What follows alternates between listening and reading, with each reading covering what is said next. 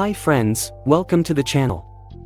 Hit the like and subscribe, and don't forget to comment with an emoji just for the sake of engagement. The manhwa started with a bustling city scene with people murmuring. The roads were filled with cars, and a young girl was lying in the middle of the road on the crossing, covered in blood, on a heap of scattered papers. She was an ordinary university student who did nothing but slave away every day for her professors. With the last strength in her body, all she could think was how unfair it was for her to die in this way. But suddenly, she came back to life. She was in front of a mirror, shocked and confused to see her face. She realized that she had entered the world of the silly romance novel she was reading before she died. She had been reincarnated into the body of one of the characters from the novel. It wasn't just anybody but the body of the villain, who met a horrible death at the end. Heartbroken, she began to think about what course of action she should take, as if the story went as intended, then the two male leads would kill her. She began tearing up, thinking she's going to die early, just like she had died in her previous life. Her thought was broken when someone called her by the character's name, Syria. In the next scene, she was seen sitting on the lap of a divine beast, bathing together. While brushing her hair from her face, he asked Syria why she's making that troubled face again. With a troubled look, he asked Syria if she was still thinking about that rascal, Callus Hanaton. Supporting herself, she called in Rush and told him that it's impossible for her to think of that man as she's his wife. As he gently kissed Syria, she shuddered with pleasure and thought to herself that it's only natural for everyone to hate her as she had possessed this body. The hot hunk reminded Syria to hold him close to her, as he's the only one in this world who could make her an archduchess. Chapter 1. We saw Syria and a nurse casually chatting as she was sipping tea. The nurse told Syria that the future of the empire was looking bright as a saint had finally descended from the heavens. She compared it to a blessing from the heavens. The scene then showed a young man following and guarding the saint. As it was freezing, the man wrapped the saint in some type of clothing, indicating that they were really close. The nurse, seeing this, was very envious. However, our protagonist shook with anger seeing their interaction. It turned out that man was Callus, and he was the groom of our heroine Syria. Their wedding was only a week away. All she wanted to do was march down there and rip his hair out, but she restrained herself as there were a lot of eyes on her. Casually, she joked that her fiancé was a social creature. She started coughing and shivering, which prompted the nurse to ask whether she had not yet recovered from the cold and promised to prepare some medication for her in the evening. Their conversation was hindered when the Archduke visited them and asked the nurse whether she was planning to spend the whole day on the terrace with her patient. Syria bowed, seeing the Archduke. "If you stayed out on the terrace, your condition would worsen," he said to Syria. He was dissatisfied with her fiancé for making a scene. Syria apologized on her fiancé's behalf. He exclaimed that the saint, was to be escorted to the high church ASAP, as he didn't want any more disturbances in his palace. Syria thought to herself that although the duke seemed cold now, soon he would be gazing at the saint with loving eyes, as that was the fate of the male lead at the end of the story. She reminisced that all of them were characters in a romance novel about a dimension-jumping heroine named Lena, who fell into another world and was showered with love and admiration by the male leads. She, on the other hand, was Syria Stern, the villain of the story, who suffered a very horrible and tragic death. Syria inherited the power of the gods and was granted the title Stun. Although she was the most holy being in the empire, that didn't stop her from committing depravities. It's as if she liked being wicked. She was described as a troublemaker in high society. Her pastime was indulging in extravagance and dissipating being her specialty. Even her relationship with her own family was atrocious. But she was just a normal student who now resided in Syria's body. She was only thinking about one thing right now: she did not want to die. She thought to herself, of all the characters, why did it have to be Syria? She had already met an untimely demise in her past life. Before Lena, the main character, showed up, she planned on getting rid of all of Syria's enemies.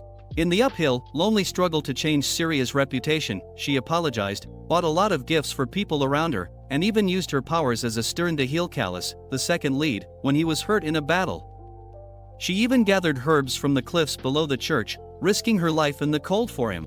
One of the characters that killed her in the story was Callus, so she had to find a way to make him like her. And just like that, slowly with time, the second lead fell in love with her in the process, until finally one day he proposed to her. Syria thought since the original story ended with the main leads falling in love with each other and Callus committed suicide in despair, this new development would be a win-win situation. So she made a vow that she would not get tangled up with the two leads at all costs. The main lead's love story would run much more smoothly than it did in the novel, and the saint and the dupe would soon make a connection. She clearly promised that, but the saint ended up coming to her place to meet her. She was Lena, the saint from another world. Chapter 2. Lena introduced herself and admitted that she's a bit embarrassed because others kept calling her a saint just because she's from another world. Syria acknowledged her presence but was bothered as she's trying to avoid this girl.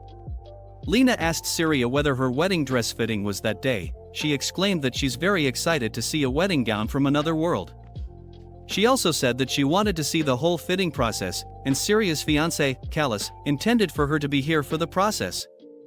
Hearing Lena call Callus by first name, Syria was agitated, as it took her 11 months to get him to let her call him by name. But when she heard Lena wanted to watch her change into her wedding gown, Syria was perplexed at the thought that Lena wanted to watch her undressed. She was relieved when designer Begonia entered the room and asked Saint Lena to leave at once, as being fitted for one's matrimonial attire wasn't some sort of spectacle. Furthermore, the privileges were only extended to the bride's close relatives and friends. She, for once, did not fall into any of the categories.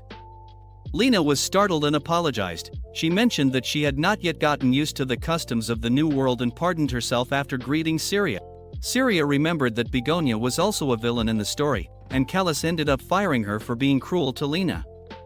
Later that night, Callus was seen having a discussion with Syria. He wanted to change the designers. He was furious and claimed Syria must know why he wanted the change. As Saint Lena was someone who descended from the heavens, she was different from the rest of the nobles. This angered Syria. Callus claimed that even if the designer did not understand the heart of a saint, she should not have spoken so harshly to her, and it was best if she dismissed her. Syria countered by saying Begonia was only telling her not to make a spectacle of her from a noble's point of view. Saint Lena's remarks were rather discourteous, and Callus abruptly stopped her, saying Lena was only there for Syria. Syria asked Callus if she called the saint by the name in front of her. He quickly accepted that it was his mistake and asked Syria to be understanding as she had been appointed as the saint's protector. Syria remembered that in the original storyline, Lena's divine powers became highly unstable after she fell into this new world. The High Church appointed her a protector among the heads of 17 houses that possessed the power of gods. Callus was the head of House Hanaton, so it's only natural that they grew close pretty quickly, but she didn't expect that to happen now that she was engaged to Callus. "Are you dismayed that I failed to mention my appointment as the saint's guardian?" Callus asked Syria. Syria realized that she may have been too complacent. If she got angry, things may end as terribly as they did in the book. Suppressing her anger, she said she understood the situation, as she could not let herself die, and was going to do everything she could to stay alive this round. Hearing her words, Callus was relieved and hugged her, stating that he was afraid that she was upset. Callus thanked her for being understanding and called her his beloved. In the next scene, Callus was seen hurriedly leaving the palace in a hurry as Lena's divine power became unstable, and he wanted to attend to her immediately. Hearing him call Lena her name again angered Syria, but she hurriedly left the palace and traveled towards the glacier for her task. On the way, we meet Elliot, the Knight Commander of House Burke. He said that he heard Syria suffering from a cold, and it seemed that that day's inspection of the glacier had overtaxed her. She dismissed his concerns, saying this was something she must do, and it's absolutely alright. Within House Burke's dominion rested an extraordinary mass of ice known as the Beast Tomb. House Burke was charged with periodically checking the barrier around the glacier to prevent the emergence of monsters, which required the power of the gods wielded by Stearns to do so. In the original story, Syria would occasionally put off going to the lake for inspections, but now the female lead had to solidify her position and survive this, so she had to properly carry out the duties. After finishing her duties that day, Elliot asked Syria to head back but was stopped by the arrival of Duke. Chapter 3. Duke asked Syria if she was not hearing him speak, to which Syria wondered if she did something wrong. Duke asked her for the possible reason for her to be coming out to the lake in winter while afflicted with the cold. Syria thanked him for his concern but said it's not severe, and this was something she must do as a stern, to which the Duke asked her about when she began taking her duties so seriously and mocked her by saying that it's an attempt to weaken her health even more so that she might catch her fiancé's attention. On hearing these remarks, Sir Elliot was shocked. Syria exclaimed that she didn't come here with that intention, and regardless of how sick she was, her fiancé would never cause a disturbance in his palace. Disregarding her claims, the Duke asked her if it's because of the saint. Syria was perplexed, thinking whether Callas was having an affair with the saint. Interrupting her thought, the Duke asked whether she had finished with the inspection, to which the knight answered positively. He thanked Lady Syria for her hard work and claimed that they were able to finish the task in short time, otherwise, it would have taken half a day longer. Syria was bothered by the Duke's behavior, wondering why he was acting all high and mighty. She agreed to the fact that he was the main lead and too damn handsome, but wondered why he was such an ass.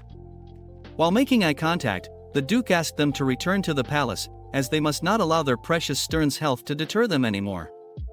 He put his own cloak on Syria's shoulder as she was shivering from the cold, which shocked her. Returning to the castle, she kept thinking about what happened with the Duke and wondered if he liked her more than she thought. Regardless, it would be best for her to avoid him as much as possible, as there was something about him that scared her heart the most, not to mention the way he talks. She just wanted to wrap up the wedding as soon as possible so she could get out of this place. The only reason she was staying here in the palace was because Sterns were considered to be such holy figures that they could only take part in certain rituals, such as wedding vows, at a limited number of locations, one of which was here in the House of Burke, which guards the frozen lake.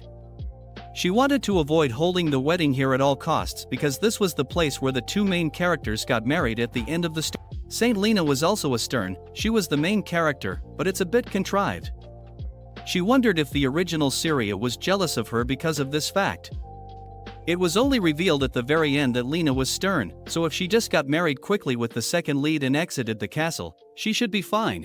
In the next scene, we met Abigail, Syria's escort, and seeing her, Syria got excited and asked her about the beast expedition she had been on. She asked her if she was back in one piece or if she was injured, to which Abigail asked Syria to calm down as Abigail was a former assassin.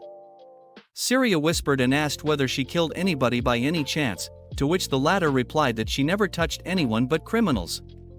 She claimed that everything went well, but she missed Syria when the armor turned cold.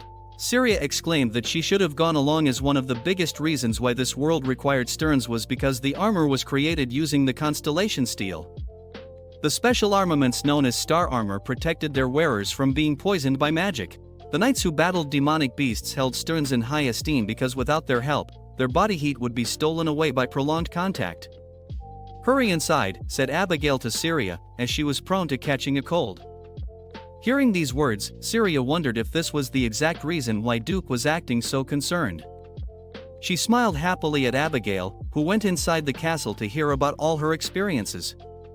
She decided to solidify her usefulness before Lena realized that she was also Stern. Unknown to her, Lena was watching them from the upper room with jealousy-filled eyes. She asked her attendee why Syria visited the glacier every day. Her attendant answered that because she was a Stern, only she could purify the lake barrier, and because of that, she had been earning praise throughout the palace recently for her diligence in carrying out her duties. Lena envisaged her and asked whether she couldn't get the title herself. She was told that she was already a saint. Lena wondered if the title of Stern was more dashing, and because of that, everyone in the palace was interested in Syria. On hearing that, her attendant told her that there would be a welcome reception soon in her honor, although she would have to learn all the proper forms of etiquette. Besides, not just anyone could become a Stern, they were the children with divine power who were born on Wednesdays in winter, and each of them had a star somewhere on their bodies.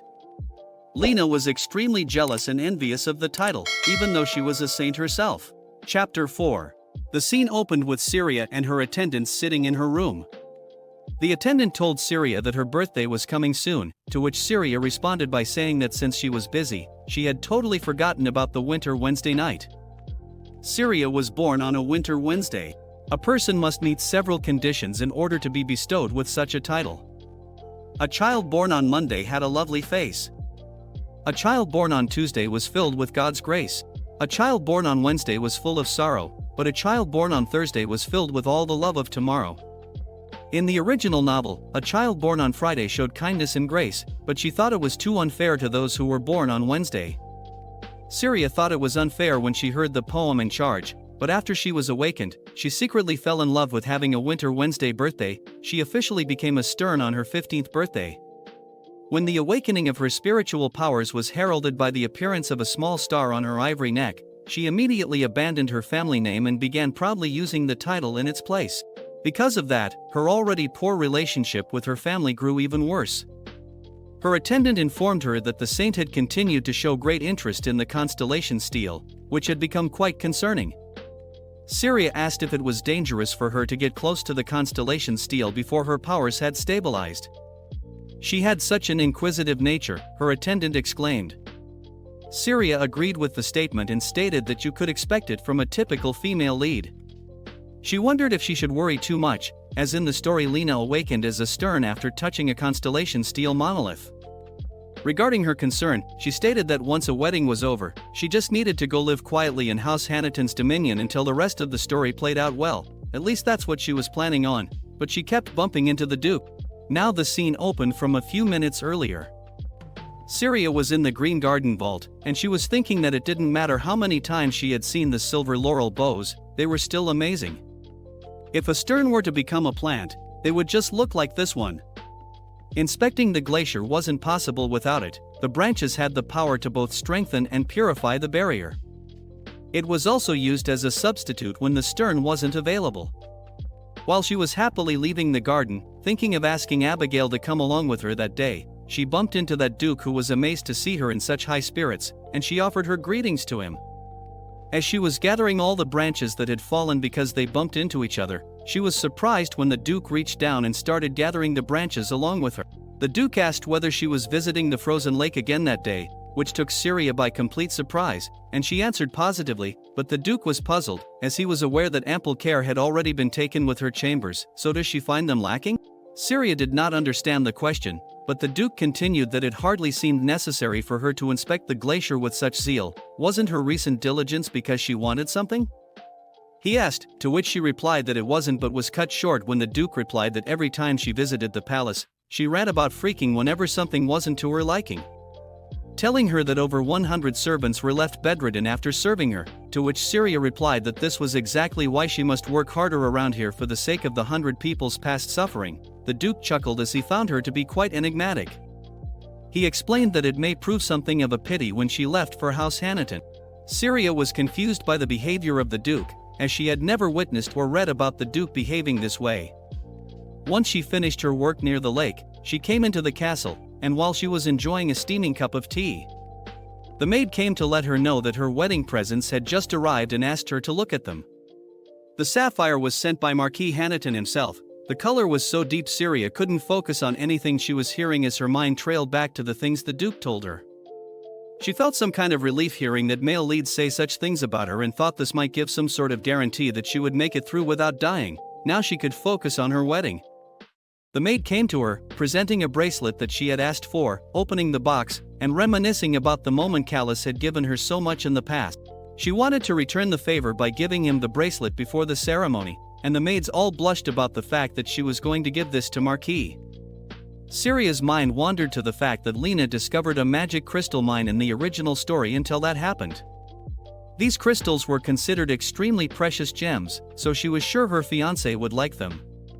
At that exact moment, the door burst open, and the healer came in shouting that it was a catastrophe. The Saint Lady Lena collapsed after touching the constellation stele monument. The monument itself turned transparent and began to shine, which meant a new stern was born. Chapter 5. The next chapter followed Syria as she was entering the bedchambers of Saint Lena.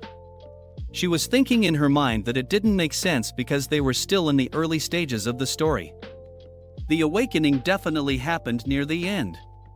The Duke entered the chambers asking for the saint's condition, and the maids reported that the worst had passed, fortunately thanks to Marquis Hanaton's presence at her side.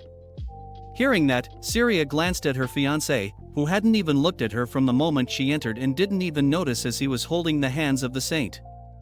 Later that evening, after leaving the chambers, the Duke asked Lady Syria whether she was also afflicted this way when she awakened, to which she responded that her divine power was nowhere near as immense as hers. The effects a person experienced from constellation stele were directly proportional to the magnitude of their powers, which meant there was no way the saint was unaware of the fact that her body was overflowing with divine power, which enraged the Duke as she still insisted on touching the constellation stele and causing such an uproar in his palace. The priest replied that perhaps she never entertained the possibility that she could also be a stern. The Duke angrily asked the priest whether he was not the one who was overseeing the lessons, then why would she do such a thing? The priest responded that it's because she felt a vague sense of admiration for Lady Syria, which shocked Syria to her core. The priest apologized to the Duke, and the Duke accepted the apology by saying at least the priest had some awareness. Syria, on the other hand, was contemplating whether the saint touched it because she admired her or because she was checking her status as a saint. In the book, Lena accidentally came into contact with the constellation stele. Divine power was busted forth with the surge force, and it nearly killed her. The truth of her being a stern was finally revealed, so did she touch it on purpose? This time she was perplexed about the plot being so different from the original, but suddenly Chief Aide Lennon disturbed her thinking by stating that the saint had awakened. The Duke tried to leave but was stopped when Lennon told him it would be nice to look into the matter for the sake of relations with the High Priest. The Duke answered as to whether he looked like a saint's nursemaid. Further begging, he asked Lady Syria to accompany him. The next scene showed Callus screaming Lena's name when he saw her opening her eyes. He asked Lena whether she had woken, and Lena replied that it hurt her body so much, to which Callus asked her not to worry and that she would be fine as he was right beside her. Abigail secretly asked Syria whether she should cut off his hand. The Duke begrudgingly asked the priest whether he was aware of the fact that the estate was extremely busy during winter. He also stated he didn't have the means to keep this nuisance in his place any longer. Syria was shocked hearing the Duke call the saint a nuisance. The Duke asked Lennon to send a word to the High Church that Saint Lena would be returning as soon as she was able to move.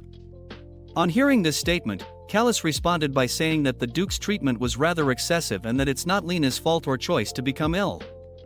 He also asked the Duke the meaning of calling an invalid a nuisance. The Duke calmly replied that he could speak as he wished in his own palace. Callus protested that it's still harsh because she was still invalid. After all, the Duke responded that it's good he mentioned that because, as far as he knew, his betrothed's condition was also far from ideal. He asked Callus whether his priorities were a bit skewed and people may mistake the saint as his fiancée, and at that moment, Callus looked at Syria's face. Syria didn't understand why, but it felt like she was on the side of the original Syria. She should be the one angry at Callus for tending to another woman and not Rushbert. She blamed herself for never letting go of her frustrations and just standing by quietly through everything for the sake of avoiding a serious fate. Breaking her thoughts, the Duke told Callus that this was the first serious wedding ceremony they had in a long time, and they must keep such vows sacred. Syria was feeling shamed and embarrassed. She wanted to go home to her place on earth and live a peaceful life. She wanted Callus and Lena to leave her alone. And at that moment the Duke extended his arms and asked her permission to leave the room as the saint requires tranquility. Callus called out for Syria but was stopped when Lena called his name. Taking this opportunity, the Duke tenderly held her hands and asked her to leave the room with him. Chapter 6. The scene started with Syria gathering the branches in the garden, and she was reminiscing about how Callus was behaving when he was with Lena. She was sad that she hadn't heard a word from him since yesterday. At that very moment, the Duke entered the room and asked for Lady Syria. She honored him and thought about how he had rescued her from that dreadful situation. She thought she hadn't yet thanked him for his generosity. As she was about to thank him, the Duke intervened by asking her if she would be able to inspect the lake properly after what she went through yesterday. He stated that if she was using the inspection as a means of escape, she could simply keep herself in her room. Syria quickly dismissed his concerns and simply stated that she was fully aware of her duties and would never take such a thing lightly because she was a stern. At the very moment Callus entered the room, asking for Syria, he said he was looking for her and wondering where she had been. The Duke asked Callus whether he was invisible to him, as Callus didn't pay any attention to the Duke. Callus asked for forgiveness and stated that he couldn't find his fiancée anywhere and had spent the majority of the day searching for her but was shocked to see both of them together in the secluded spot. The Duke responded that he didn't recall ever granting him permission to enter the ward. He asked him if he was aware of the fact that no one besides the stern was allowed to enter without express approval as the Duke of the Palace. Callus chuckled and stated that he would gladly make any restitution once he returned to his land if the Duke had a specific sum in mind. Hearing that the Duke cut Callus mid-sentence and said that it's not his place to decide his own punishment, they shall follow the tradition of Hausberg. Raising his hand, he stated that one of the culprit's hands should be cleaved off the wrist. He asked Callus what he thought about the sentence. Callus responded that he was not aware that the Duke wanted his hand. Rush asked whether Callus was keen on a war breaking out between the houses. It looked like he was hungry for a war. Syria began wondering whether they would wage a war in winter just to prove their valor. She began thinking about whether they wanted everyone to freeze to death. The Duke mocked Callus by saying that if it was war that he wanted, he would gladly receive it, to which Callus replied that that was not who wanted the war. The Duke stated that he would urgently dispatch soldiers to his estate to figure things out. At that moment, Syria tugged at the coat of Rush and asked for his forgiveness for her behavior. She stated that waging a war because of something this minor would be cruel to the knights that were responsible for the glacier, and she begged him to show some benevolence that he had shown throughout. Promising that she would help Callus answer and vow to never do anything so disrespectful again. The Duke commented that Callus indeed had an excellent fiancé and left the place. Syria patted herself on the back for her achievement of preventing a war. Callus came near her to have a word, but she was not interested and started leaving the opposite way. Callus ran behind her and asked her how she could run off like she did, and the way she took hold of the clothing was very discreet. He was upset by the way she was behaving just because she was angry. On hearing the words, Syria stopped and asked him whether she really was the one who had been indelicate. Callus reminded Syria to be calm and told her that Lena was a delegate of the gods who came from a different world and had no one to rely on but him. Being his partner, she should at least understand his position. Syria stated that she was being understanding, but Callus was having none of it. Getting angry and spending time with another man without looking into his eyes was not a way to be understanding, he said. Syria responded that he exactly did the same thing with the saint, but when Callus disagreed with her claims, she yanked her hand from his grasp and said that they were indeed different because she was not the one who called the Archduke by his name in front of her partner. Callus wanted to calm down Syria's hand once again, but Syria had had enough and smacked her hand away from his grip, in the process hurting herself. Chapter 7. Syria's actions shocked Callus. He was shocked by the way she behaved and injured herself. Clenching her hand, Syria stated that if she were in his place, she would have asked to break off the engagement and propose to Saint Lena instead. Callus asked about what she was saying, not understanding where this was coming from as she was the one he loved. Syria couldn't believe a man who fondly holds hands with another woman in front of his partner. She knew that she didn't fall head over heels in love like the heroine, but she really did like Callus. Callus originally killed Syria and took his own life because he couldn't make Lena fall in love with him. Since the main characters already had a happy ending planned out for them, it would be alright if the two of them enjoyed a bit of happiness. This was how she was rationalizing her actions. With tears in her eyes, she confessed that she was very terrified of both of them when she saw them together. Hearing the confession, Callus held Syria's hands and promised that he would make everything right and asked her not to cry. He also apologized to her. He told her that day that he would leave for the estate as soon as the wedding was over. Once Lena recovered, he promised to never see her again. He made a promise to be her faithful husband. Syria thought that everything would work out if she put her trust in him, because trusting him was the easiest thing and the easiest way to prevent her fate. She made him promise not to be late on their wedding day, and Callus responded that she had no reason to be frightened, he would never do such a thing. The next scene showed a well-lit room, and we heard two people having a conversation. Callus mentioned to Lena that this would be the last day that they called each other by name. Lena wondered whether this had something to do with his fiancé. Lena stated that Viscount Ison had already lectured her on this topic, so she supposed this meant they had to refer to each other by their official titles. Callus told her that was correct, and it would be difficult for them to continue to meet each other after the wedding. Heartbroken, Lena told him that he was such a dear friend, if only they could have met sooner.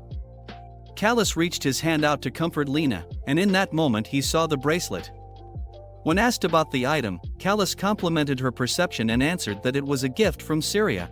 Lena stated that she would like more than anything for Syria and her to be friends, but Callus interjected and said that it would be a breach of etiquette to refer to someone that you were not close to by their first name on hearing the word etiquette. Lena screamed and broke down. She told Callus that he had no idea how much she had been suffering and restraining herself. And now the Duke was asking her to return to the high church, which was terrifying to her. She was distressed that she would lose a dear friend. She stated that Callus had no idea how many times her world had changed since he said that he would be her protector and take care of her. Was it all a lie? He would never know how happy she was at that moment when she heard him speak those words. And thought that she was right, that she came from another world. He apologized for his behavior, asked her not to cry, and promised that he would be by her side this last time. After spending some time, Lena was a little calmer and told him she wanted to visit the glacier. When asked why, she stated that now she was a stern, and she wanted to help Syria with her duties, hoping that it would improve the relationship. Callus understood that her feelings held her negatively because of her condition. Lena didn't take that rejection nicely and told him to stop talking about the objections. She was going to do it even if she had to do it alone. He told himself that if something happened to Lena, it would be his name that would be damaged, so he agreed to accompany her, but he wanted to make it quick. The next morning, Lennon could be seen talking to the Duke, and the Duke was asking him about the whereabouts of the saint. It was reported that the pair had left the premises, and now they had lost all contact with them. He believed that the pair got caught up in a storm and lost their bearings. The Duke remarked that Callus must be out of his mind, and he also questioned whether he intended for Lady Syria to die. Chapter 8. The Duke asked Lennon if Marquis intended to allow Lady Syria to die and stated that he must be stark and raving mad. He stated that even if they simply met with a disaster while out for a stroll, it shouldn't cause Syria to die. The Duke stated that a Stern's wedding is not simple, it was not something that could be taken seriously. If any aspect concerning punctuality, the venue, or any other set rules wasn't properly observed, the Stern's power would erupt, and in the worst case, the Sterns would die. The Duke was shocked that, knowing the full consequences of the ceremony, he still went out right before the day. He wondered if he should have knocked him senseless and thrown him in the Bastille. At that moment, Lady Syria could be seen outside with the bunch of knights going on a search party for her intended. The Duke stated that he had noticed how she had changed into a different person over the course of a year. He wondered if it was all because of love and remarked that it was quite He ordered Lennon to inform Lady Syria that she was not permitted to take a single step out of the palace. Upon receiving the instruction, Syria wondered that if she couldn't leave, how would she find Callus before the ceremony? Just then, Abigail entered the room and reported that they were forced to hold the search for today, as the closer they moved towards the glacier, the more the blizzard intensified. They would continue as soon as the sun rose. Hearing that Syria was trembling in fear and wondered if Callus would be back before the ceremony, Abigail stated that the Duke had asked her to pass a message on to her, and he promised that he would get that wretch into the wedding hall even if he had to hogtie him and toss him inside himself, and told her that even if the day of the ceremony had come and she didn't hear the word, he asked Abigail to let Syria continue the preparations as normal. No matter what might come to pass, he promised that her wedding would proceed as planned. Upon hearing the words, Syria felt relieved and admired the Duke. Abigail said that all the Dukes mentioned were terrifying, and he was absolutely terrifying as he spoke. Syria knew that the High Church always spoke about punctuality, but she didn't know the reason for it. Abigail suggested that she didn't need to stress about it as Archduke would be joining the search himself. Syria consoled herself by stating that she had no doubt that Callus would come back and that she believed in him. The next scene showed that on the day of the wedding, the landscape was covered with fluffy white snow, and we heard Callus and Lena speaking to each other. Lena was asking Callus not to go out as it was too dangerous. She was wondering if Callus would propose to leave her alone or on her own. Callus, on the other hand, stated that there was hardly any time left before the ceremony, and on hearing that, Lena suggested that they postpone the ceremony for a day or two, as there was no way they would make it in time. Callus revealed that it was impossible when it came to a Stern's nuptials. Lena was showing her fake concern and asking what he meant. At that moment, Callus began coughing blood, and he understood that the wedding had already begun. Next we were brought to the wedding chapel, which was beautifully decorated with red carpets and ribbons. All the guests were sitting in the venue, and Syria could be seen standing alone at the altar. People were gossiping that the Marquis never returned, and apparently he was stranded, wondering if he ran away with the saint. A wedding without a groom was such a humiliation, especially for the bride. Among all the whispers, Syria was wondering when her fiancé would arrive, hoping he knew about what happened at these things. She was hoping that the rumors about Lena and him were not true. The priest present at the ceremony stated that the groom not being here wasn't the big problem right now because at this rate, Syria's divine powers were going to explode if there was any hindrance to the wedding. Abigail, upon hearing that, quickly asked the priest to repeat what he said. Suddenly, at that moment, Lady Syria's knees gave way as blood could be seen coming out of her mouth. She collapsed near the altar. Abigail called for her and tried reaching out but was stopped by the priest, who stated that this was a stern ceremony and if Syria was touched out of turn now, her powers would become more ensnarled. Only the person who was supposed to attend the remaining commitments might do so, so everyone was wondering when Marquis Hannington would arrive. All the priests gathered together to get ready to use their power if they had to. On the ground, Syria began to wonder if, even though she tried her very best to avoid a terrible ending from the original story, this was how she was going to die. While coughing blood again, she began to question herself, saying that it was all because she was just a villain. She didn't do anything to get in the main character's way, all she wanted to do was leave. Wondering what on earth did she do wrong? At that very moment the doors to the chapel swung open as the Duke could be seen coming towards Syria with bold steps. All the priests were asking him not to touch Syria. He boldly stated that it appeared that they were all about to die, and did they expect to solve anything by standing and going? He reached for Syria and picked her up in his arms and calmly asked her to get a hold of herself, as she could not die because dying would just be an injustice. Chapter 9. Holding Syria in his embrace, the Duke questioned whether it would be unjust for her to perish this way. Squeezing her hand, he stated that dying like this would be pitiful. Syria lost her consciousness, and the Duke ordered the preparation of the commitment ceremony at once. He stated that the stern ceremony would proceed as scheduled. Looking ferociously at the priest, he said that Syria would be saved by whatever means necessary. Syria was dreaming that she was running in an empty void, screaming that she wanted to leave, begging to not be killed soon. She could hear a voice calling her name. She woke up crying with the jolt and saw the Duke in front of her looking worried. He asked her if she was awake and touched her with his fingers. He stated that he really could not understand her. The Duke asked what on earth she was dreaming about that was making her weep so much. Syria didn't know that she was crying. After composing herself, she asked the Duke whether he was the one who was calling her name. Upon confirmation, the Duke asked about her dream. She told him that she felt like she was dying, to which the Duke asked whether she was afraid. She commented that everyone was afraid to die. When she asked about Callus, he ignored her, placing a wet cloth on her forehead. The Duke commented that after all of her antics, he assumed that she didn't fear such things. The Duke started wiping, claiming that she might have amnesia as she did not remember what happened during the ceremony. It was shown that the Duke swore an eternal oath to Syria, the recipient of the constellation's blessings. Syria sat up and asked whether they were husband and wife now, to which the Duke agreed. He said that the head of the house could not suffer the disgrace of losing a Stern.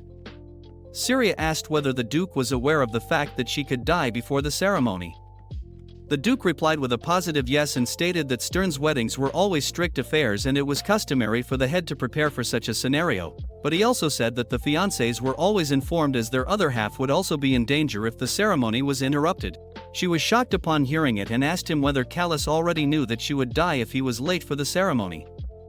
Later, when Callus came to show his pig face, he entered the room as if he owned this place, swinging the door open and shouting Syria's name. The maids told him that the Duke had stated that no one should enter Syria's bedchambers without his permission. Syria asked the maid to leave her alone, as she wanted to have some discussion with Marquis. Once the maid left, Marquis asked Syria how she could marry another man, grabbing her shoulders roughly and questioning her choice of Duke of Berk of all people. Syria angrily slapped his face and blamed him because he didn't come, and now he dares to blame her for marrying another man? She told him that if it were not for the Duke, she would have died a horrible, agonizing death. On hearing her remarks, Callus was blushing, partly because of the slap and partly because of the fact that he knew that she would die, yet he still did not come. She asked Callus if that was actually what he wanted. Did he want her to die?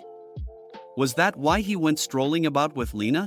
With tears in his eyes, Callus said that they ran into misfortune, he didn't choose not to come, and he was worried sick about her. Even in the face of a raging blizzard, he tried everything he could to get to her. But suddenly losing consciousness in front of the door, He stated that she was the only woman he ever wanted to marry and that every declaration made to her had come from his heart. Holding her hand, he told her that he really loved her. On the physical contact, Syria felt an unknown power, wondering what power it was. She realized that Callus should not be alive and wondered how it managed to save itself. His powers should have exploded like hers as the price for breaking his oath. Chapter 10. Syria was hoping what she was thinking was not true, as Callus had already taken part in his ceremony in which he had pledged to marry a Stern. It was bound to Sterns in general, which meant he could, in theory, marry any one of them. He must have found himself in a situation in which the commitment ceremony time and place had all been properly arranged. She questioned whether he married Lena, as she was another Stern who was already present. She guessed that because he was still alive. Syria thought to herself, just because she wanted to avoid the original fate did not mean she wanted to feel miserable. Furiously, she stated that it hadn't been a long time since she first fell in love with him, but now she regretted wasting even that much time. She suddenly had a sinking feeling that all those moments she had spent walking on eggshells trying to please Callus were for nothing. Callus remarked that it was nothing but a temporary marriage, just like how she married the Duke in order to survive. Then why did you overreact, my dude? With tears in her eyes, she questioned how that fact was important. Callus advised that they should both get divorced and start over. All they had to do was go back to the beginning, as there was still time. Syria questioned whether time was all they needed, as her feelings for him had already disappeared. In the next scene, we saw Syria walking away from Callus, and he was following her, trying to get her attention. He grabbed her hand and was asked to let go. Syria stated that she could sense another Stern's power emanating from him, and she would like for him to stop touching her. Hearing that statement, Callus was deeply affected. He begged her, but the Duke entered into the conversation and told him to let go of her hand. He questioned whether Callus was deaf as well. On hearing the remarks, Callus let go of her, and the Duke noticed that the wound on Syria's hand had reopened. He suggested that they should send for the priest to treat her. Callus jumped on the opportunity and told her that he would take her to the priest himself. The Duke questioned why it should be him, to which he answered that they were in the middle of a discussion. The Duke laughed and stated that Lady Syria should be the one making the decision of who should be accompanying her. Syria smiled and held the Duke's hand as they went towards the study, asking Lennon to summon a priest for her. In the study, we saw the priest standing near Syria, mending her wounds and asking her to refrain from any vigorous movements for the time being. The Duke asked Syria whether she was feeling better, and Syria just looked at him without any answer. Suddenly she stood up and bowed in front of him. She told him that she knew it was rather belated, but still, she thanked him for saving her life. On seeing her action, the Duke sprung from his seat and asked her whether she had sustained a head injury as well. When Syria denied the question the Duke asked, then why was she behaving like that? She told him that she owed her life to him and thanked him for saving her. She was truly grateful as he wagered his first marriage in order to save her, thinking he was going to marry later once again. She promised that she would do everything in her power to repay the kindness that she had been shown. She told the Duke to not be so concerned about her as she would do her best not to undermine his future marriage prospects. The Duke wondered what she was going on about. He claimed that this was the first time a woman had ever shown concern for his marriage, to which she replied that even if he married 2 or 3 times, it would still set ladies' hearts aflame. The Duke questioned Syria whether she viewed him as some sort of lecher, which she denied. She said that she hoped the Duke wouldn't be offended if she said that she intended to do her utmost as a Stern for the sake of the state for however long their marriage might last. The Duke asked whether she was studying his reactions so intently and whether she was afraid of him. In any case, hearing that she would do her best for the sake of the house filled the Duke with anticipation. Syria promised that she would do whatever she could to live up to his expectations. Chapter 11. The scene showed Abigail locked up in a cell. Syria came to her with a worried look on her face. Abigail asked if she was alright. She wondered how Syria knew she was there. Syria informed that Duke informed her and asked why Abigail hurled her gauntlet at the knights, as it constituted contempt. Abigail answered that she was only challenging them to a duel. She told her that it took a lot of patience to refrain her from slinging it directly at Callus. Syria asked Abigail to do something about her temper but was interrupted by Sir Eliot. He told Syria that what Abigail did wasn't a challenge to a knightly duel but practically was a rampage. He mentioned that Abigail narrowly avoided being expelled from the empire. But due to the Duke's mercy, she would be free to go within a few days. Syria wondered how she could pay back such kindness. Elliot stated that it was Abigail who should repay the Duke. Syria confirmed that she was a knight who knew how to repay kindness. Returning back to the castle, she wondered if the dungeon was rather cold and what if Abigail froze to death. Seeing her concern, Elliot told her that she was the type to find a way to be alive even if she got trapped inside the glacier, and praised Syria for managing to find the robust knight. Syria promised herself that when Abigail would be freed, she would bring her warm beef soup and wrap her in the best, thickest cloak she could find. It might also be good for her to stay in her bedchambers for the time being, which made Elliot chuckle. Syria asked the reason for his laughter, and Elliot told her that he could see why the Duke found her so intriguing, which stunned Syria. She remembered the way Duke held her at her weakest moment and promised to save her. She wondered if the Duke thought she was intriguing. Lennon came looking for them in a panicked state of mind. He stated that he was very flustered with all the things that had been happening in such a short notice of time, for which Syria blamed herself. Lennon remarked that his labors were nothing compared to Syria's work inspecting the glacier. Usually the lady of the castle would normally handle the matters along with him, but given the delicate state of her health and the fact that a marriage to the Duke had yet to receive approval, it was only right for him to manage everything on his own. It seemed Lennon was concerned that Syria might be feeling guilty. She gleefully thought the people of Hausberg all much kinder and thanked Lennon. Lennon stated that all she needed to do was focus on preparing for the year-end celebration to be held the day after tomorrow.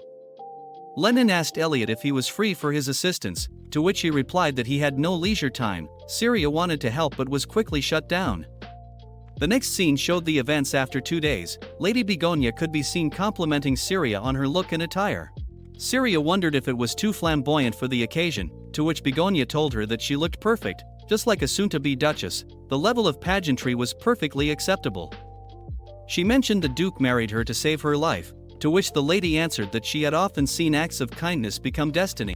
A knock was heard, and a maid entered the room, followed by Lena herself wanting to speak to Syria for a moment. Lady Begonia asked Lena whether she had lost her mind, but Syria asked Begonia to excuse them as she would like to hear what Lena had to say. Once everyone left the room, Syria asked Lena what she wanted. Lena asked Syria not to blame Callus for the situation, as he was only following her instructions. She kept pestering him about visiting the glacier and had no idea that there was going to be a snowstorm.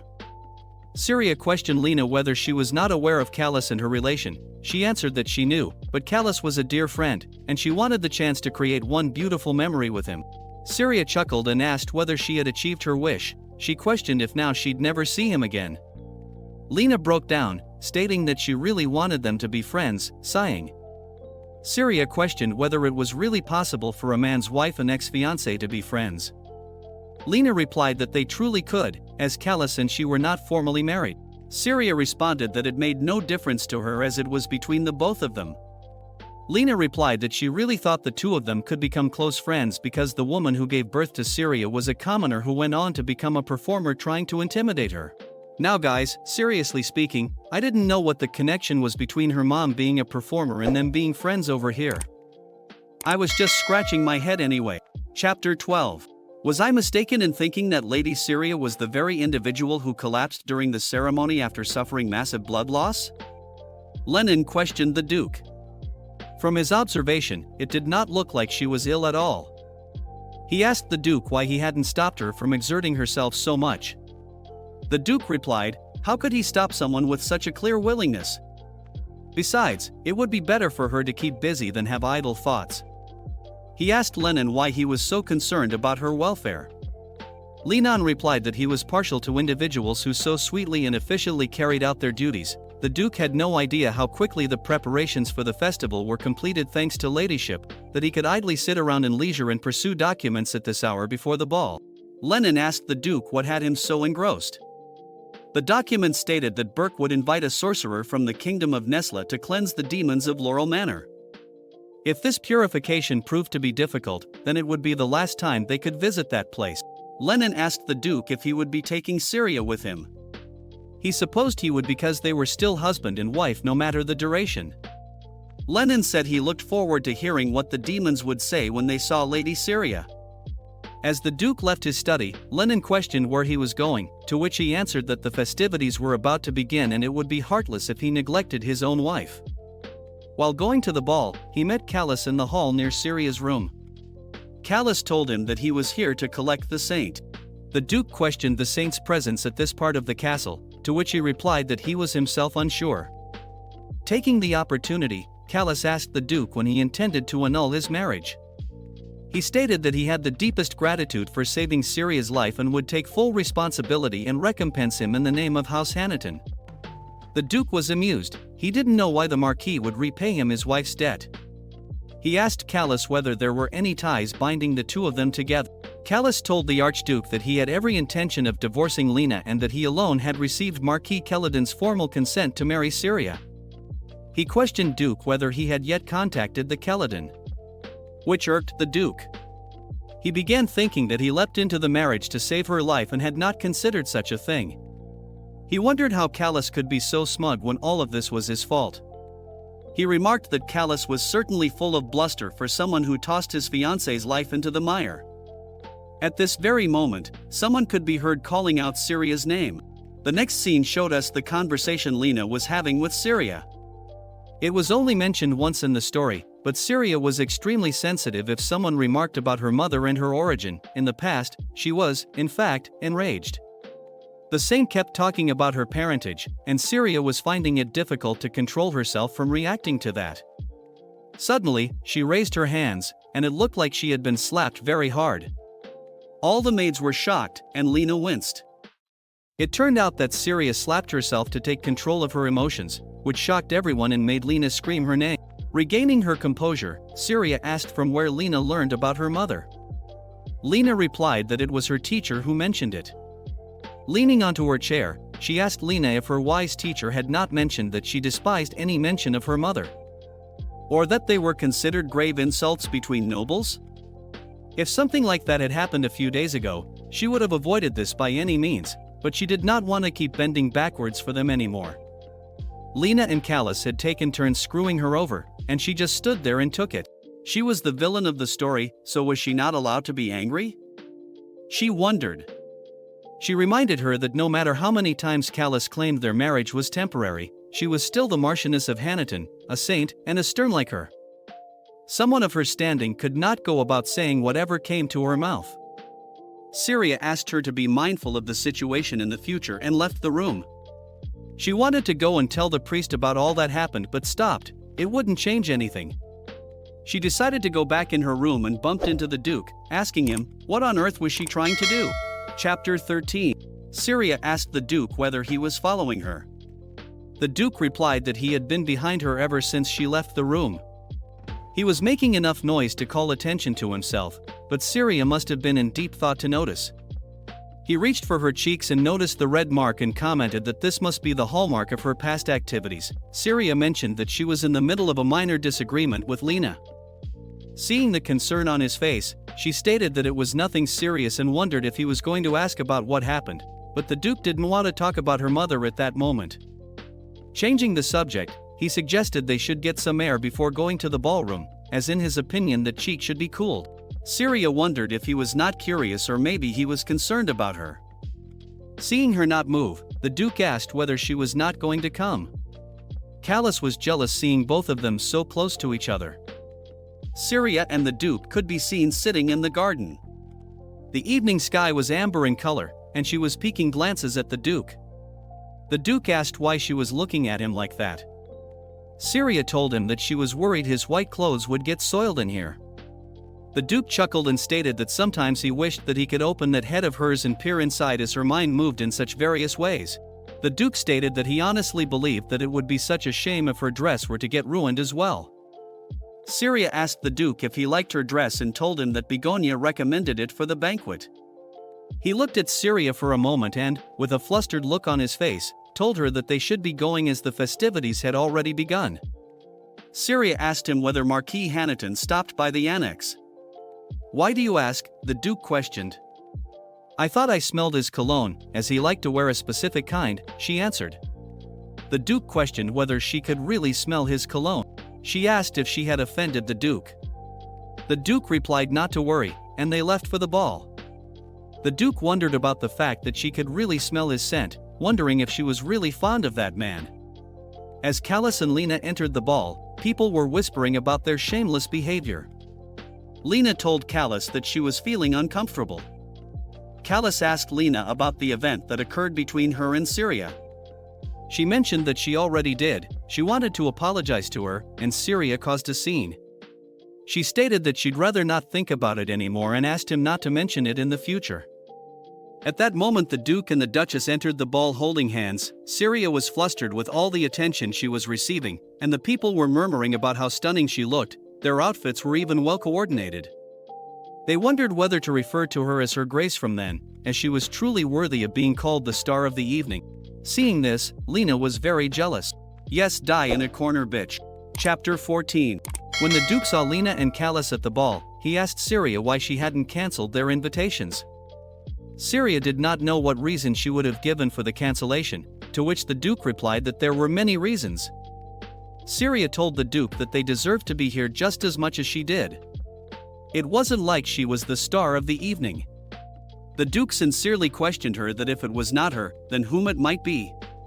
Lena felt like she was a third person caught between the main leads as she was going towards the Duke.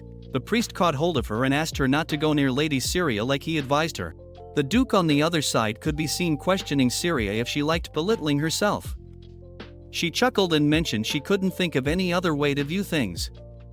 The Duke told her that this evening's activities were only for her and not the two of them. He asked her hands for the dance, as it was customary for the star of the ball. She took his hand, began the ball, and the music started playing. The both of them could be seen dancing together all over that dance floor. Lena asked the priest why Syria and the Duke were the only ones that were dancing. My God, why does she act like a spoiled brat? He answered that since the Duke was of extremely high rank, the House of Burke had been on the same level as the imperial family.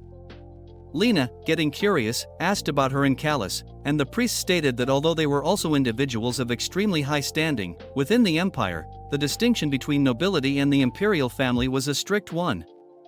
A guard came to the priest and told him that Callus was looking for him. He excused himself from Lena and went to meet him. Lena, on the other hand, was thinking that it would have been better if she had chosen Rush.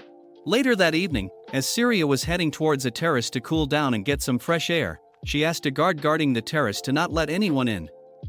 As she was relaxing, she sighed and thought that no one knew what the future held. A few days ago, she was certain she would be the Marchioness of House Hanaton if her marriage with Callus had gone smoothly. She wondered if she would be able to avoid Syria's fate and live a quiet, happy life.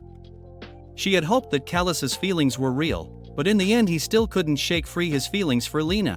She wondered if everything else would follow the novel now.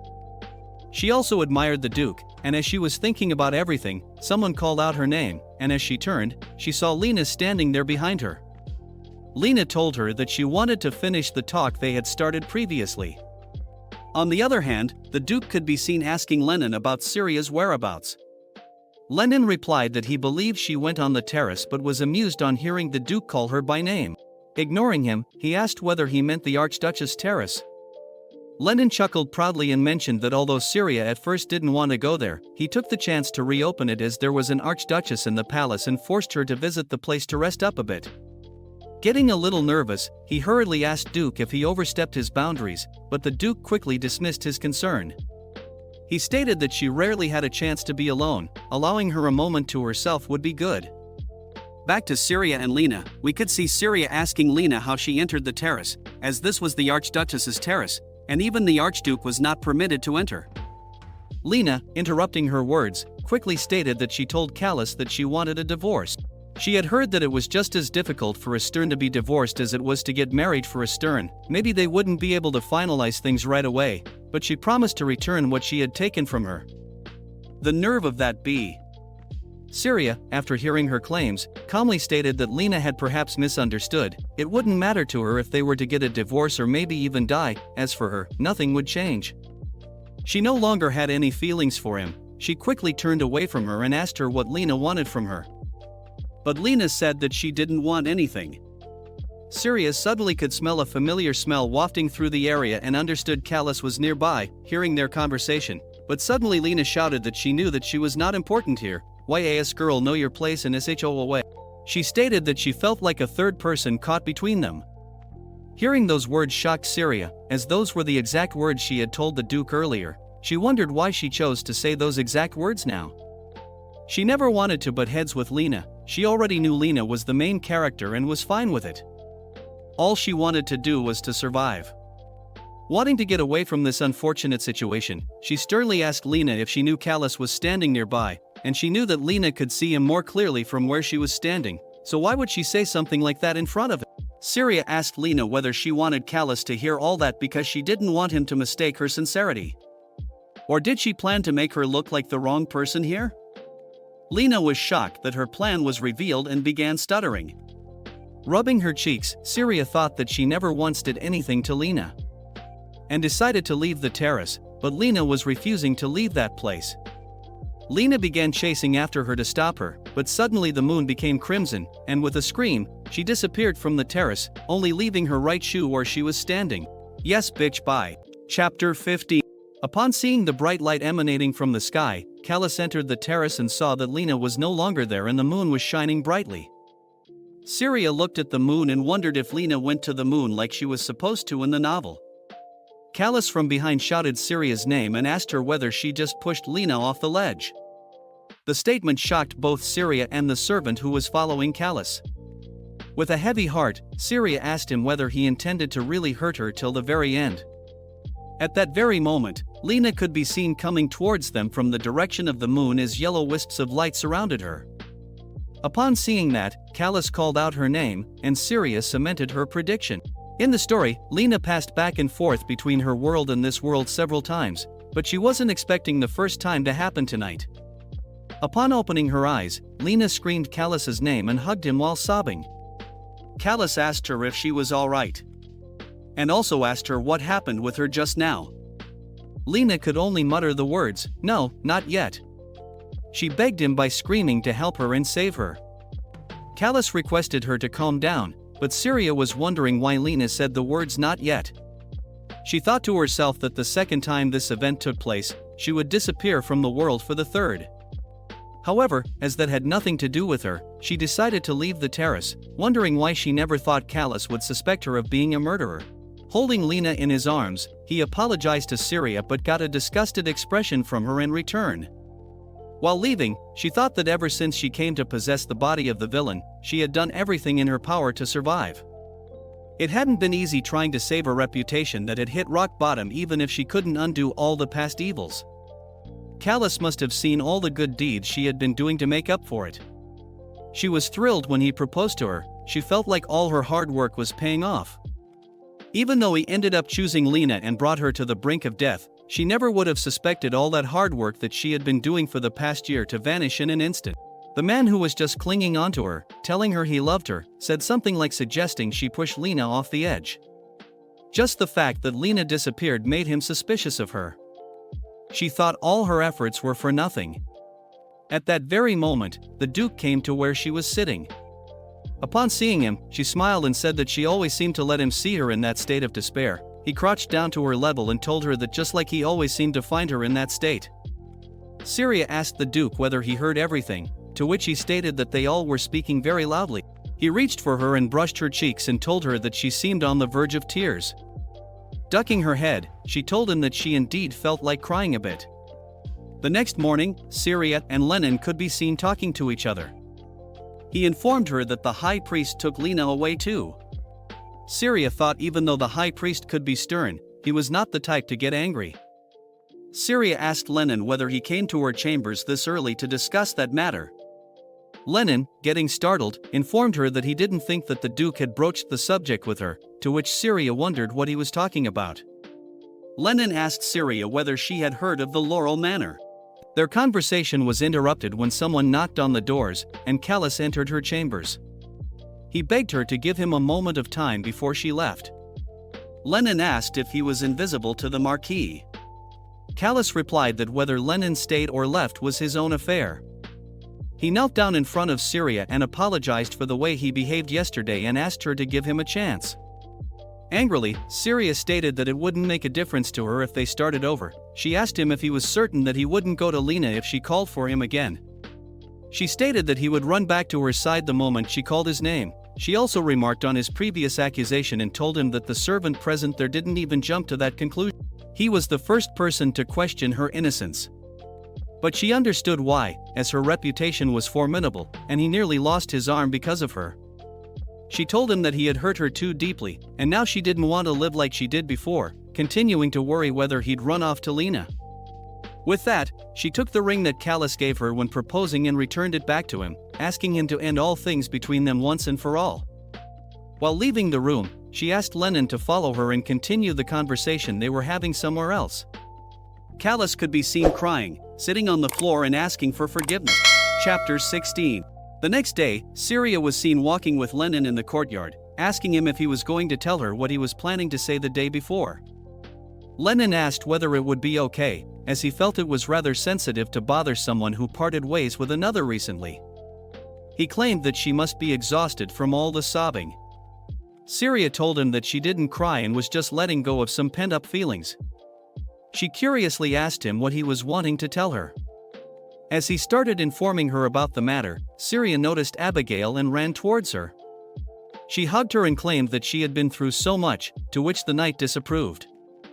Syria gave Abigail the thickest cloak she ever owned and asked her if the dungeons were too cold. She asked her to come to the kitchen for some warm stew. Abigail replied that it wasn't as cold as the time she was immersed in icy waters for 3 days. Abigail asked Syria if she had killed the man or woman while she was detained, while wondering if she killed them both. Syria told her that she did neither, as doing so would sentence her to death. Abigail quickly asked her if she could do it for her. Sir Eliot interjected that conversation by saying that there were many years present here.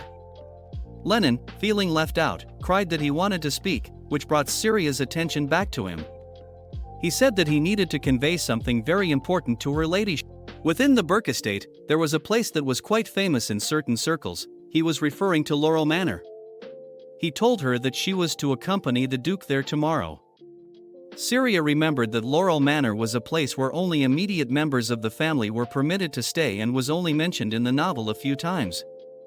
It was described as a place that had faded into obscurity. She questioned him if she was supposed to go there tomorrow. Lennon asked her if she had any other plans. Upon hearing her answer, he happily claimed that he was relieved to be able to inform her, as the Duke kept missing his chance to tell her. At any rate, she was informed to prepare thoroughly. The next scene showed the next day, where we saw 2 carriages followed by a bunch of knights going through a winding path in between a forest covered with snow. Syria was flustered upon seeing her condition, and she wondered what was happening to her. She was seen all bundled up on the lap of the Duke, still wearing a nightgown and with the blanket wrapped around her body. She wondered why no one told her about the way they would be going to the manor. The Duke, seeing her awake, told her to go back to sleep as they still had a long way to travel. Syria thought to herself that she wouldn't be able to sleep in this position. We were taken back an hour where we saw the Duke telling the knights that they must set off before the blizzard worsened, looking for Syria, but finding her peacefully sleeping. The servant asked him if she should wake her up, but the Duke told her that it wasn't necessary as she was sleeping comfortably for the first time in a long while. He picked her up in his arms and departed in that way. Syria begged the Duke to let her go so she could move to the other side, but the Duke claimed that she was not wearing any shoes as there wasn't time to get her slippers. He told her that there would be a pair in her luggage and asked her to sleep for now. Syria questioned the Duke about whether he would be able to sleep in such a state. Misunderstanding her words, he stated that the carriage was indeed cold and placed her feet on his palm to warm them up. Syria begged him not to touch her feet, as he normally did not touch other people's feet, to which the Duke replied that she was hardly other people to him. Suddenly being shy, she asked the Duke if they were going to the Laurel Manor for their bridal night. The Duke grinned and told her that indeed they would be having their bridal night over there. Seeing his expression, Syria asked if he was lying. When the Duke asked her how she knew, she told him that she could read his face very well. Lifting her closer to him, he told her that he was only holding them because they looked cold and there weren't many ways to warm them in a carriage. She told him to let go as his Archduchess was declining his kind offer. But soon changed the narrative to her being stern. The Duke asked her why she changed the narrative, and pulling her closer to him, he let go of her feet, claiming that she was his Duchess after all. If the Duchess was opposed, the Duke was powerless to contradict her. At that very moment the carriage halted with a jerk, and screams and shouts could be heard claiming monsters had appeared. Chapter 17. The knights could be seen battling with the monsters. The Duke asked Sir Eliot about the location of their carriage, and he replied that it was directly in front of the manor. With caution, the Duke asked whether everyone was wearing their astral armor. He gently placed Syria down in the seat and told her that he was relieved to have a Stern among them. He asked her to remain inside the carriage, and he would send Lennon to her for company. While he was leaving, Syria reached for his cloak, gently squeezing it, and reminded him not to get hurt. Looking out from the window of the carriage, she wondered why this weather was so terrible. The noise of metal armor and swords could be heard around the carriage, and the knights could be seen trying to fight all the monsters. Syria, sitting in the carriage, wondered why the monsters had appeared. Was it because she hadn't visited the glacier recently? But it had only been a few days. Her thought was broken when Lennon entered the carriage, shivering from the cold. Looking at his condition, Syria asked whether he had been riding on horseback. To which he stated that he had been perched on the luggage carrier. She innocently asked why he didn't ride with them, and thinking about the Duke, he answered that since they left in a hurry, there were some things he needed to check. He asked Syria if she was aware that they would be arriving shortly, and he advised her that once they entered the gates, she must not speak deferentially about anyone other than His Grace. Failure to do so would result in their deaths. He mentioned that there were demons within. At the exact same time, a monster could be seen peeking through the window of the carriage, seeing Lennon begin shaking. Syria quickly advised that they should get out of the carriage, but it was too late as the monster grabbed hold of the carriage and started to shake it, trying to get the people out. The knights shouted that the carriage was under attack, to which the Duke spun around and saw that the monster had been successful in toppling the carriage over and was now trying to gain entry. Syria and Lennon could be seen lying on top of the glass window. Syria asked him if he was alright. Lennon answered with the same question back at her and commented that it was nearly a disaster. Syria told him that she felt a bit dizzy, perhaps from the shock, but was shocked to see demonic energy from Lennon's wound. In a swift motion, she grabbed onto Lennon and asked him to stay still, as he had been infected with demonic energy. Even though her abilities were not that powerful, she still tried to use them to cleanse the demonic energy from Lennon. A knight shouted at her to watch out, and she saw a demon coming straight at her. As it was about to reach her, the Duke leapt at the demon, and with one swift hit, he cut the demon in half, and the body fell with a thud on the ground. Reaching the carriage, he asked whether she was hurt, to which she replied that no, she was fine. Shifting his attention to the body next to Syria's, he wondered if he was dead, but a meek voice could be heard stating that he was still alive. Looking at her state, the Duke was angry and jealous. He asked her, if he hadn't died, what was the meaning of that pose? Syria answered that she was just trying to purify some demonic energy from him. Once she was finished, she let him go and, touching his face, thanked God that he was alright. Lennon thanked Lady Syria for helping him in a dire situation. The Duke could be seen angrily and gloomily assessing the current situation. The knights reported that they had taken care of all the monsters in the immediate surroundings, but it appeared that the carriage was no longer useful. Duke remarked that it seemed they would have to proceed on horseback to Syria, to which she replied that she was fine with it and was excellent with horses. The Duke asked how that information was relevant. The question perplexed Syria, but she soon understood his motives as she was carried like a silkworm wrapped up in its cocoon. The Duke replied that if she indeed were a silkworm, she would be put behind him, as he would never permit such a creature on his horse. The Duke stated that she felt as cold as ice and told her to stay still if she wished to not freeze to death, as they were traveling. Syria stated that he indeed was very. After a few moments, Syria was informed that they had reached the manor. Chapter 18. Syria was carried by the Duke in his arms through the gates of the manor, and she was shocked upon seeing the state the manor was in. It felt dreary. She felt a terrible and pleasant energy when she was outside, but the manor itself was far worse. The Duke asked what she was thinking about, but Syria quickly dismissed his concern. She stated that it felt a little different from the other castle he had. A lady could be seen coming down the stairs in front of them. She was shocked to see the Duke and Duchess in that position. Upon hearing the lady call her a duchess, she exclaimed that it was only temporary. Hearing her remarks, the lady questioned if Syria was treating her marriage like a tasting menu, and the way they entered looked like she had been kidnapped by the Duke. Reaching forward, she took hold of her hand and exclaimed that she felt cold as ice. She wanted to know how they made the journey here. Syria felt the warmth emanating from her hands, which was the total opposite of what she felt coming into this place. Lenin informed the Duke that the knights were waiting at the gates. He offered Syria to Marta as he wanted to have a word with the knights. Marta informed that the floor was too filthy and took her in her arms very easily, which shocked her. She complimented Marta on her strength and addressed her as Madam. Marta thanked Syria and asked her to call her by her name. The Duke quickly left while they were conversing, which made the situation very awkward. Marta asked Syria not to speak deferentially to her and asked her if he had been talking to Lenin that way. After a bit of an awkward situation, Marta suggested that they should get into a warm bath, as she was cold as ice. Syria informed Marta about all the adventures they had been through, and she couldn't believe that the washroom was very clean. Marta exclaimed that she thought the Duke intended to kidnap Syria and hide her. Syria answered that he was not that kind of a person. Marta replied that she might find him to be more emotional than she realized. Glancing around, she asked Marta about the washroom's conditions, stating it was a bit simple compared to the one she had seen. She was informed that the room was normally used by staff and the other rooms were inaccessible at this moment. Syria questioned if there were others beside her in the palace and was informed that the gardener and butler were also present here apart from her.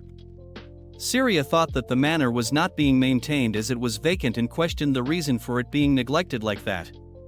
In the next scene, we could see Mr. Bastian and Lenin talking. Lenin stated that Laurel Manor was just as it was before. The butler stated that yes, it had remained the same ever since that day. Lenin asked Mr. Bastian if he didn't find it uncomfortable living in this place. Everyone always talked about how the house's butler never visited the main castle. He replied that it was nothing new, as he had spent more than 10 years here. The main castle didn't often receive guests anyway. He asked Lenin if the Duchess was the same person whom Lenin described as being cruel and arrogant 2 years ago. Lenin whispered and begged him to never reveal the past comments about her, as currently they were on excellent terms, and he couldn't let anything jeopardize that. The butler gave him his word but wondered how much a person could possibly change to completely transform his opinion. Syria, upon reaching near them, asked about who they were talking about, which scared Lenin, and he hurriedly made her sit at the table and asked a variety of questions, trying to divert her attention. The butler introduced himself and told her that it was an honor to know her in person. He also requested that she call him by his name.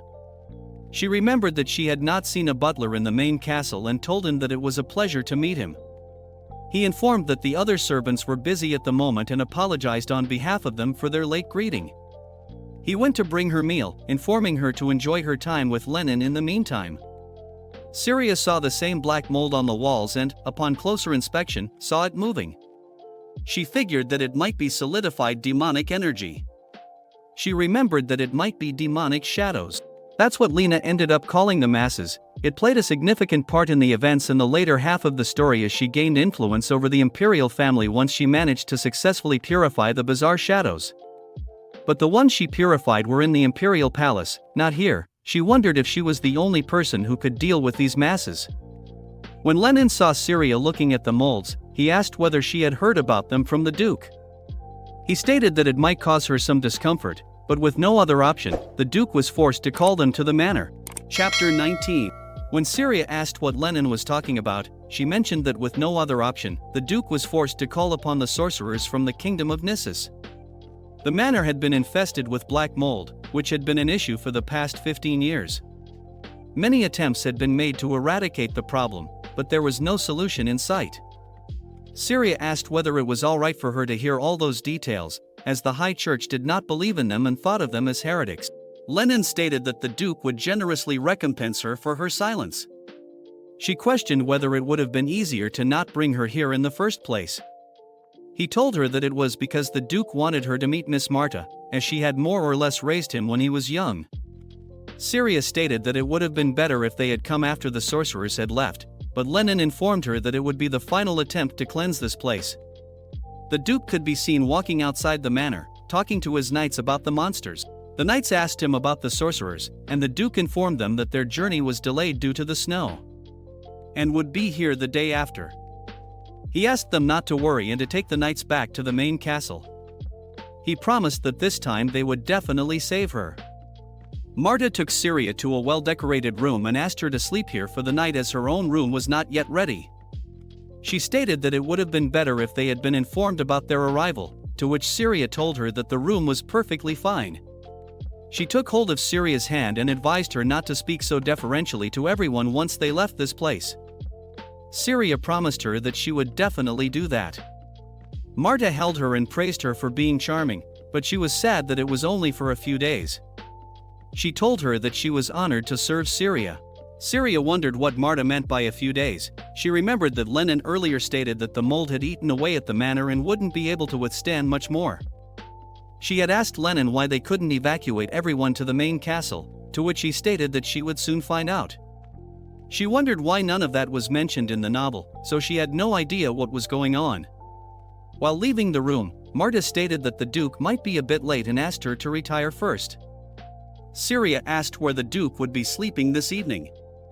Closing the curtains, she answered that he would indeed be sleeping here as the room was his bedchamber. She got giddy as she realized that she had forgotten to tell her that piece of information. As she was leaving the room, the Duke returned. He asked about Syria, and Marta informed him that she was fast asleep as she was quite exhausted. Marta asked the Duke whether she was really the Stern. The butler stated that she was completely different from the person Lenin had described previously. The Duke replied positively to the question. He was leaving but stopped when they asked if she had undergone anything significant.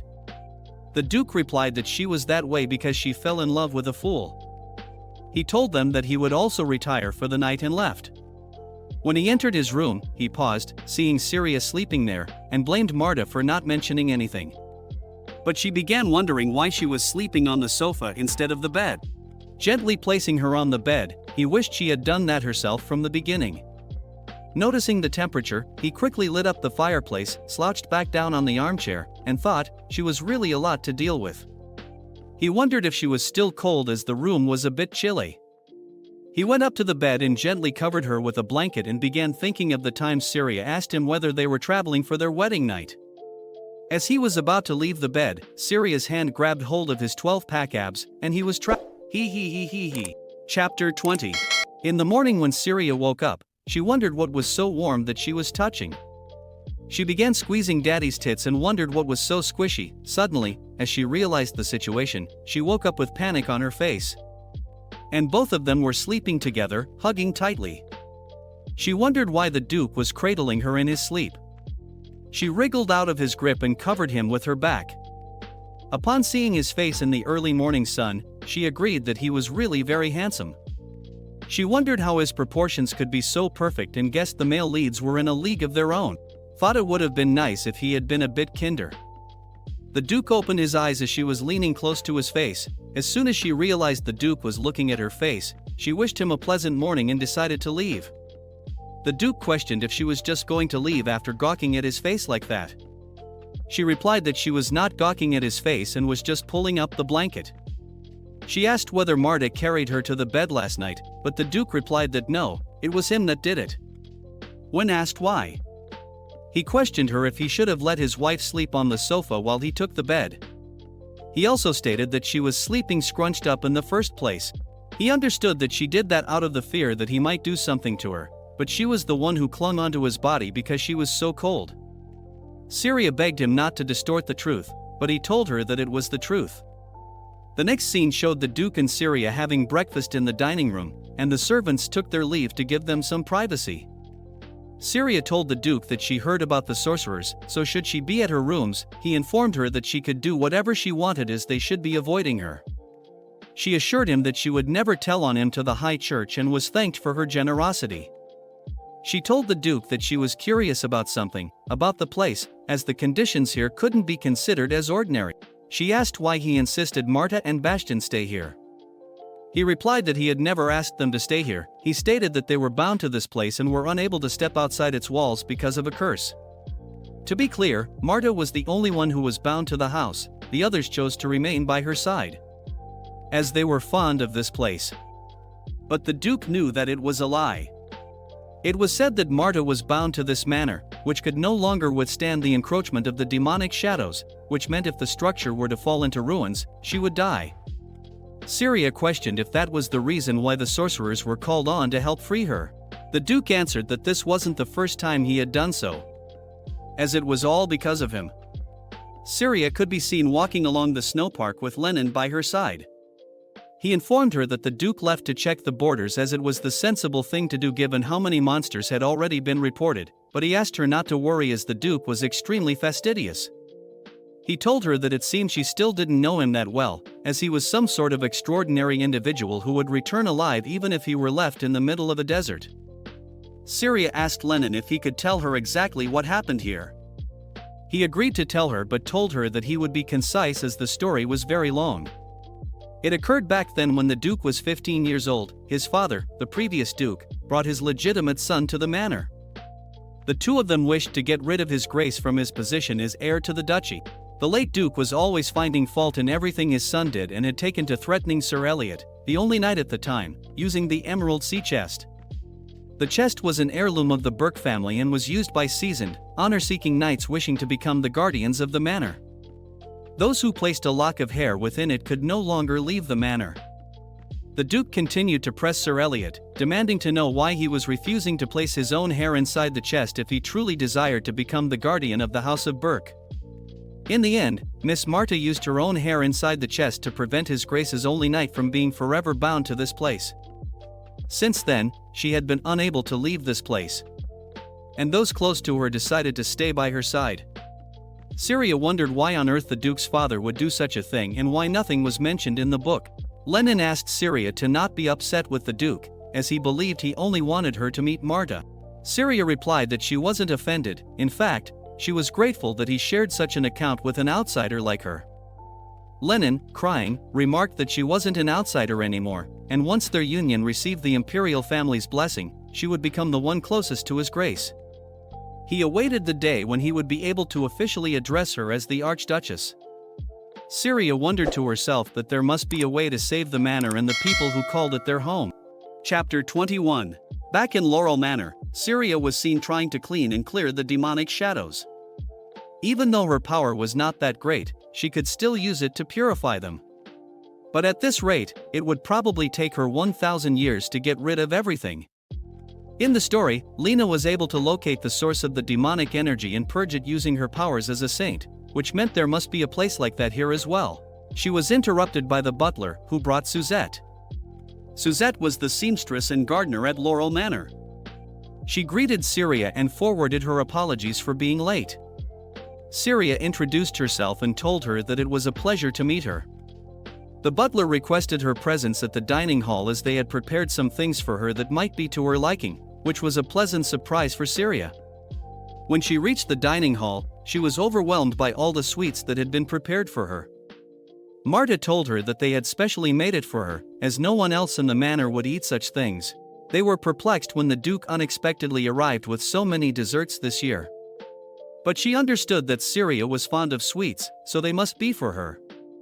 Upon hearing that statement, Syria was confused. Hesitantly, she reached for a sweet dish and told them that she didn't dislike them but didn't enjoy them enough to eat that many. Both the butler and Marta were shocked upon hearing her statement, as she clearly remembered the Duke confirming her question about whether Syria liked sweets.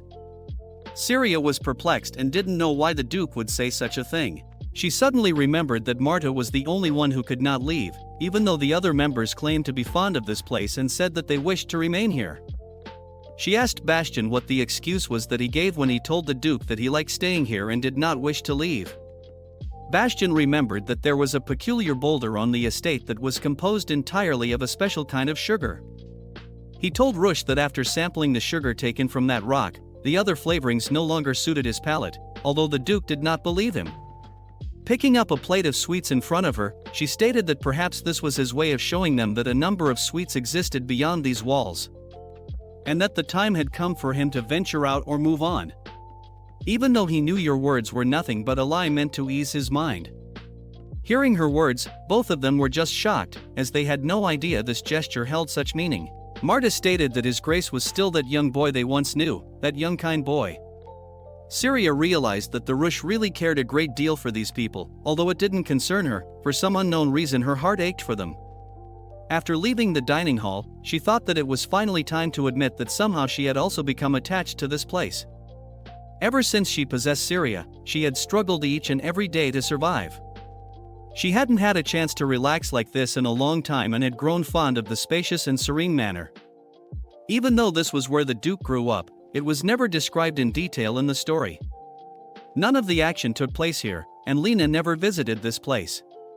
It was a place that seemed to have disappeared before it was even mentioned, so it should be alright for her to claim this place as her own.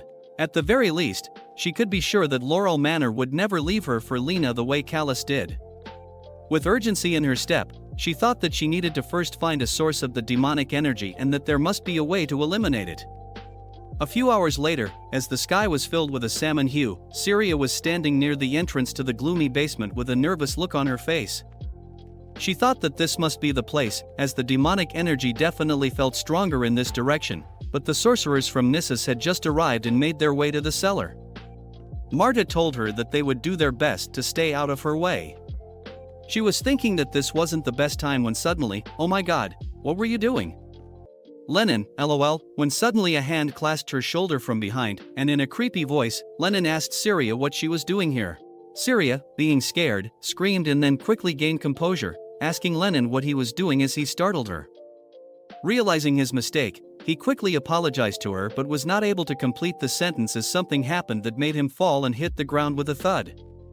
Not understanding what happened, Syria was shocked and spun around to see Suzette standing there with a menacing look on her face. Chapter 22, Syria, shocked and puzzled, asked Miss Suzette whether she just knocked Lennon unconscious, to which she calmly responded that she did it because of his insolence in creeping up on the Archduchess.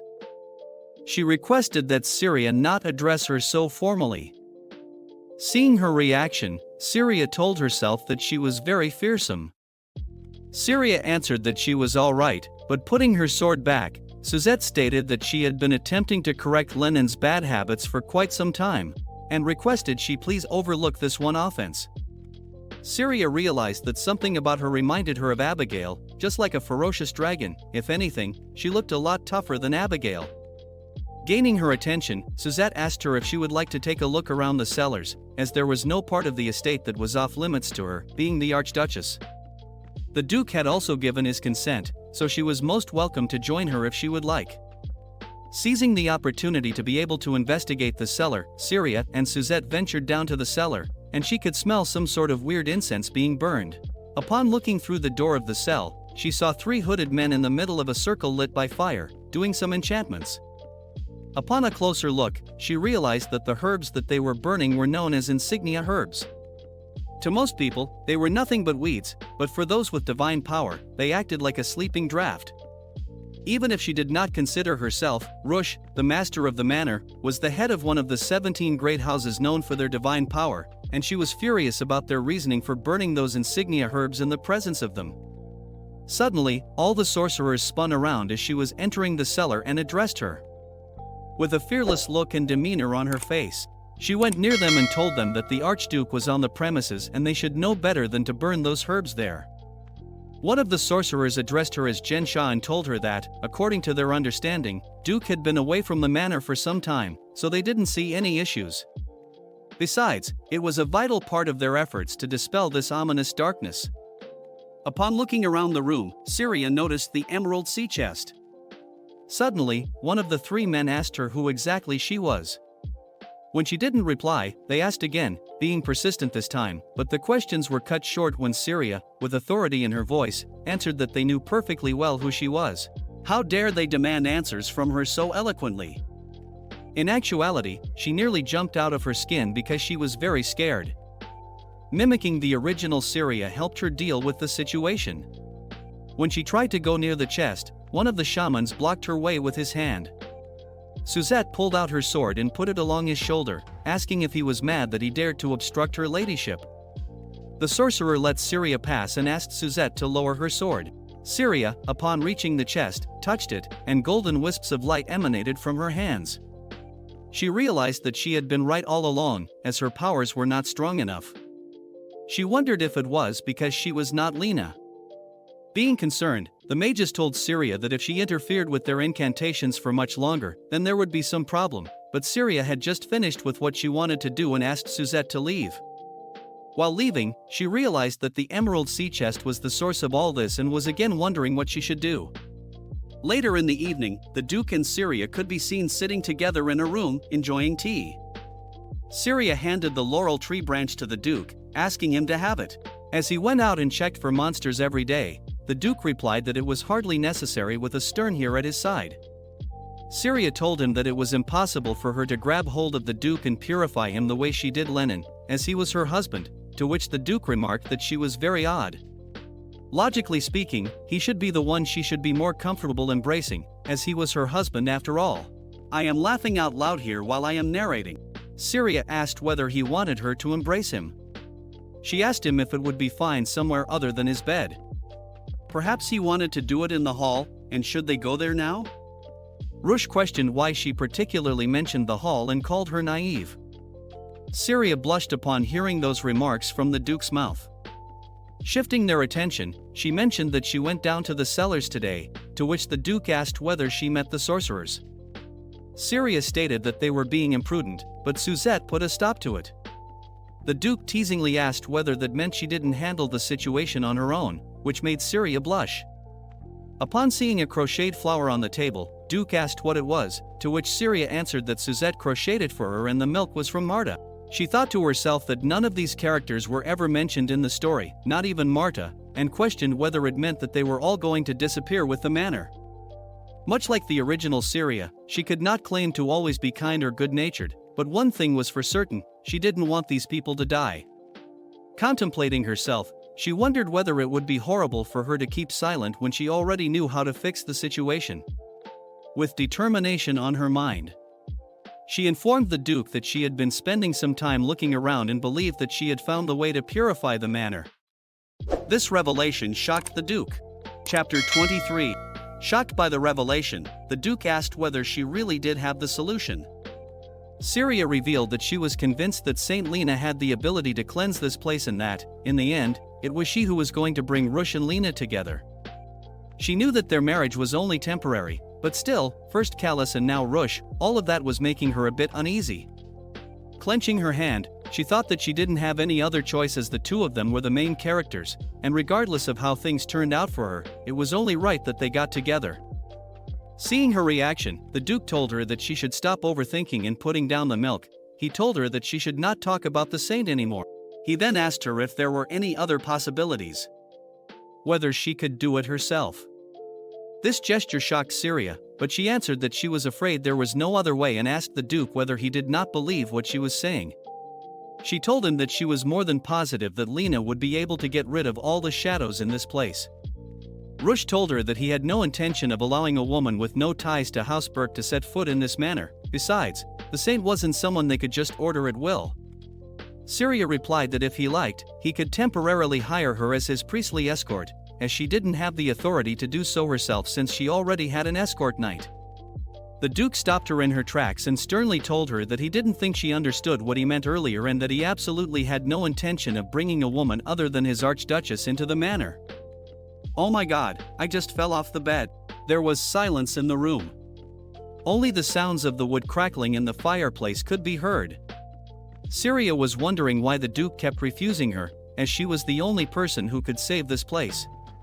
Breaking the silence, she stated that she knew she was being a bit presumptuous, but she wanted everyone who lived here to remain safe.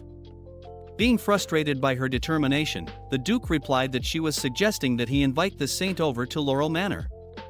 With no other option left, he finally asked her whether Syria had no pride.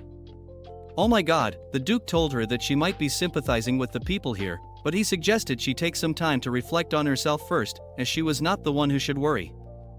He asked her if she was not worried that he might follow in Marquis Hannington's footsteps. Syria wondered why the Duke was even asking her that question. How could she not think about that and be worried about it? With this beautiful, idyllic, tranquil manor and these warm-hearted people who offered her unconditional kindness. If Lena were to come here, she might end up becoming the center of this world. She would be lying if she said she wasn't worried. Sincerely, she already felt a bit jealous, and if they chose her as well, it would really break her. Despite all of that, she knew for certain that everyone living here was going to die, so she could not possibly stand by feigning ignorance when she knew a way to save them. With determination, she sprang to her feet and said that she only wanted to help and had done nothing to deserve those harsh words. Getting a bit angry at the Duke, she stated that Callus was different from him, as he chose Callus herself, but she didn't choose the Duke or Laurel Manor. Hearing her, the Duke let out a small laugh, and with a menacing look, he told her that yes, she was quite right that she did not choose him as her man. The Duke told Syria that if she was already aware of the facts, she should refrain from attaching any special significance to them. The Duke said that she seemed to have misunderstood when he spoke of his Archduchess. "No, you are misunderstanding everything, girl." Turning around and deciding to leave this awkward and complicated situation, she replied that indeed she deluded herself and was very insolent of her. Looking back at him, she stated that it made no difference to her whether or not he asked for Lena's help, but while living, she still insisted that he should think it over. When she left the room, the Duke could be seen looking exhausted. In the evening, while she was leaving, she wondered if it was so frustrating, as he had been so nice to her lately, but she should have known better. Looking out the window, Syria remembered that Lennon had mentioned that Marta was tied to the place because of the Duke's illegitimate half-brother, a child that his father had with another woman. She realized why the Duke told her those words, but she was still angry and hurt by the awful words. At that moment, she saw a black figure lying in the middle of the hallway, and upon getting closer to the figure, she realized that it was Marta that was lying on the floor. She cried her name and reached her, shaking her and trying to wake her up, and she soon realized that her hand was covered in blood. In that exact moment, she realized that someone was behind her. She thought it was Rush, but upon looking back, she saw a dagger coming close to her neck. A black-hooded sorcerer covered her face with one of his hands and, placing the knife on her neck, claimed that he had found the most exciting and excellent star to offer to his god. Chapter 24. With an evil smile on his face, he knelt down closer to Syria's face, ordering her to come along with them. Suddenly, he was kicked from behind, and it was shown that Suzette came to her rescue. Hearing her scream, she asked the Duchess whether she was all right, and if she was hurt. Bastian was also seen to be rushing from behind, calling for Miss Marta. The perpetrator was lying on the ground, coughing, and asking who exactly Syria was. The present-day Syria always thought that her hair color was so unique that everyone would know and recognize her. Gaining her composure back, Syria asked the hooded figure, what exactly did he come here for? It was shown that earlier, when they were leaving the basement, Syria asked Suzette if she was originally a knight. She informed Suzette that something about the sorcerers seemed suspicious and asked her to keep a close eye on them. She was glad that she asked for her help, but she never expected something like this to happen. Syria asked Suzette about the other shamans. She replied that one of them was tied up on the first floor, and she then came up to the second floor looking for the other two. At that moment, the third shaman could be seen approaching Syria with a dagger in his hand, quick on her reflexes. Suzette pushed Syria backwards, and simultaneously, Rush came running and threw his own dagger at the third shaman to stop the attack and save his wife. He quickly asked Syria if she was all right. He asked her to go back to his bedchambers to take some rest. Later that night, while she was lying in bed, she felt strange coming back to his chambers like that after an argument, but was relieved that Marta was saved. Her attacker barely missed her vitals. When someone called out her name, she realized that the Duke had entered the room. Being adamant and angry, she promised herself that she wasn't going to talk to the Duke and didn't move an inch as she was sleeping in the middle of the bed. The Duke could hunker down on the sofa or camp out on the floor for all she cared. To her surprise, he did none of that. Instead, his hand reached her face, and he started stroking and touching her hair. At one point, he touched her waist, which startled her. With a surprised and flustered look on her face, she jolted up, asking what he was doing. He calmly stated that he was only checking to make sure she was not hurt. Syria replied that she was fine. The Duke said that he understood that Syria told Suzette that she had a suspicion of the shamans. He stated that she could have seriously injured herself had the dagger not missed her. Was she aware of how much danger she put herself in? How could she be so reckless? Syria replied that they would have never dared to harm her, as they knew very well that she was a stern. She acknowledged that nothing would have happened that would have caused trouble for the Duke. Hearing her answers, Rush was frustrated. Addressing her by her full title, he told her that she knew very well that he did not mean it like that. The Duke asked why she didn't share her concerns about the shamans with him. Syria answered that she could not. How could she possibly say something to the person who brought up the dissolution of her engagement simply to ridicule her? The Duke was curious as to what she was saying. Syria mentioned that the Duke had every intention of hurting her. She had upset him in the past, so he set out to intimidate her into silence, and yet he expected her to raise the concern of her safety with someone who did such a thing? She questioned him about whether he would do the same thing if he were in her place. Looking at her reaction, the Duke was concerned and was trying to console her, but Syria moved her face away from his hand. The Duke suddenly apologized to her and told her that he shouldn't have been so flippant in his remarks. He apologized again, which made her wonder about the unthinkable thing that just occurred. The Duke of Berk apologized to her twice. While trying to get up from her sleeping position, she accidentally kicked the Duke on his chest by mistake, but he took it as an attack and told her that it didn't even tickle, let alone hurt. He remarked that she didn't have the slightest idea how to attack a knight. Hearing his remarks and looking at his reactions, Syria thought to herself that the Duke went so far as to apologize, so she shouldn't keep worrying about her pride. She finally understood why he said what he did. Finally, she rose from where she was and moved to the other side of the bed. She called the Duke while tapping the other side of the bed, indicating that she wanted him to sleep with her. Duke asked her if she wished him to lie beside her. Flustered, she questioned whether the Duke must phrase everything so oddly. Trying to change the topic, Syria remarked that he must be exhausted after everything that happened tonight and asked him if he intended to keep sitting there all night. He replied that he would hardly be surprised if she were to suggest such a thing. Syria inquired about his perception of her and asked the Duke if he would have queried her about the same. The Duke replied that he would not. He slowly approached Syria and, holding her face in his palms, requested that she call him by his name. Syria was blushing hard. She thought about the whole situation, not knowing what to do. She begged for a moment to regain composure. Daddy's lips were inching closer to hers as he mouthed the words. Rush. Syria tightened her grip, and as she was flushing, she for the first time called the Duke by his name. And now my pants were wet. Chapter 25. As Syria called the Duke by his name, both of them were inches from each other. His warm breath warmed her even more from the inside, making her blush, and the moment that we had all been waiting for, their perfect first kiss, was just about to happen. But it was all just wishful thinking, damn you writers. A loud thud was heard. Hearing that sound, both of them froze, and Syria inquired what that sound was. Not wanting to spoil the mood, he asked her what sound she was talking about. Syria got more spooked, thinking she was the only one who could hear it, and started shivering. Seeing her reaction, the Duke smiled and told her that he heard it too but was only joking. Worryingly, Syria questioned what kind of joke that was, as she thought she was going crazy. Rising from the bed, he told her that he thought the same about himself, but for a totally different reason. Stepping near the door, the Duke stated that no one else in the manor seemed to have noticed it.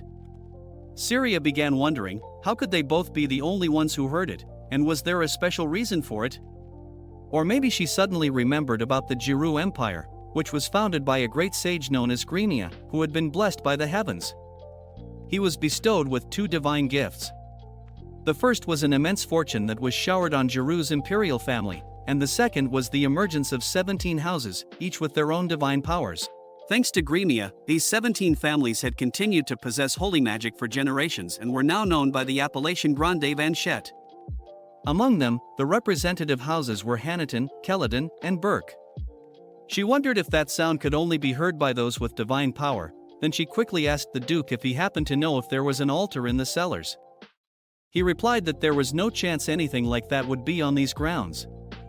Syria replied that she was sure that she detected some sort of faint power while she was down there earlier. Perhaps it was emanating from an old holy relic. She believed the source of the shadows could also be down there. She wondered if the sound also came from there. While she was getting ready to go along with the Duke, he came back to bed and asked her to stay here, where it was safe, while he went to check on the problem. The next scene showed the Duke using a torch to navigate his way to the cellars as there was no light in the hallway. Syria could be seen glued to his side. The Duke reminded her that he told her to stay in the chambers, but shaking with fright, she stated that the Duke seemed to occasionally forget that she was a Stern, but in actuality she was quite scared and wondered if this love story turned into a horror story. The Duke asked why she was shivering so much and wondered if she was cold. Syria answered that she was just afraid.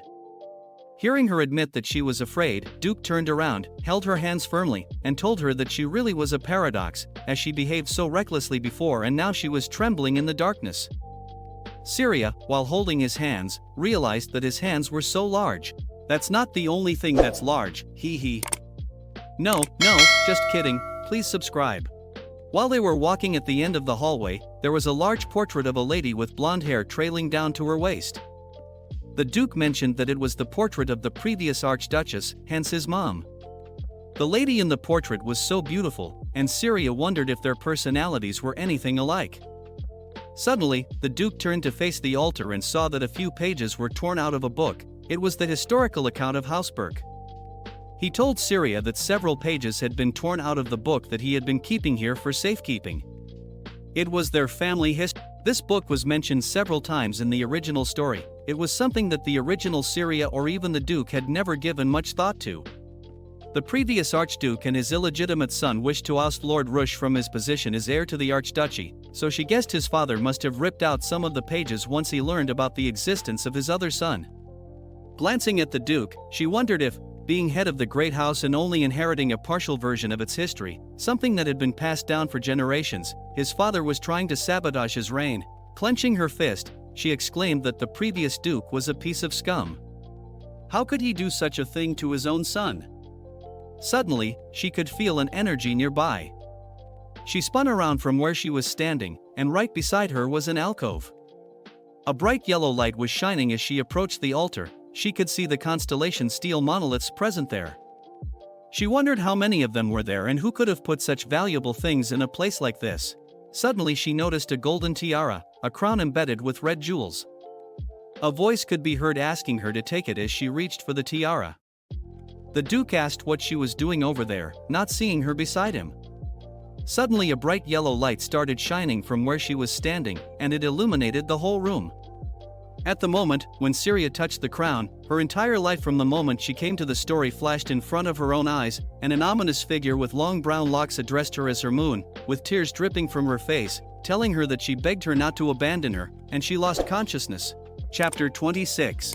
Waking up from her slumber, she began wondering about all the things she had seen and questioned where she was right now, as she was certain that she was just at Laurel Manor. Someone called her name, and she felt two hands embrace her. Seeing the person, she realized it was Abigail. Abigail informed her that she had been asleep for 3 full days, and she nearly tore the whole damn manor down with her hands. Hearing her statement, Syria woke up with haste and questioned her if she really did sleep for 3 whole days, quickly followed by asking where she was right now. But seeing Abigail beside her, she realized that she must have been back in the main castle. Abigail informed her that she was indeed in her own chambers. The Duke and the servants brought her here. A knock could be heard at the door, and Bastian and Suzette entered the room. Syria was shocked upon seeing them and asked them what they were doing here. Without wasting a moment, both of them bowed and gave her their deepest gratitude. Bastian told her that they would never forget the way in which she saved Laurel Manor. Syria was perplexed, not knowing what they were talking about. She asked if they meant that the shadows had disappeared. Bastian answered that yes, they had entirely disappeared, and Suzette told her that they would, from today on, devote themselves entirely to her. Sitting on her bed, she began wondering if the demonic shadows had really vanished because Lena had never appeared at the manor, and she was really curious about what really happened back there. In the next scene, we saw Marta casually frolicking at the front of the Laurel Manor. The manor had been restored to its original state, and Marta was really happy. It was shown that when Syria was attempting to heal the palace, Marta saw her using her powers. Back to the present, she chuckled and stated that it seemed Habsburg had finally found itself the most excellent archduchess. Servants brought the circlet and placed it in front of her. Syria realized that after touching that circlet, she collapsed. In the story, the circlet ended up in the hands of Syria's older brother, Nissus. After a fierce struggle between several of the minor male characters, her brother gave it to Lena, who liked it so much that she wore it everywhere she went. That bitch, Syria, wanted to know what it was doing at the Laurel Manor in the first place. She thought her brother was supposed to buy it from an auction house. Seeing her thinking so intently, Suzette asked if something was bothering her. Smiling, she answered that since the circlet was found in the manor, wouldn't it be proper to bring it back to Rush? Suzette responded that the Duke had given it to her. Syria questioned why a treasure like this was gifted to her, as it was very important and also a family heirloom. Suzette replied that everything in Burke's house was now hers as well. Hearing that statement, Syria felt dizzy as she couldn't understand what the heck was going on there. She remembered that, as she touched it back at the cellars, she saw a lot of visions, but she didn't remember anything like that being in the story. She wondered whether it could be that there were parts of the book that she didn't remember. Later that night, Syria could be seen walking down the garden as the moon and the lamps lit her way. The Duke came to her and, putting a warm cloak around her, asked her if she really intended to catch her death because of the cold. Both of them sat down at a seat near the garden. The Duke told her that he understood that she wanted to see him. He told her that she should have mentioned it to Lennon sooner. Syria informed him that it wasn't anything pressing, and the Duke asked her if she was feeling better now. Syria smiled and told him that she saw that he was asking that question quicker than usual. Pulling out the pendant from in between her clothes, she told the Duke that she actually wanted to speak about this and thanked him for the wonderful gift. She told him that she had decided to wear it as a necklace because constantly having such a large piece of antique jewelry on her head would seem a little bit extra. Rush told her that it didn't sound so terrible, as that piece suited her. Syria asked the Duke if he was being serious, and he replied that of course he was being serious, as he had no reason to lie. Syria told him that he was only saying that because he was not the one who would be wearing it. Jokingly, Syria asked the Duke if he would like to try it on him. The Duke replied that he could only if she put it on him herself, with a chuckle. Syria replied that he shouldn't think she wouldn't put it on him herself. Opening the clutch off the chain from her neck, she asked him if he would mind lowering his head a little. The Duke replied that he would lower his head as much as she would like. Syria reached out and embraced the Duke while trying to put the necklace on him, but realized that they were really close. At that moment, she and her pride were not allowing her to take any action. The Duke, leaning a bit more forward, calmly told Syria that he was very thankful to her for saving the Laurel Manor and told her that he was forever in her debt. Come on, all I wanted was for them to kiss a little bit. What was wrong with the writer? I am so mad right now. Chapter 27. Hearing the Duke thank her and tell her that he would be forever in her debt made Syria blush. She couldn't control herself, but not wanting to do anything unnecessary, she quickly retracted from her position and told him that the circlet did not really suit him. She suggested that she just continue to wear it herself. Seeing her nervous behavior, Rush chuckled and told her that she could do as she wished. Touching the circlet or the necklace now, Syria asked the Duke if he was aware of the pendant possessing divine power. He told her that it looked like a holy relic, but those things were hardly uncommon. Syria informed the Duke that this pendant held significantly more power than a common relic. He nodded his head and said it explained her happy expression earlier, but with a serious tone in her voice. Syria asked if he had any idea how precious and powerful something like this was, and he should be demanding that she return it at once. Rush took the pendant from her, gently kissed it, and told her that he did not have the habit of taking back gifts, and besides, it looked far better on her. All of that sweet talking was making Syria very uncomfortable, and she flinched. Springing up from where she was sitting, she took the necklace and informed the Duke that she would resume her inspection of the glacier next week. Jokingly, Rush asked if she was trying to monopolize all of his retainers' goodwill. Syria, looking at him, smirked and told him that it didn't sound so terrible, as she would much prefer when people didn't despise her. She casually asked the Duke if he felt the same way. Listening to that statement, the Duke replied that she had without a doubt changed so utterly and completely that it felt strange. Syria did not understand what the Duke meant, but he quickly changed the topic and asked her to head back indoors. The next morning, Syria could be heard asking to see if the prisoners were in the process of being tortured. She told the Duke that it seemed that those shamans had a specific goal in mind when they came to the manor. Reaching the cell, she looked into it and saw that they were in much better shape than she was expecting. Lennon quickly interjected by saying Burke's interrogation methods were not nearly as merciless as she seemed to believe. Approaching the cell, Syria questioned one of the shamans by showing the pendant and asking if that was what they were after. With the pendant in her hand, the shaman quickly jumped up onto his feet and tried to grab it but couldn't because there were bars between them. Suddenly, he coughed up blood, and a few teeth fell out of his mouth. Lennon quickly and frantically gathered the teeth and reminded them that he had already asked them to bite them down to keep them in place. With that, he shoved the remaining teeth back into his mouth. Syria was shocked and questioned if those were teeth that fell just now. She questioned both of them, saying that they just told her that Burkhouse was not so cruel. The Duke quickly pulled her back up from the cell by telling her that she had all the information she needed, so they should be on their way.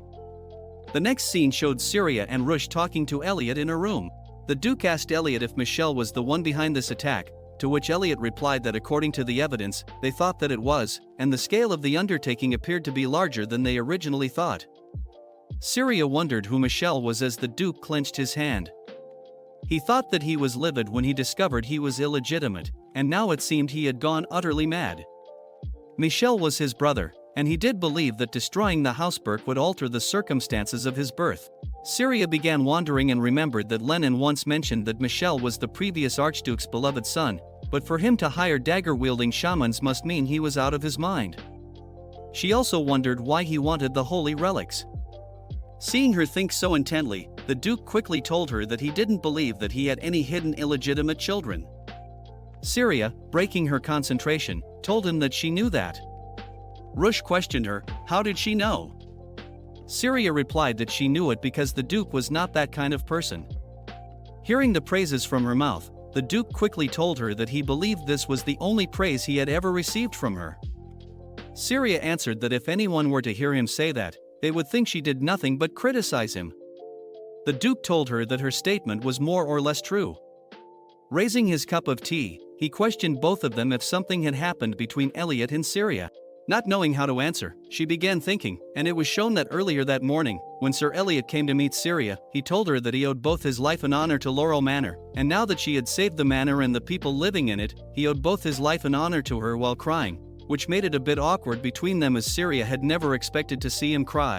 As Syria was not answering the Duke with clarity, he questioned what on earth had happened, wanting to know what was going on between them. They were saved when Lennon came running towards them in a hurry and informed them that a party of priests, including the High Priest himself, was making their way to the High Church when they became isolated by heavy snow and encountered monsters. Saint Lena and Marquis Hannington were also present among them. Not wanting to waste time, he quickly informed them that they had been requested to send Lady Syria and a contingent of knights to be dispatched at once. Chapter 28. The Duke asked Lennon about the scale of the threat. Lennon answered that they had been told it was just a spattering of posts. Rising from his seat, he informed Lennon that, in that case, they could all freeze to death where they were. Yes, tell them, Duke. That was exactly what I was thinking. Lennon quickly objected to the Duke regarding his objection and told him that he should answer, as it appeared that they truly did require assistance. The Duke asked to dispatch Elliot with a team of knights. Lennon informed the Duke that the High Priest was asking for help, so they could not disregard him. Syria wondered if the Duke was refusing because he thought it would put her in a difficult position, but refusing the High Priest's request for her would certainly have a negative repercussion. As a Stern, she vowed to do the most to assist this house and couldn't just sit by as animosity developed between Burke and the High Church just because of her. She called for the Duke and told him that she thought it would be best if she offered her assistance. Lennon was very happy and grateful for Lady because it was the house's reputation that was in line. Duke asked her if she was sure. Syria told him that the High Priest had summoned her. The Duke confirmed that he could devise dozens of justifications for refusing, and reaching near her, he told her there was no need for her to go if she did not wish to. However, if she felt comfortable going, then he should accompany her. The Duke got down on his knees and asked for her hand. Syria obliged and replied that they should go together. Lennon and Elliot were shocked by what they just witnessed. The next thing that could be heard was ordering the knights to be ready, and it was seen that Syria had arrived with a bunch of the knights and the Duke beside her to the place. The High Priest, Amos, thanked them for responding to the request. Syria and the priest exchanged their greetings. Syria remembered him as a very angry person, but seeing him here in the present nearly shocked her. The priest stated that Syria had matured a great deal, and it was something he never expected to see. Syria wondered how someone like him could compliment her so easily. The Duke asked the High Priest about the current situation. The High Priest asked that Rush follow him inside, and he would explain everything. Entering the tent, the High Priest asked Lady Syria to wait in the barracks, as the priests would be there shortly to bring her a map. Before entering the tent, Rush turned around and asked her if she would be all right on her own for the time being. All the knights, along with Syria, were blushing bright red because of all the affection she was getting in front of the knights. She quickly told Rush that there was no need to treat her like a child, as she was a stern. The Duke informed her to stay safe and that they would meet later. His behavior was making her heart flutter, and she was wondering what on earth was going on with him. As she reached the barracks, she wondered how they ended up here. She thought Callus and Lena must be around somewhere, and she wanted to avoid them at any cost. Although Lena was a fellow stern, she should probably see her at least once before the mission. At that moment, someone called her name, and that bitch could be seen running into the barracks, telling her that she heard everything. Putting on an act, she quickly asked her if Syria really did come here to rescue her, even after she hurt her feelings. Syria wondered what on earth she was talking about, and Lena stated that she honestly had no idea how terrified she was. Rising from where she was sitting, Syria quickly responded that she came here as a stern in response to a request for help. The high priest himself was here after all, and given the situation, they had no choice but to come. Lena was about to say something but stopped mid-sentence as she noticed the necklace. She quickly asked her about the necklace, and Syria wondered why she was so curious about it. She didn't pay much attention to it in the book. Pointing her fingers at that necklace, she quickly asked her where she got it, and timidly, Syria answered that her husband gave it to her, but she was thinking that it was supposed to be hers in the end.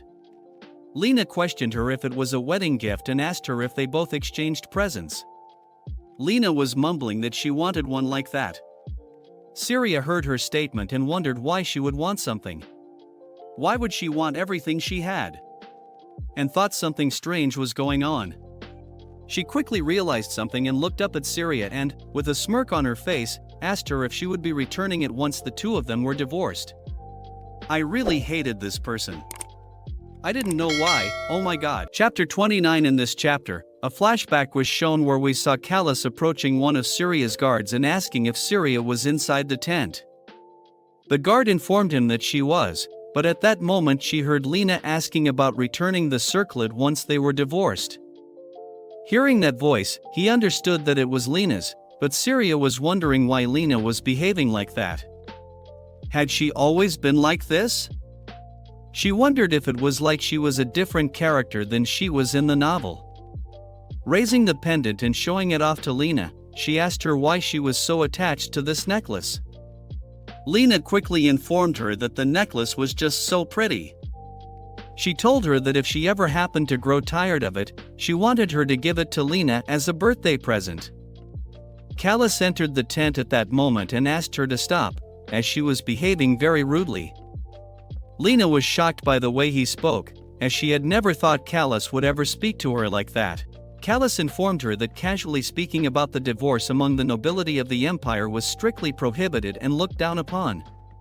Lena protested by saying that what he was thinking was not right, as in any case, once they divorced, Syria would eventually get her marriage to Duke so that Callus and she could marry, so she was only speaking for his sake, irritated by the situation. Callus told Lena that even if that was her intention, her words sounded inappropriate. Lena told Callus that she understood what he was saying and ran away from the tent. Syria, on the other hand, was wondering if she just witnessed a marital spat. Looking up at Syria, Callus remarked that she seemed to have lost some weight, feeling uncomfortable. Syria asked him how that was any of his business and quickly asked him to go see Lena. Just then, the screams of people shouting that monsters had appeared could be heard. The knights, while fighting, could be heard saying that no matter what, they should make sure to stay within Stern's range of power. Syria went to the point of the commotion and was astonished upon seeing so many monsters, much more than what she was expecting. She began concentrating, and her powers began to take effect. Stern's power could reach the constellation steel within a 5 kilometers range. If a knight moves beyond that radius, their astral armor would quickly leach away their body heat, causing them to die of hypothermia. When battling monsters, both knights and Sterns alike had to be extremely vigilant. She was very grateful that all the knowledge Syria gained as a Stern had stayed in her head. She just hoped Lena kept the formation. As she was concentrating on healing all the knights, someone shouted to get her attention and told her to look behind her. A monster could be seen approaching near her, trying to attack. She was worried and wondered where the monster came from. Suddenly, the sounds of armor and swords banging into each other could be heard, and when she looked up, she saw Callus in between her and the monster, trying to protect her. The knights, on seeing Callus trying to fight the monster alone, ran towards him, trying to protect both of them. All of them shouted to protect Syria and Callus. When the monster was dealt with, Callus asked Syria if she was alright, and Syria wondered why he had just risked his own life, wondering why he was trying to protect her even after everything that had happened between them. A knight shouted and warned Callus to look behind him. The monster could be seen trying to attack Callus, but at that moment it was taken down by the Duke himself, who pierced the monster from behind. Upon finishing his work, he looked at Callus with a dismissing look and asked him if he was incapable of looking after his own head while putting his sword back in its sheath. Upon seeing him nearby, Syria happily called his name, and the Duke commented that everyone here must be out of their minds. He stated that all those references to the preciousness of a stern amounted to nothing more than talk. Syria asked the Duke how he knew that she was in danger, reaching her and pulling her into an embrace. He replied that somehow he was overcome by a feeling that his wife was about to die in front of Callus. Chapter 30. The Duke, while embracing Syria, told her that he felt that his wife was about to die. Syria, while hugging him back, reassured him that she hadn't gone anywhere. She told him that it wouldn't do him any good if he smothered her to death after she managed to escape unscathed. The Duke responded that if she had died, he would have buried alive every single one of the nobles who sent the request for her. This statement shocked Syria. She raised her head and looked at the Duke lovingly. He informed her that he had gone to such lengths to save her for the first time. Hearing all the whispers coming from the knights, Syria informed the Duke to quit his actions as there were many people present here, but the Duke was unbothered and told her that everyone knew that they both were married. Callus, with a saddened look on his face, wondered when the two of them had come so close. Suddenly, Lena's shout could be heard. She called for Callus and asked him what happened to his arm. All the other priests could be seen following her, asking her not to be here and to return to her position at once, disregarding their pleas. Lena asked Callus if he was hurt and asked him what happened. The Duke, looking in her direction, commented that she was really out of her mind and questioned how a stern could abandon her place in the formation. Grabbing hold of Lena, the priests directed her towards her original position while one of them attended to heal Callus. The high priest could be seen having a conversation with Lena. He informed her that while it was true that she had yet to receive formal training, the priests had spent their entire spare moments teaching her as much as they could. Lena could be seen slumping down and meekly responding that Callus was hurt, with a frustrated look on his face. The high priest told her that sterns played an integral role in battles against monsters, no matter what happened. Under no circumstances should she stray from the knights in their astral armor, and she certainly could not abandon her position for the sake of a single knight, no matter the nature of their relationship. He was already tired, as he had explained countless times. He questioned her, what would have happened if one of the knights had, God forbid, frozen to death because she abandoned her station? While sobbing because that was the only thing she could do, Lena asked for his forgiveness and told him that she hadn't thought things through. While leaving the tent, the priest mentioned that they had to formulate a plan that should allow them to deal with all the remaining monsters tomorrow and ordered her to try to control herself for at least one day. Lena could be seen gritting her teeth and wondering what she did that was so wrong. She claimed that Syria would have done the same thing if she were in her place. She wondered why she was being treated like this. Wiping her tears, she blamed both Syria and the high priest and promised to make them feel just as horrible as she did right now. Abigail could be seen battling the monsters alone. Looking back, she was wondering if she had moved too far from the area. One of the knights with her cautioned her that a monster was on her right. Turning around, she thought that there was nothing there, but suddenly a monster came near her, but she was lucky enough to dodge it and kill it. She had felt something was off for some time now. Throwing her sword, she reached the knight and asked him, what was he scheming? The knight, surprised by her accusation, asked her what she meant. Grabbing the knight by the collar, she picked him up and asked him directly why he kept driving her farther and farther away from the stern while pretending to help when he was doing nothing. She suddenly realized that this rogue knight had been practically glued to the saint's side earlier. She asked him if Lena had put him up to this. Lena could be seen merrily and happily frolicking around, wondering if that paladin was doing what she asked. It was shown that earlier she went and asked for the paladin's assistance with something, and the soldier was only happy to assist her, thinking she was the saint and the savior. She smiled to herself, she thought, only if everyone in the world was as nice or stupid as him. Suddenly, the Duke could be seen exiting his tent while they crossed paths. Their hands brushed each other, and Lena felt a spark and wondered what the feeling was. Just then the Duke also felt something weird. He stopped calling Saint Lena and asked her to explain why she did that to him. Nervously, Lena explained that she didn't do anything at all. With anger in his face, he questioned if she really didn't do anything and then showed her a rather large gash on his arm. He asked her to explain why Lena was nervous now, but she protested that she didn't do such a thing, not wanting to waste his time.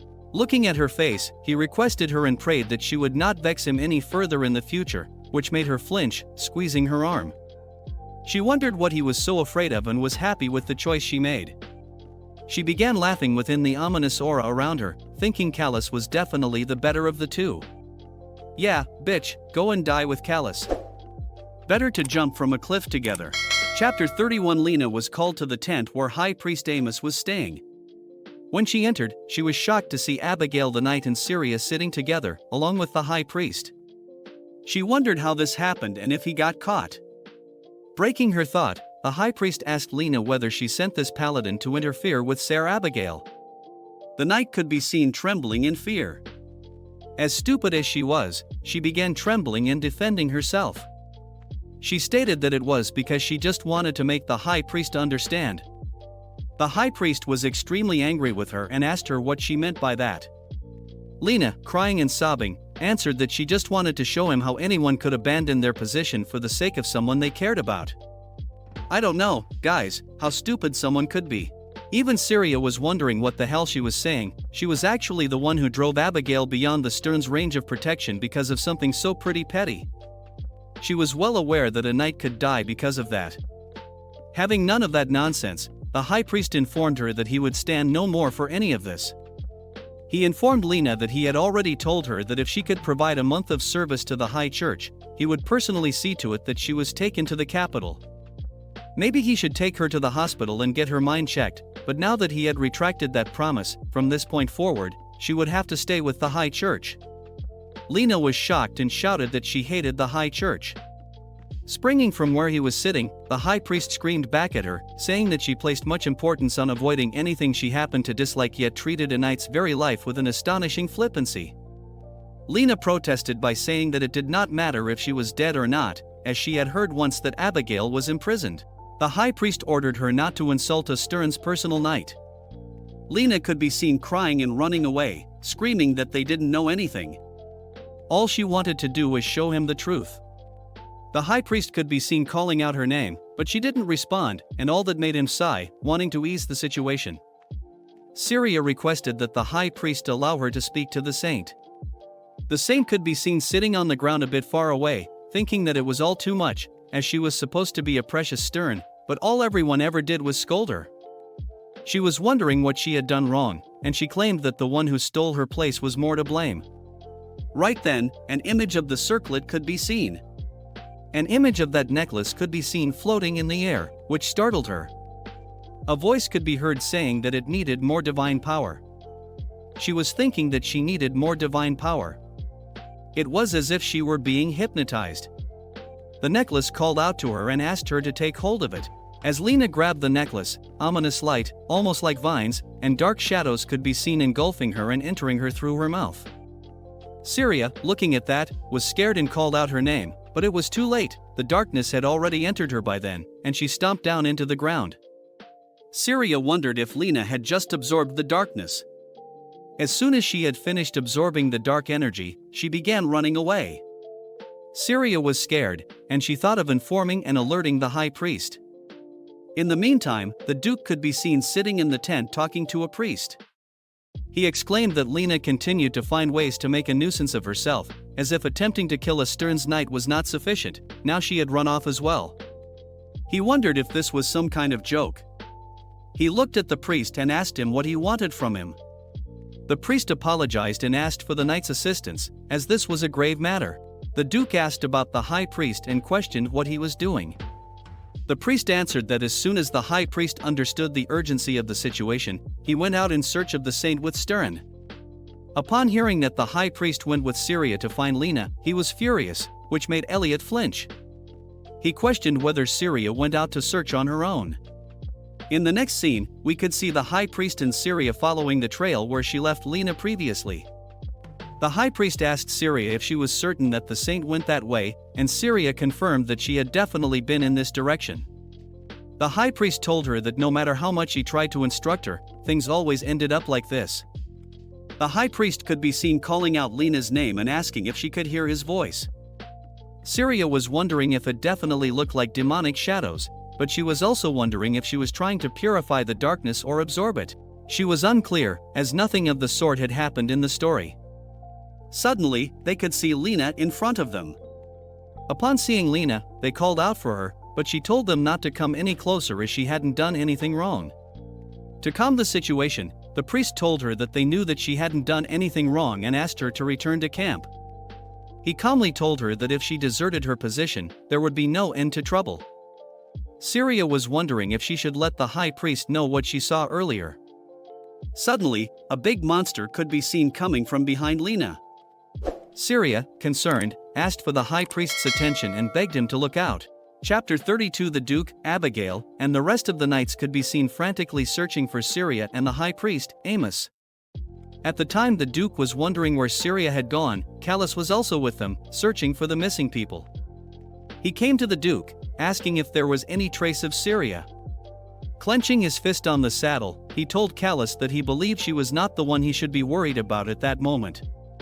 He asked if he and the saint lacked all capacity to reason even after dragging the Archduchess to such a dangerous place. Looking at him menacingly, he asked just how many times he planned to stir up trouble. He stated that when he returned to the castle, Callus would be dealt with accordingly. A knight came running towards them, shouting for help as a monster appeared. The monster could be seen coming from behind Lena, growling. High Priest Amos called for Lena, reaching out his hands and asking her to come towards him to safety, but at the exact moment the monster, instead of attacking Lena, jumped onto the High Priest and grabbed him under its claws. Even at the brink of death, he called for Lena and asked her to save herself.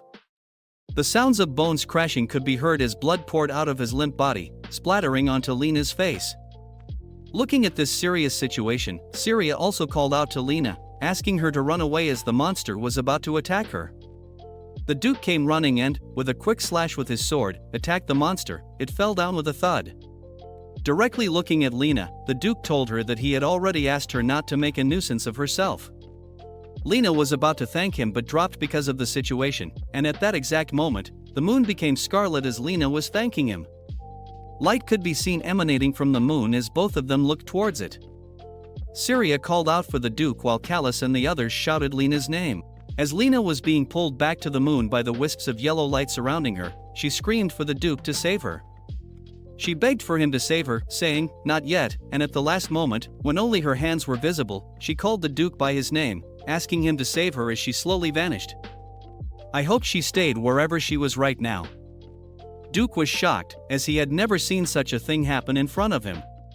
He called out the saint's name. Syria, on the other hand, was very shocked and thought that this was the second time this had happened. In the story, Lena traveled to and from her own world several times, passing through the moon. The first time it happened, it was so inconsequential that it only took up a line or two in the novel, but the second disappearance was different. Not only did it take her a year before she was able to return, but most importantly, it made Rush and Callus realize their love for her, which they were oblivious to before the devil. It started the beginning of the main storyline, the one she had been so desperately trying to avoid.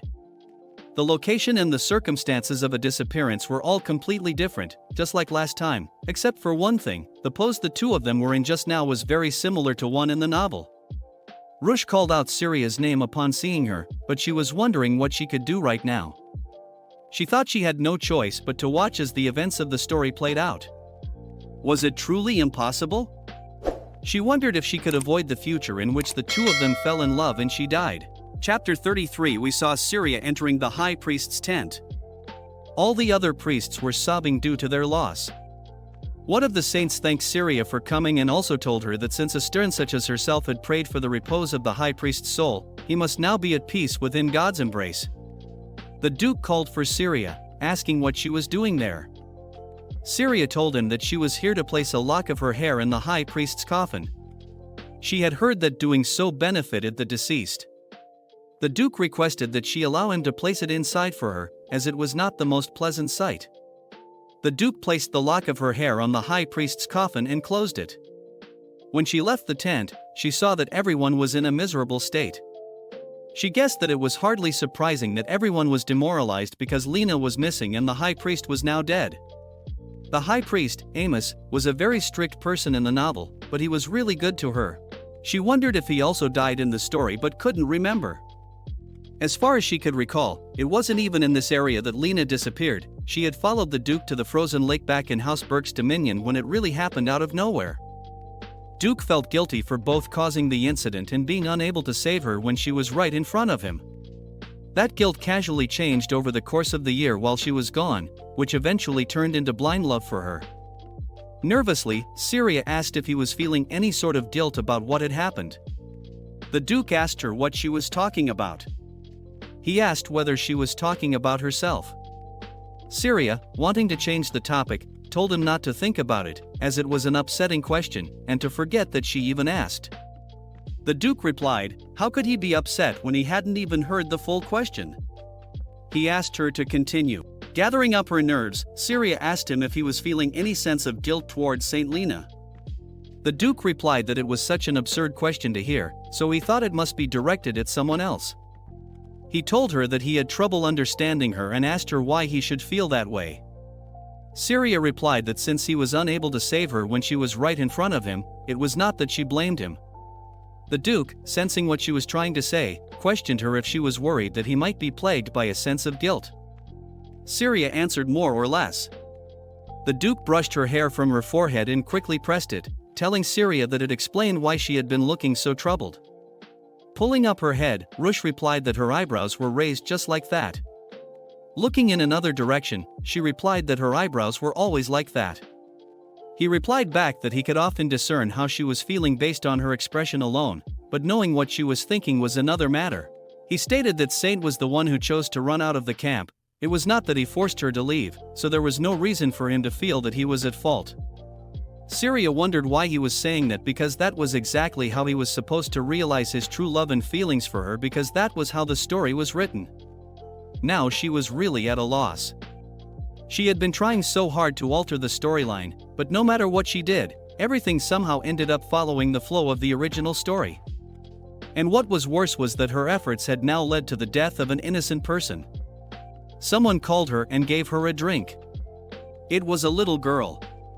She expressed that it was a drink in honor of the departed. Syria thanked that little priest. She realized that, in the end, she couldn't even offer a proper response previously. The Duke told her to get ready as they would be leaving for the castle, as it appeared that the high priest's death was quite a shock to her. Syria wondered if he was offended and if she should go and apologize. As she was going to drink the drink, someone's hand could be seen obstructing her. It was Callus. He asked Syria not to drink that and passed her a flask instead. Syria sternly told him to return her goblet and tried returning the flask back to him, but Callus apologized and informed her that she could not, as she was allergic to wild strawberries.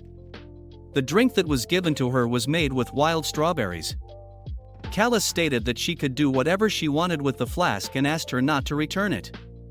As he was leaving, she followed him a bit, asking where he was going and asking him to take it back, or else she would just throw it. Elliot came from behind, informing her that he had finished loading the carriage and had come to fetch her. He requested that she begin making her way to the tent, but also questioned where the flask came from. She quickly responded that some beggar gave it to her. Looking at the canteen, Elliot asked whether it was Callus who gave it. Elliot responded that it had Hanaton's crest marked on the flask, which Syria was unaware of. Quickly passing it to Elliot, she told him that he could do whatever he wanted with it, as if she were caught with this, it would have started a scandal. Elliot asked her what was inside the flask. Syria responded that it was wild strawberry wine, but she could not drink it because she was allergic. Elliot responded that the Archduke would not be too pleased if he heard of this. When asked why the Duke would be mad, Elliot changed the topic and told her he understood why the Duke always wanted an escort with her. Syria protested that she barely even spoke to Callus. With that, she called the little girl and asked her if she could pass the flask to Callus. The girl took it with great enthusiasm and told her that she would deliver it at once. A hand reached out and took the flask out of Syria's hand, asking, what were they planning to deliver, and to whom? In a low voice, calling out her name, he asked her if that fool Callus had been flirting with her again. LOL. Syria knew that she had failed at hiding the incident. Chapter 34. Returning to his tent, Callus was greeted by a member of the church.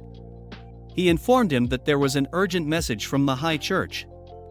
Callus told him to let the church know that he would be leaving today if they were asking for his return. The priest informed him that they were requesting an additional witness to be added to the party traveling to the high church, as the person who had disappeared was none other than Saint Lena herself. They wished to investigate every aspect of the incident down to the smallest detail, and as such, they wished to have someone with strong divine power who was present when she disappeared brought to the high church. Callus knew that it meant they were looking for Syria. The priest told Callus that the senior members of the clergy held an emergency meeting and decided to bring the Stern. Callus asked whether he was in charge of her escort. Shaking his head, the priest replied that they would ensure that the two of them would not have to interact with each other, as neither of them would be comfortable in each other's company. As he was talking to the priest, the Duke called for him, and when he looked up, the Duke threw the flask back in his direction. Callus caught the flask and asked them to continue their conversation.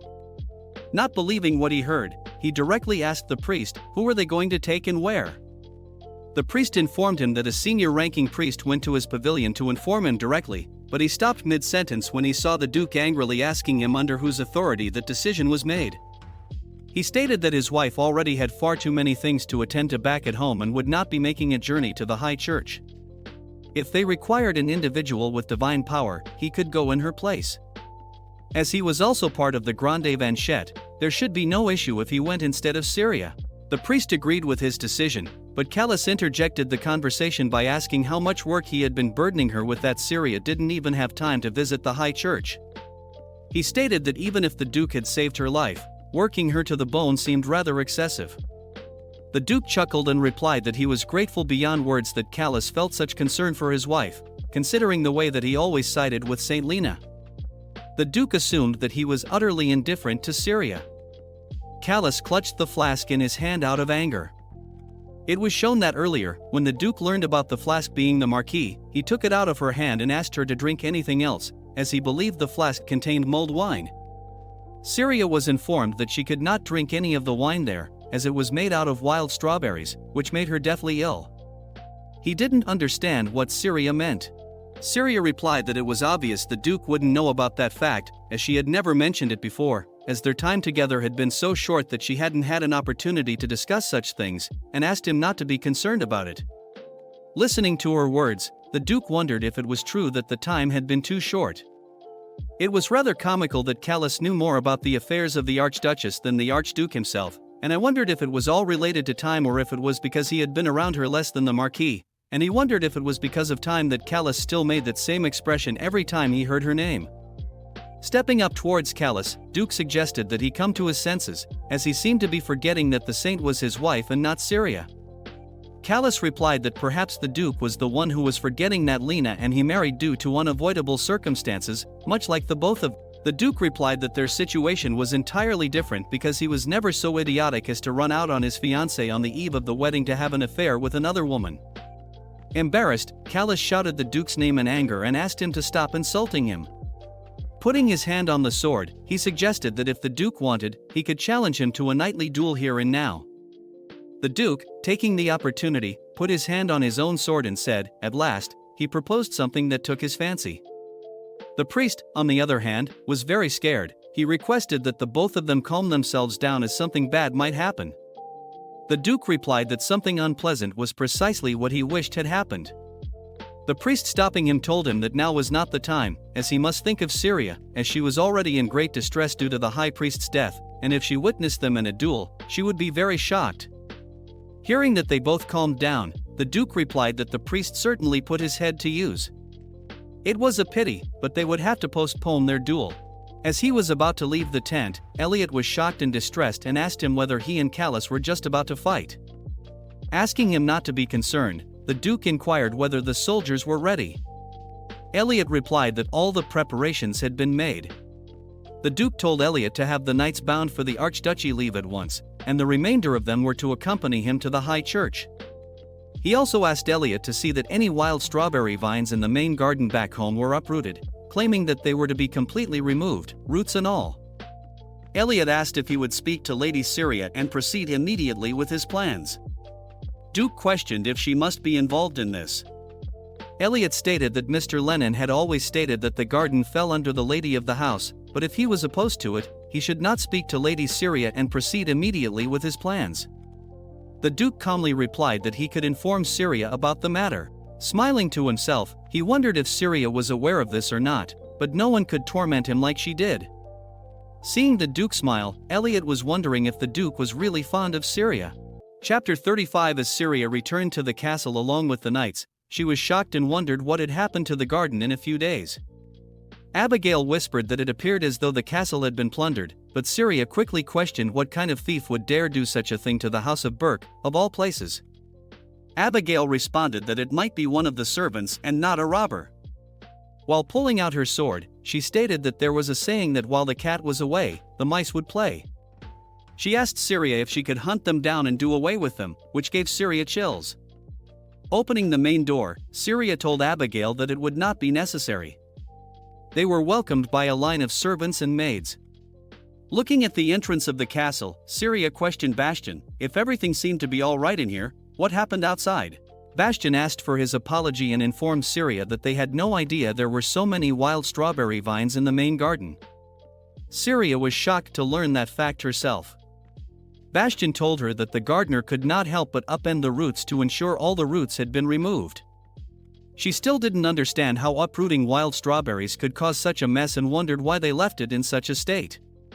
Bastian sincerely apologized to her and informed her that the gardeners could only carry out their work under her direction. The castle grounds traditionally fell under the Archduchess domain. However, since there had not been such a figure in residence for a decade, the gardeners had been reluctant to make any major changes. He suggested Syria take this chance to redesign them herself. She realized she had little choice, as she just could not leave the garden in such a state. She informed Bastian that although she didn't have much knowledge, she would try her best, for which Bastian was very grateful. She explained to herself that there was no need to set a too tight schedule, but that it would probably be best to come up with a basic plan before Rush returned. She was beaming with happiness when she realized that she would be busy for a while. Bastian, on the other hand, was nervous about what was coming their way. In the next scene, the beautiful Laurel Manor and the bright, clear skies could be seen. Marta was laughing and explaining to the Archduchess why she had been banished to Laurel Manor. Syria, shocked by the revelation, stated that she had not been banished, as Marta didn't know how hard she worked. She upbraided the horticulturists who attempted to swindle her and, by extension, House Burke. She carefully reviewed 24 proposed designs and selected the most beautiful and still cost-effective option among them. Bastian told her that would be enough for the main castle garden and asked her to move to the ones at Laurel Manor. He stated with a nervous look on his face that he did not consider this deeply enough, but she had managed to do everything in only 3 days, and when he suggested she take up gardening, he meant it as a means of relaxation and diversion for her. So he suggested paying Laurel Manor a short visit, as the gardens were on a smaller scale than those of the main castle, so she could enjoy some leisure time as she designed them. Suddenly, realization hit her, and she realized that she was really banished here because she worked too quickly. Marta told her that Bastian was quite right. What if she were to make herself ill with overwork? She hugged her and told her that she seemed thinner every time she visited, and she asked her to spend more weekends here so she could prepare delicious meals for her. Marta also asked Syria to have the Duke accompany her if possible. Bastian told her that he was concerned about the Duke not resting well enough. While they were stuck here, they had no idea just how hard the Duke had been working outside these walls. She hoped that he would be able to find a place where his heart could be at peace. When Syria was returning home, thoughts about Lena came to her. She was thinking that Lena would appear in a year at the events. If the events in this world really were going to follow the course of the original story, would that mean the Duke would profess his love for her once she returned? She was wondering whether his heart would really change just like that. She thought she was totally prepared for what was to come, but ever since Callus's betrayal, she had felt so uneasy whenever anything happened. She began wondering about the darkness that had encircled Lena previously. Lena was a saint who was the embodiment of light itself, someone with divine power bestowed upon her by God. She was completely different from someone like her, who could only purify demonic shadows by borrowing powers from a circlet. Thinking about the circlet, she wondered if Lena was only able to do those things after she got the pendant. Syria had never questioned anything that happened because she naturally possessed strong divine power, which Lena herself said allowed her to purify the dark forces. But what if the circlet was actually able to amplify her magic? She began wondering what if all the power Lena had in the story actually came from this headpiece and everything she had said previously had all been lies? Not knowing anything anymore, she felt tired. She questioned whether she had to continue living at the mercy of the original story like that and for how long she must live as the Villainess. Upon reaching the castle, she exited the carriage and was greeted by the Duke. He asked her where she had been, and she replied that she had visited Laurel Manor for a few days and was curious when he had returned from the high church. The Duke told her that he had urged his horses to run a bit faster and asked her to quickly go inside. Syria, while returning to the castle, asked the Duke if he was sick because he was burning up. The Duke looked at her and asked her if he looked like the sort of person who fell ill. Syria quickly replied that everybody, at some point in their lives, got sick. He stated that perhaps most people did, but he could not be today, not understanding what he meant. Syria insisted that he really did seem feverish.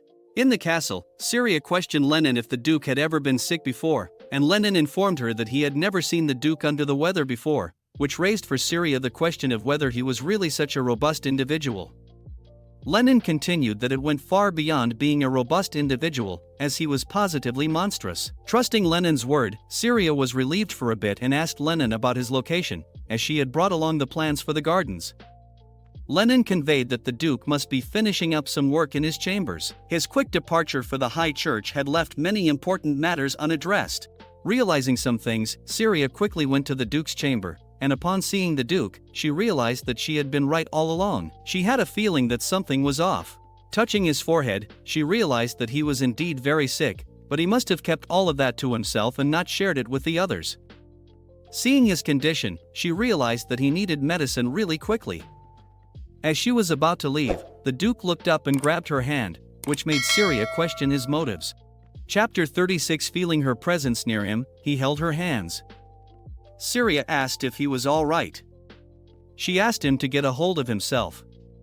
Rush called out for Syria, and Syria told him that, just as she thought, he was indeed feverish, yet he kept insisting that he was not that sort of person who falls in. Placing a pill in front of him that Suzette gave her and telling him that it would help with the fever, she asked him to take it and go back to sleep. As he was burning from the fever, he feared that the pill would melt at his touch. Syria told him that he knew all along how warm he was. He told her in a soft voice that he could not use his own hands and to lend hers for a moment.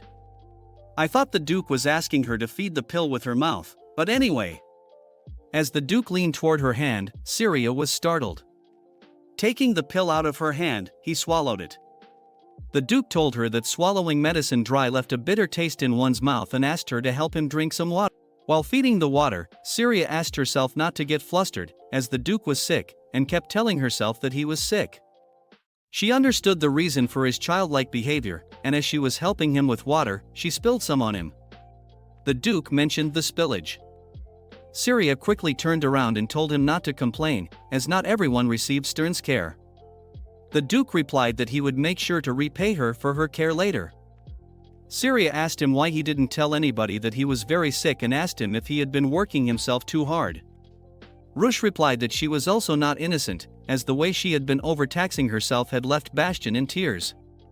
Sitting back down, Syria replied that, although it's true, she wouldn't go so far as to conceal an illness in order to continue. Also, the changes to the garden would be made slowly from now on, as work could not begin until spring anyway. Because the ground froze in the winter, in the meantime, everything would have to be cleared away.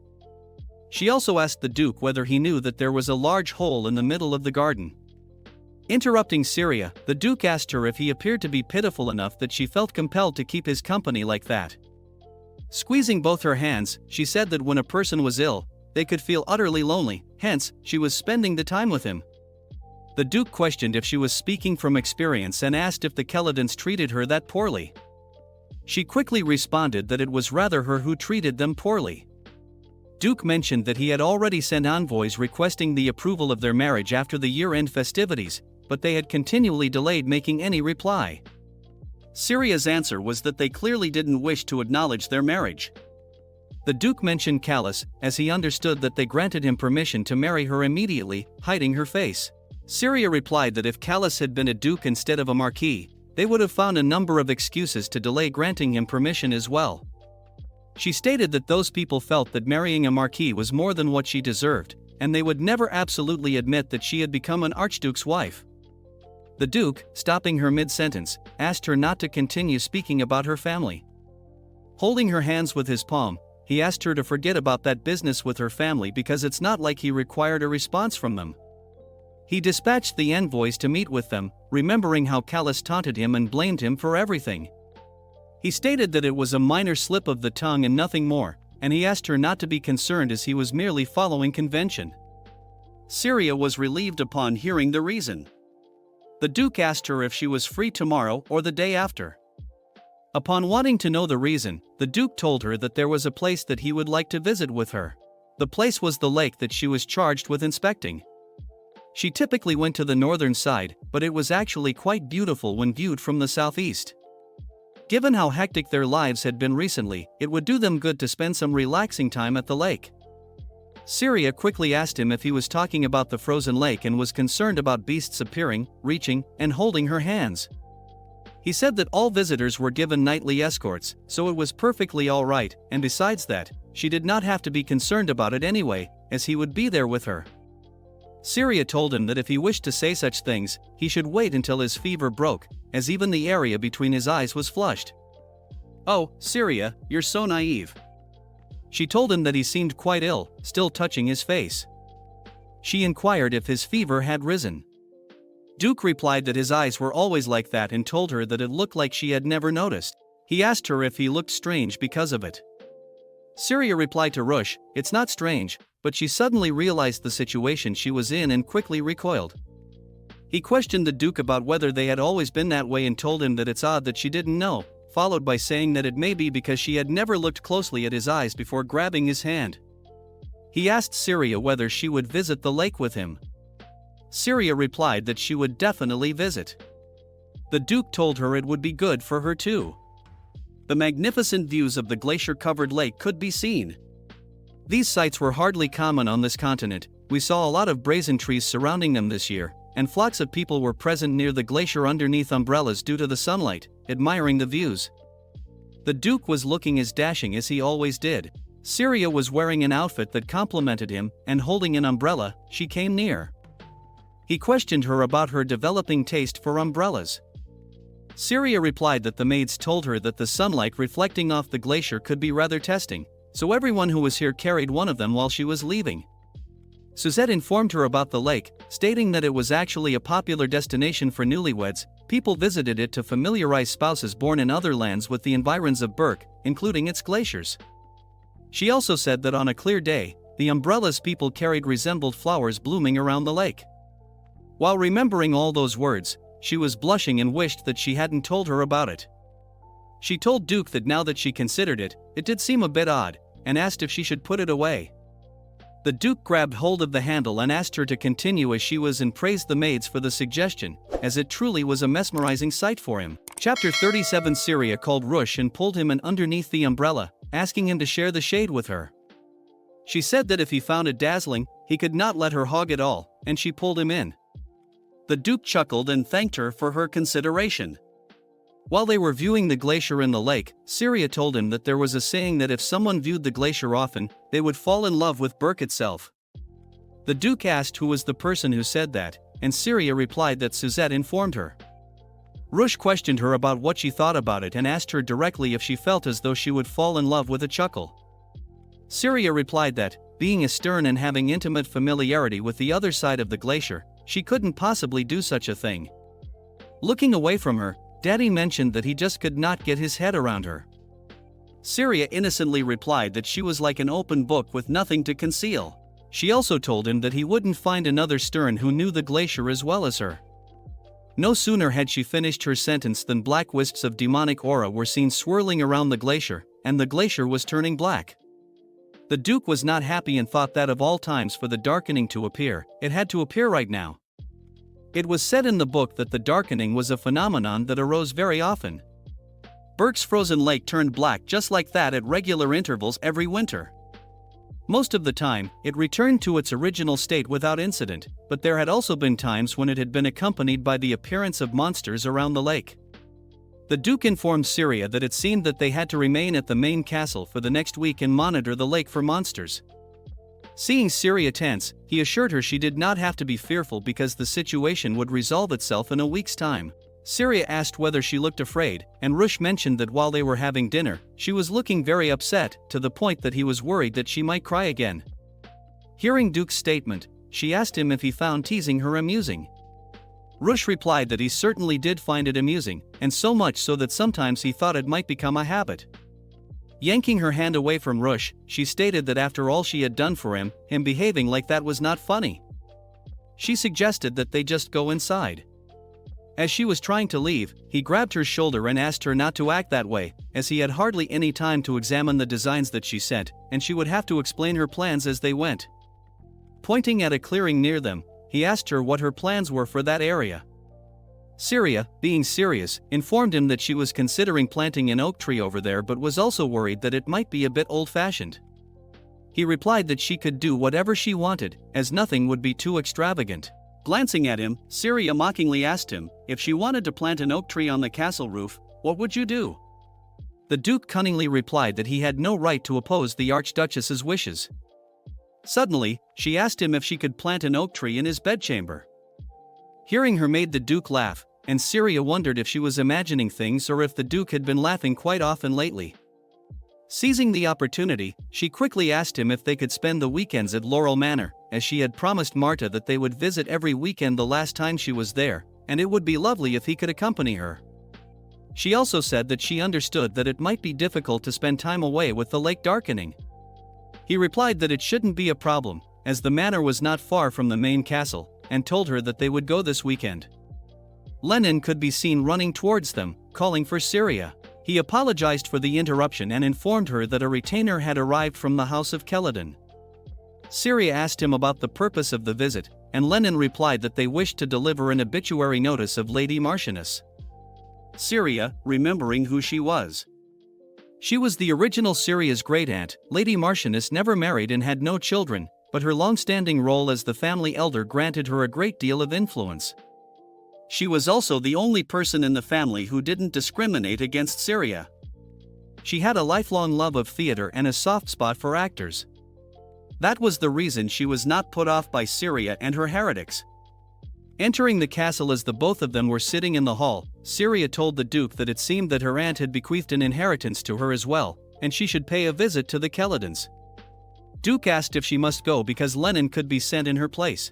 Keeping the letter on the table, she replied that she couldn't possibly make such personal use of his chief aide and, most importantly, that Marquis Keladin personally asked for her. Truthfully, she thought that summoning from the Marquis was an excellent opportunity for her too, as not long after she possessed Syria, she encountered some Keladins at a ball. Original Syria had poor relationships with her family in the past, but she wanted to try and improve ties with them going forward. At that party, although she couldn't, she still remembered exactly how she felt back then. It wasn't anger, to be precise, it was a fear so intense that it made her tremble. At that moment, she was incapable of controlling her emotions, as if she had truly become Syria herself. Now that she had lived in her body for quite some time, she would like to put herself to the test. She began wondering if she was capable of keeping her emotions in check before Syria's family. The Duke simply asked her to wait a week so that he could accompany her. Syria asked whether he still worried when she ventured out alone. He replied that he had no idea that sending one's spouse off was such a painful affair. Syria leaned in closer to him and whispered that if he was that concerned, then could he do something for him? A very loud what? Could be heard through the castle, but we don't know what Syria particularly asked. Chapter 38. This chapter introduced us to Keladin Manor, the birthplace of Syria. The butler could be seen informing a redhead that Lady Syria had arrived, addressing him as young master. The redhead quickly rose from where he was sitting and asked if she really came. The butler replied that he was positive that she would not, but he guessed that Syria must be afraid of her father. The redhead asked the butler about his brother's whereabouts. The butler replied that his brother was welcoming the head of house, MANHWA, and his wife. Looking out the window, the redhead realized that his mother and father must also be occupied and thought about going out to receive her. A few carriages could be seen lined up in front of the gate that came from Burke's house. Looking at the carriages, he was wondering what he should do. He was Nissus Keladon, the second son of the Keladons. In the next scene, the butler could be seen welcoming Syria to the house. With a smug look on her face, Syria mentioned that it had been a long time and addressed him as Jason, stating that he still hadn't changed a bit. He replied that it had been a while and asked her how she had been. She replied that she had been quite well until they received their shoddy welcome. With fierce power and authority in her voice, she stated that her surname may have been Keladon once, but now she came here as the Archduchess of Burke, yet she was made to enter through the side gate and not the main entrance used by guests. What's worse was that she found herself greeted not by a family member but by a butler. She questioned him about whether she looked like a courier delivering mail to them. The butler, stressed, answered that it's not what she thought. Pointing her finger, she told him that she would not repeat herself and asked him to go and announce her arrival again. She told him to inform the family that Archduchess Burke had arrived. Calling Abigail, she asked if she thought this was blatant disrespect towards them. Abigail countered by asking if she should break down the main gate. Syria asked her not to do such things because, at the end, she would have to recompense them, and she didn't wish to spend a single coin on her family. Hearing her talk about money, Abigail pulled out her sword and reassured her that she would slit the throats of anybody who asked her for money. LOL. Syria told her that it was okay, and she would ask her if she ever required such things later. A black-haired guy could be seen coming down along with the butler and approaching Syria. He was the eldest son of Marquis Keladon, and he was yet another blood relative who despised her. Cassius asked Syria what she was playing at and how long she intended to drag out her childish nonsense. Syria replied that he should watch his words, as she was no longer Syria Keladon. She asked him to refer to her as Your Grace, which made her brother laugh at her, and he responded by asking if he should get down on his knees to welcome the noble personage who had decided to grace them with her presence. Syria taunted him by saying that his knees were of no use to her, and if he was here to greet her, then he should do it properly, as all the knights behind her were watching, and it wouldn't be good hearing about their family's troubles in front of these representatives of House Burke. He looked at all the knights and told her that he had heard that she was gravely injured, and it seemed that the injury had changed her in more than one way. He gave her his hand and asked her to take it as she was being welcomed. Syria kept reminding herself that she was different now and that she was not the original Syria, so there was no reason for her to be scared. As they entered the main hall, the butler, along with a few maids, could be seen welcoming them. The butler told her that the best guest room in the annex had been prepared for her. Syria quickly told him to give the guest room to her knight escort and told him that her name was Sir Abigail Orion. The butler asked why she wanted the knight there and asked her if she wouldn't be using it herself. Getting irritated, Syria told him, why would she use a guest room when her own chambers were still present? He promptly replied that her chambers had yet to be fully cleaned. Looking back at those maids, she asked the butler to have them finish the tidying up. When the butler didn't, the conditions of her bed chambers were revealed. They were in shambles, and anybody could see that the servants had a hand in this. She was thankful that she entered her chambers alone, as she would have been humiliated in front of her knights.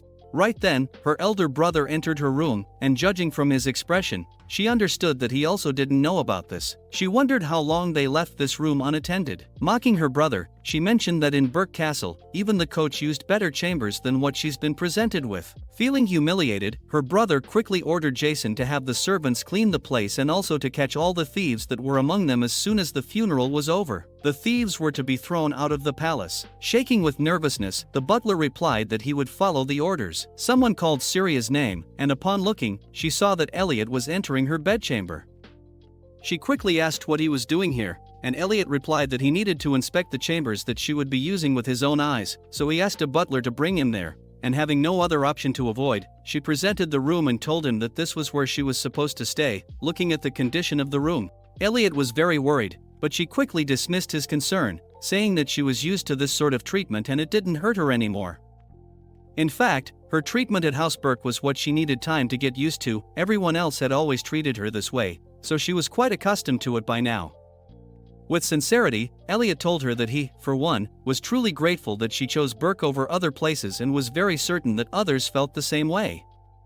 He told Syria to wrap up her business with the inheritance as quickly as possible and return to Castle Burke, where everyone was waiting for her.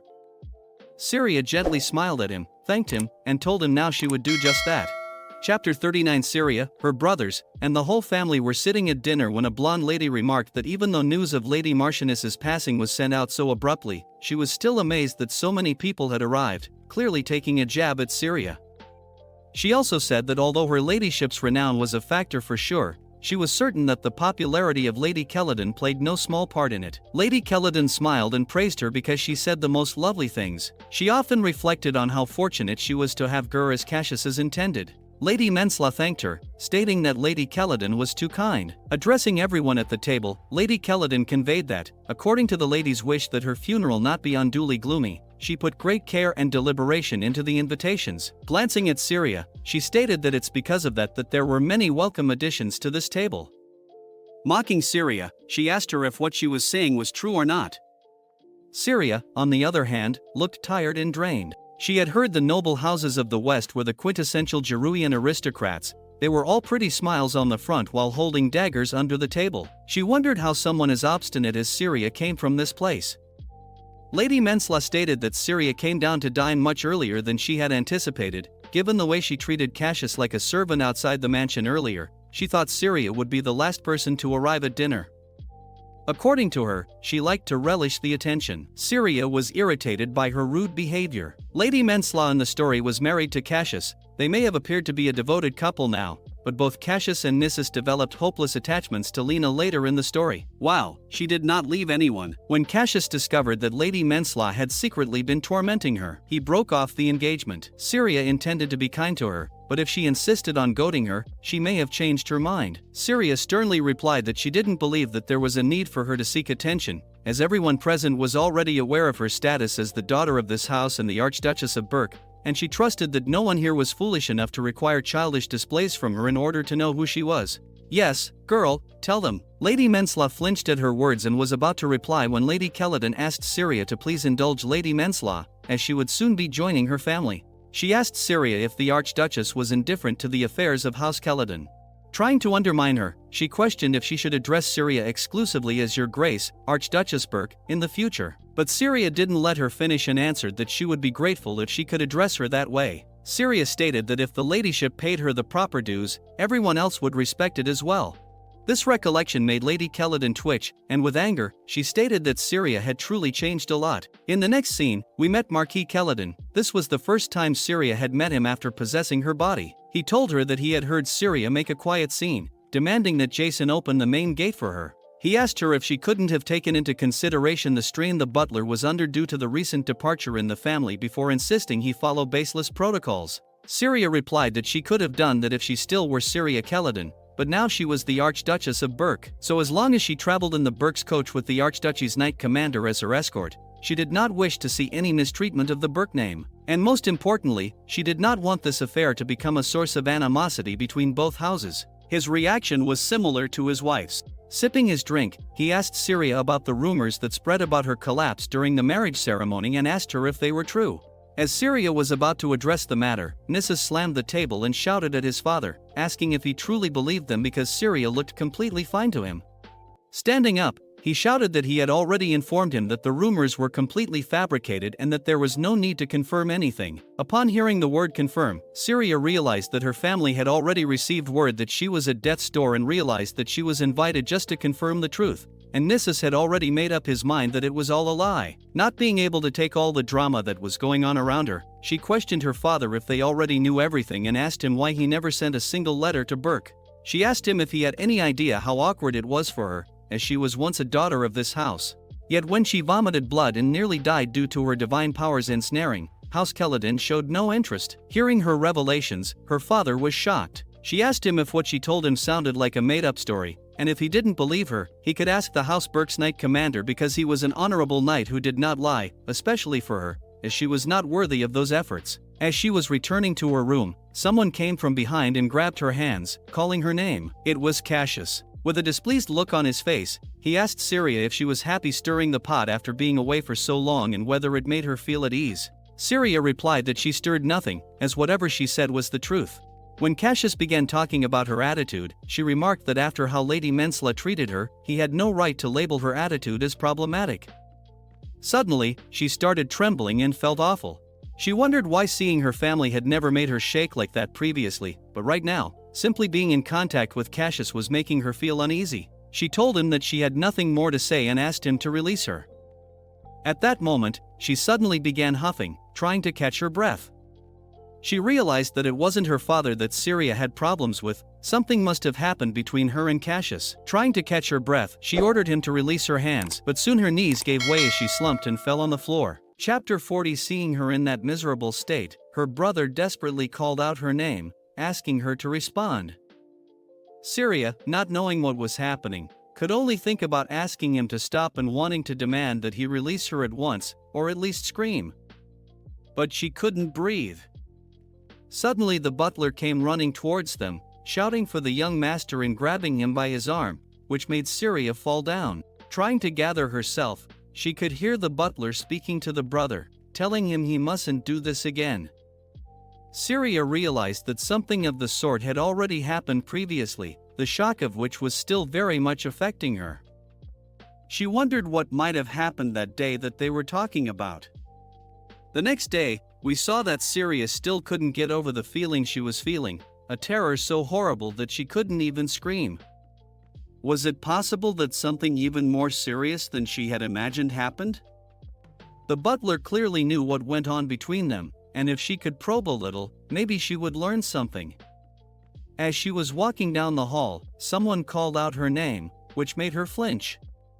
She realized that she had entered her father's office. She apologized, saying that she was having a momentary headache, and asked him if he wished to speak with her. Her father asked how badly she was hurt during the wedding because her mind was still muddled. She replied, "It's as told yesterday," but as her father didn't appear to trust her, she suggested consulting the high church record. Taken aback by her words, the father replied that he didn't mean it like that. Syria stated that she would like to venture a question of her own and asked him why he hadn't responded to the Duke's request for the approval of their marriage. Asking why he hadn't replied yet, visibly shocked by her accusation, her father questioned what she was talking about, asking his assistant about the matter.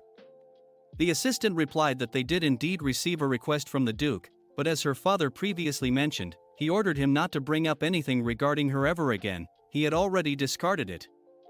Her father forgot about the fact that he had mentioned such a thing and ordered the assistant to bring the request, trusting that he had kept it safe somewhere.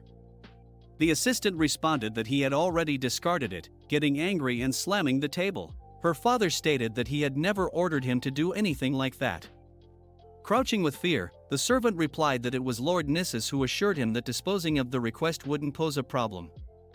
Frustrated with all the events, Syria realized that Nissus clearly hated her in the original story, but she had no idea that he would sever all ties between them. Syria told her father that no matter what, she would like for him to give his approval. As the Duke was the one who saved her during her wedding ceremony, she owed him her life and felt the only way to repay his kindness was by becoming a flawless archduchess. She hoped that her father would aid her in that. Father realized that she indeed had changed after her near-death experience and reassured her that he would compose a letter. Syria asked if she could take it with her when she left.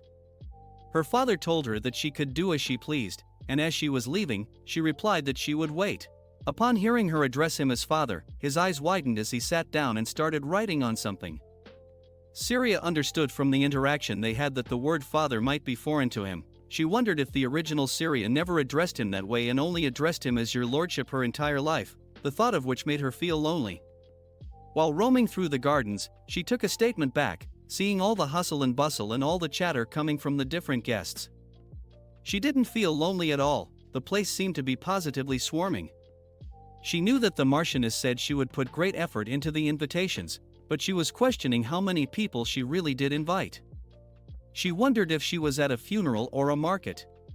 While she was moving around, something caught her eye, but someone interrupted her thoughts. We saw a bob-cut doofus coming from behind, asking for her attention. He informed her that he understood that she and Lady Marchioness enjoyed their close bond, so she must be heartbroken. Her ladyship requested that her funeral observances include a memorial banquet, so he hoped that she would not be too melancholy.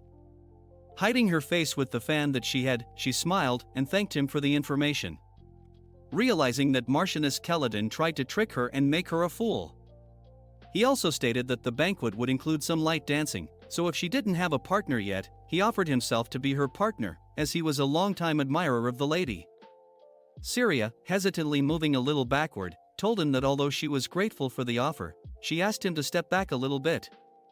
Suddenly, someone grabbed the man's hand as well as Syria's shoulder. He said that he and Syria had a prior engagement. It was Callus who questioned the man. What business did he have with her? Syria was taken aback by the sudden intrusion when she realized the person who was standing behind her was Callus. Chapter 41. Upon seeing him, she realized that she had seen a familiar face among the mourners. She realized that even Hanaton's house was invited. Callus asked the man, what particular business did he have with his company? Shut the fuck up. Why did you think you were her companion? Taken aback, the man replied that he had none, and while leaving, he apologized to both of them. Callus told Syria to take care, as there were many people who craved Astern's fame. Slapping his hand away from her shoulders, she told him that she was well aware of that and that she could take care of herself, asking him to mind his own business. Yes, Callus, you should go about your own business and go to hell. Lady Keladin could be seen coming in that direction. She called out for Syria and told her that seeing her run into Lord Hanaton was such a relief. She was very lucky, as she was concerned that Syria wouldn't have a suitable dance partner for the banquet. Mocking Syria, she asked Syria, stating that Callus would be the most fitting candidate for an archduchess. Syria asked her what she meant and the reason behind her statement. The lady replied that there was no one of a suitable rank to partner with an archduchess, realizing that she brought Elliot with her. She firmly replied that she had already decided on a partner. She told them that she would dance with Berk's Knight Commander, which made the lady twitch. She was persistent and told Syria that she could do whatever she wanted, but Callus would make a better escort than a Knight Commander. Lady Keladin replied that Marquis Hanaton had the highest rank out of everyone here. Syria fixed herself, addressed the lady, and told her that she understood that the lady had no particular favor for her and that she wished to embroil her in a scandal by linking her with Callus, but if she really insisted on employing such disgraceful tricks, she believed the person she should be after was her father, not her. She left the group, but everyone was gossiping about what just happened. As she was leaving, Callus called back to her. Momentarily looking back, she asked him if he was unaware of the fact that they were being watched and asked him to call her by her grace. Callus addressed her as Lady Stern. He told her that she did not need to pay any attention to the Marchioness. Syria realized that Callus was very determined to never acknowledge her status as the Archduchess of Berk. She replied that Callus did not need to worry, as he himself could escort her, which should allow Lady Keladin to save face. It'll make her happy. Callus replied that she had been quite magnanimous towards her ladyship, which made Syria pause. She told him that she just felt like the lady displayed great restraint for someone who was betrayed by her husband, as she knew precisely how it felt. Asking if her answer fulfilled his curiosity, if it did, she would like to end the conversation by saying that she left the garden. In the next scene, we saw all of Syria's family members and members of the high church sitting in a room. The priest thanked everyone for attending the lady's bequeathment ceremony. Once everything was divided and distributed to the rightful beneficiaries, they concluded the meeting. Her father questioned her about whether the item she had selected was sufficient for her. He understood that it was a land deed and was hardly substantial. Opening the deed in her hands, she said that it's true, but the land in question was not just expensive land, it appeared to be on paper, but it was filled with demonic energy. Her father asked if she would not find the coral reef island Nissus had chosen or the ruby necklace Cassius had selected. Stopping her father mid-sentence, she informed him that it was fine after all, and as she was a stern, nothing could possibly be more intriguing than a land tainted by demonic energy. In truth, she had other reasons for choosing the deed. The landlady Marchioness left behind was so tainted by demonic energy that people couldn't set foot on it. In the story, it was selected by Cassius, who did present it as a gift to Lena. Lena, being a saint, used her divine power to purify it, uncovering a valuable magical crystal. Oh my god, yes, you go, girl. In the process of uncovering a valuable magical crystal mine hidden She wondered if she could use the circlet, her own divine power would be sufficient to purify it as well. Nissus questioned his father about what use an abundant plot of land could possibly serve. Not wanting to communicate further, she decided not to react back, as it would just leave her with a headache. For some reason, both her brothers had been dejected since yesterday. She wondered if something had happened, but feeling happy because she had accomplished what she came here to do, she just wished to hold out for 3 more days so she could return home to Burke. I am so happy that she acknowledged Burke as her home and a safe space. A person could be seen standing outside the door, requesting for someone to come outside as the banquet would be beginning shortly, and asking how long he was planning to remain in his chambers. It was Callus, sitting with an ominous aura surrounding him.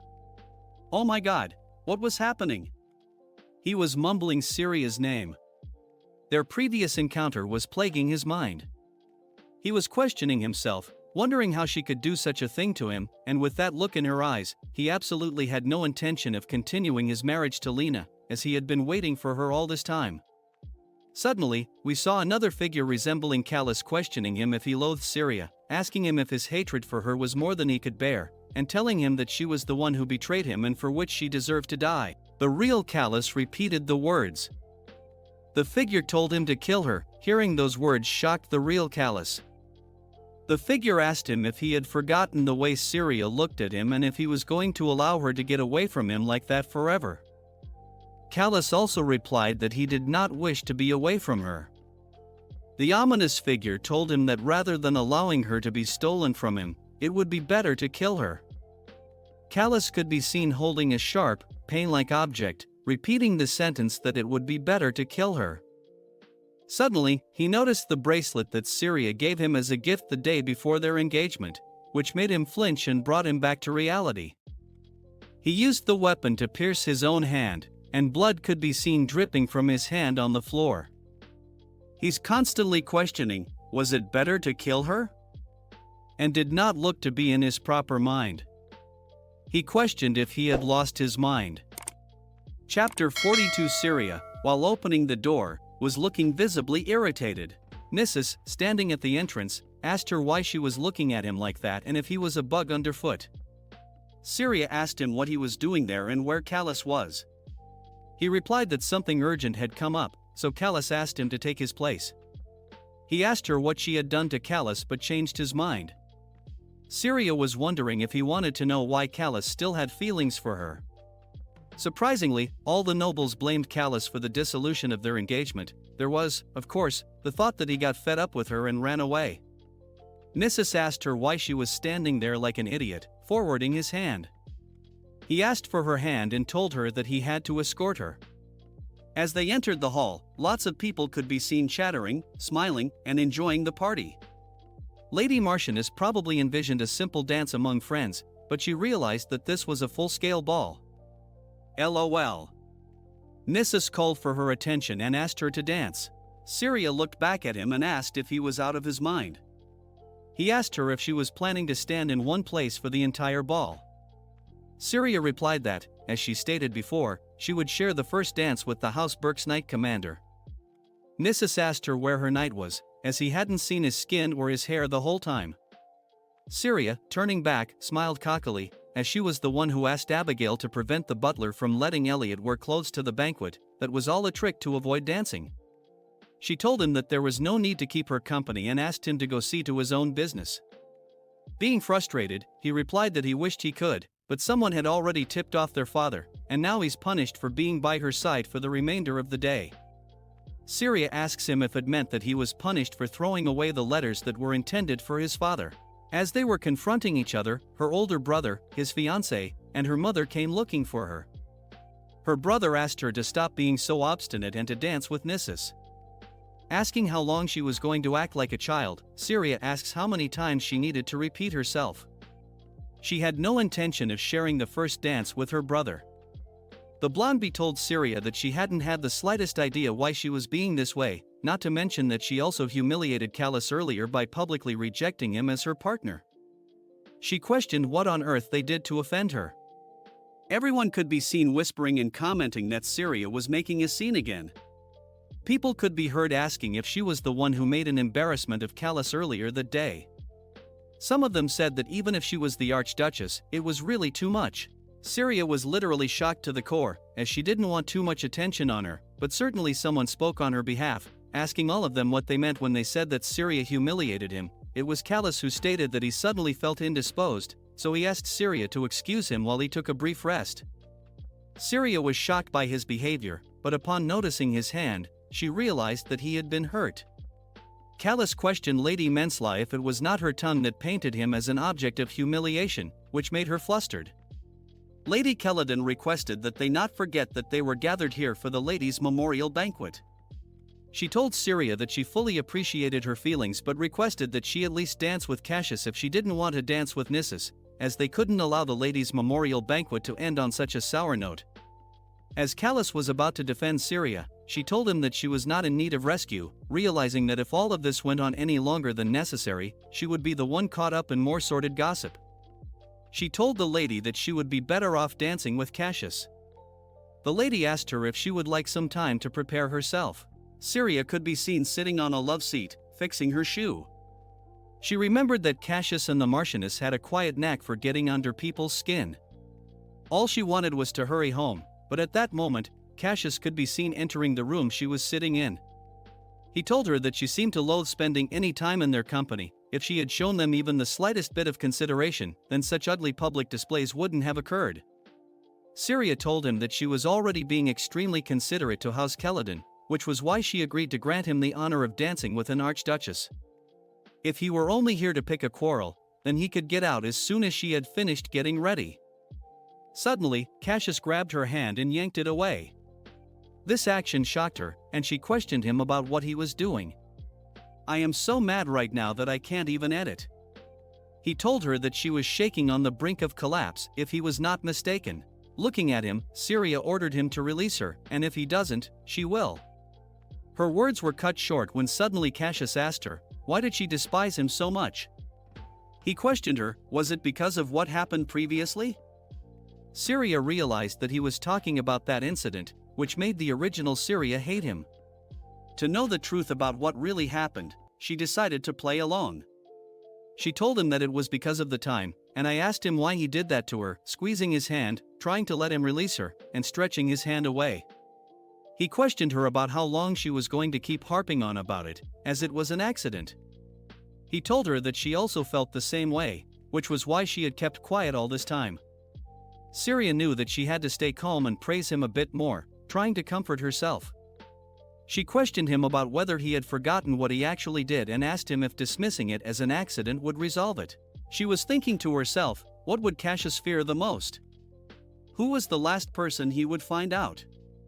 She asked if their father learned of it, he would also believe it was an accident, like he claimed. Hearing her question, Cassius grabbed her shoulders, shaking her, and asked her whether she realized the implications of what she had just said. Chapter 43. Shaking her to her core, he asked her if she realized the implications of what she just said. Syria was visibly distraught, trembling, and wanting to free herself from the situation. Syria cried, saying she must go and visit her father. Her brother grabbed her shoulders tightly, hurting her. He told her not to play any tricks. Suddenly, a crash could be heard as Syria shouted to unhand her, which the butler heard. She kept saying that she wanted to go to her father, asking her brother to leave her. The butler could be seen entering the room, shouting Syria and her brother's names. He was requesting that he not do anything. The butler quickly grabbed her brother from behind and asked Syria to excuse him as he didn't do anything intentionally, claiming that it was all a mistake. Hearing that, her brother shoved the butler away from himself, and the butler fell down with a loud thud. When leaving the room, Cassius asked Syria why she was so fixated on ancient history. He slammed the door before he left. "What did you mean by ancient history?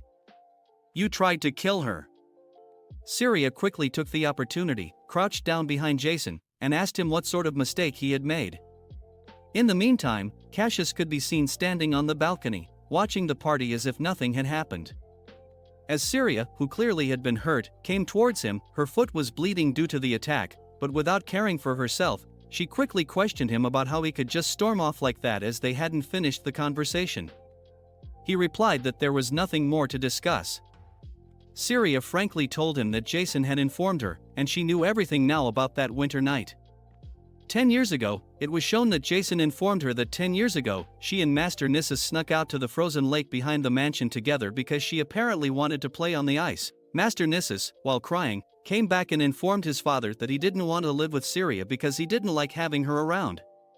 His father asked him if he had abandoned Syria out on the lake. His father was absolutely furious. Cassius, the butler, and many others joined in a desperate search. Cassius was the first to find her lying on the snow, shivering with cold and nearly senseless. As Syria saw her brother, with the last bit of her strength, she called out to him. His brother had feared that allowing their father to see her in that state would lead to a harsh scolding for his brother, so he decided to take precautions to temporarily conceal her. By how? By drowning and killing her? What the hell? There just so happened to be a hole in the ice, and her brother pushed her into the water as she was struggling to breathe. The present Syria was shocked upon hearing all the confessions. Jason informed her that it was truly an accident, as her brother was not aware of the whole thing. It was a mistake born of a child's heart. I didn't think so. Even though Jason only told her that part, her lost memories had returned. She told Cassius that he deliberately pushed her head into the water and tried to kill her. Regardless of how young he may have been, couldn't he see that his little sister was struggling to breathe? If Jason hadn't come, he would have killed her. Cassius addressed her by her maiden name, quickly stopping him. Syria asked him why he kept calling her by that name. Did it seem like a waste to erase her from the family tree now that she's an archduchess? Moving forward, she asked him if she were not titled the Duchess, would he still have wanted to have a dance with her, or would he even be answering her questions right now? She reminded herself that she was not Syria, she's only wearing her body, so she could only dimly figure out her emotions, but even though she had no recollection of the winter night and likely never would, she often felt as though she'd been dragged over a dark, icy lake. No matter how much she struggled, there was no response, as if he wanted to cut the air from her lungs, it was as if she were dying.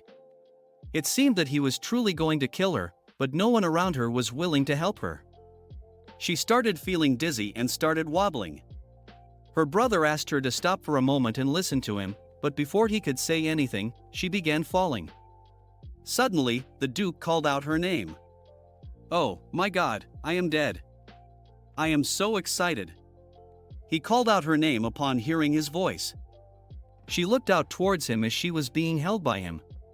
She told him that it was him again that was coming to her rescue once again. With that, she slumped down, losing all senses, as the Duke could be seen shouting her name. Chapter 44. As the Duke shouted her name, lots of murmuring could be heard. He called out her name, requesting that she wake up. And looking at her face, all he could think about was when he asked her to wait a week so he could accompany her. We were brought back to a flashback when Syria asked the Duke if he worried when she ventured out alone. The Duke replied that he had no idea that sending one's spouse away was such a painful affair. Syria then whispered in his ear, telling him that if he was so concerned, he could do something for her. She asked the Duke to meet her at Keladon's border, hearing which the Duke was shocked and asked her what she meant. Syria laughingly replied that if the Archduke himself traveled to Keladon, it would surely scare all the retainers out of their wits, and asked him if it wouldn't be amusing, knowing that he would come to get her, which would help her to hold fast. Looking at her face, now unconscious, he was thinking that, although he came all the way to Keladon to fetch her, he never in his life imagined that he would find her in this state. While brushing the hair off her face, he was rudely interrupted by Cassius, who asked him how he was. Holding Syria as she was unconscious in his arms, the Duke angrily questioned, what in the devil had they done to his wife? Syria opened her eyes and saw that she was sitting in her room, still not fully conscious. She looked around and saw Rush as he was cleaning her feet. Seeing the Duke touching her feet, she quickly sprang up and asked him when he got here, as she wasn't expecting him for another 3 days. Rubbing and clearing the blood and dirt off of her feet, he replied that he couldn't stand being apart any longer, so he departed early. The only thing he asked was for her to remain well, but it looked like it was too difficult for her.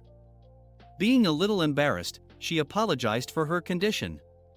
The Duke told her that if she was truly sorry for what she did, then she should tell him the truth about what Cassius Keladon exactly did to her. Syria, a little nervous, told him that it's not a story he would enjoy and it happened such a long time ago. The Duke replied that the happenings at Laurel Manor were also a thing of the past. Syria told him that this wasn't nearly as grand of a story as that, it's just a trifle. She was sure that he would surely laugh at her inability to get over such a small thing. Syria, what were you doing? It's not a small thing. All while she was looking at the bowl of water, trying to forget all the things that had happened to her body. The Duke, while cleaning her feet, squeezed her and told her that no matter what anyone says, the fact remained that it was something she had been unable to get past, and that was why it mattered to him. Finally deciding to reveal all the truth, she told him that she found out long ago that Cassius tried to drown her by holding her head underwater at the lake. The Duke was shocked to hear that he lowered his head in contemplation, not being able to speak anything, but was interrupted when Lady Celadon, Nissus, and Cassius entered the room. They were shocked upon seeing the Duke and Syria sitting in that position. Looking towards them, the Duke coldly asked what they were looking for. Lady Celadon told the Duke that he honored the House of Celadon with a personal visit, so of course they had to give him a proper welcome. Nissus, in the meantime, was whispering to Cassius, asking him why the Archduke was kneeling at her feet. Rising from his position, the Duke, with a cold expression, mentioned the welcome they were talking about but told them that he had a great deal to discuss with all of them. In the next scene, the Duke and Cassius could be seen standing on the frozen lake, and the Duke could be seen throwing his gloves at Cassius. He questioned the Duke about his odd behavior. The Duke replied that it should be clear enough to make it through even his thick skull. Pulling his sword out, he ordered him to duel him right then and there. Cassius replied that even if he's an Archduke, summoning someone to a lake like that was rather odd. He told him that he had no idea what Syria had informed him about. Sighing, the Duke replied that he didn't recall giving him any permission to use his wife's name. He asked him if he should cut out his tongue to finally stop it from wagging. LOL. I was missing this so much. Realizing that whatever he said would not appease the Duke's anger at the moment, he decided to do his best and send him off until his mood improved. As he was about to pull out his sword, the Duke lunged towards him and hit him on the face with the back of his sword, which shocked Cassius as it was too sudden, and he fell down on the ice. Pain coursed through his whole body as the Duke stomped on his feet, which made him squirm in pain. Using his sword, he smashed the ice nearby where Cassius was lying, which made the ice crumble and a hole appear. Stating that it should be enough, he pulled Cassius back up using his hair and told him to take a deep breath, as it would be dull if he died too quickly. With that, he pushed his head into the cold, icy water, and Cassius could be seen struggling to breathe, just like Syria felt back then. Chapter 45. It was shown that 10 years ago, when she was saved from drowning by the butler, Syria was brought back into the castle dripping wet from head to toe on that cold night. The maids could be seen tending to her and her brother. Her brother looked at her as if she were their house's only blight. He hated that she carried their name, Celadon. He felt like she was a mistake that refused to be washed away. As the maids were drying her hair, she looked at her brother with no expression on her face. Her brother saw that even as she stood there drenched in the lake water, she didn't blink, and he wondered if her sense of pride was so deep that despite the tainted blood flowing through her veins, she had the nerve, or if she knew that it would be futile to tell anybody that he tried drowning her. Looking at her, he tried making her understand that no one in this household cared for her, asking her to go disappear. It was almost as if he were telepathically ordering her to leave the manor and die.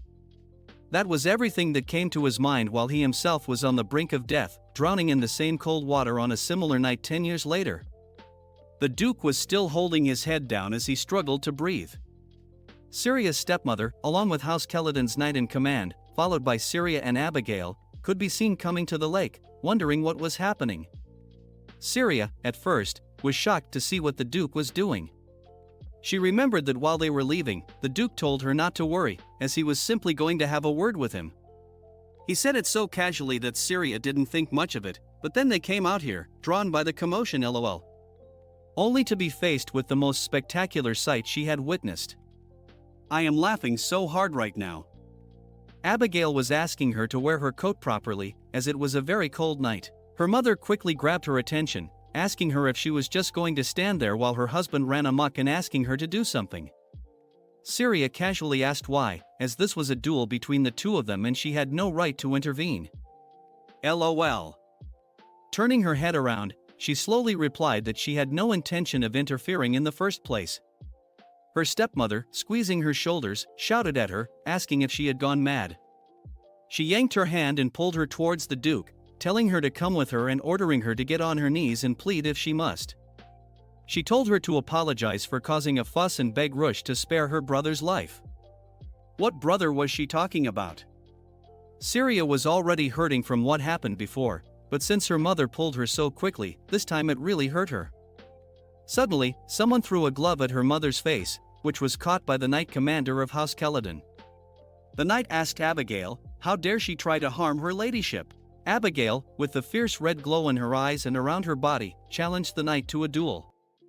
She told him that the price for her ladyship's mistreatment of the Archduchess would be his head as she grabbed her sword. I can't stop laughing. Syria realized that Abigail had finally lost it and was about to explode.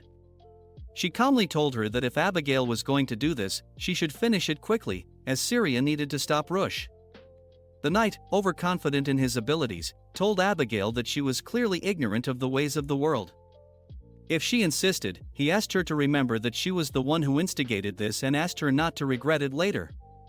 With a grin, Abigail replied that there wouldn't be any regret coming from her, and just like that, within 3 seconds LOL, the Knight Commander was defeated. Abigail wondered if this was really their Knight Commander.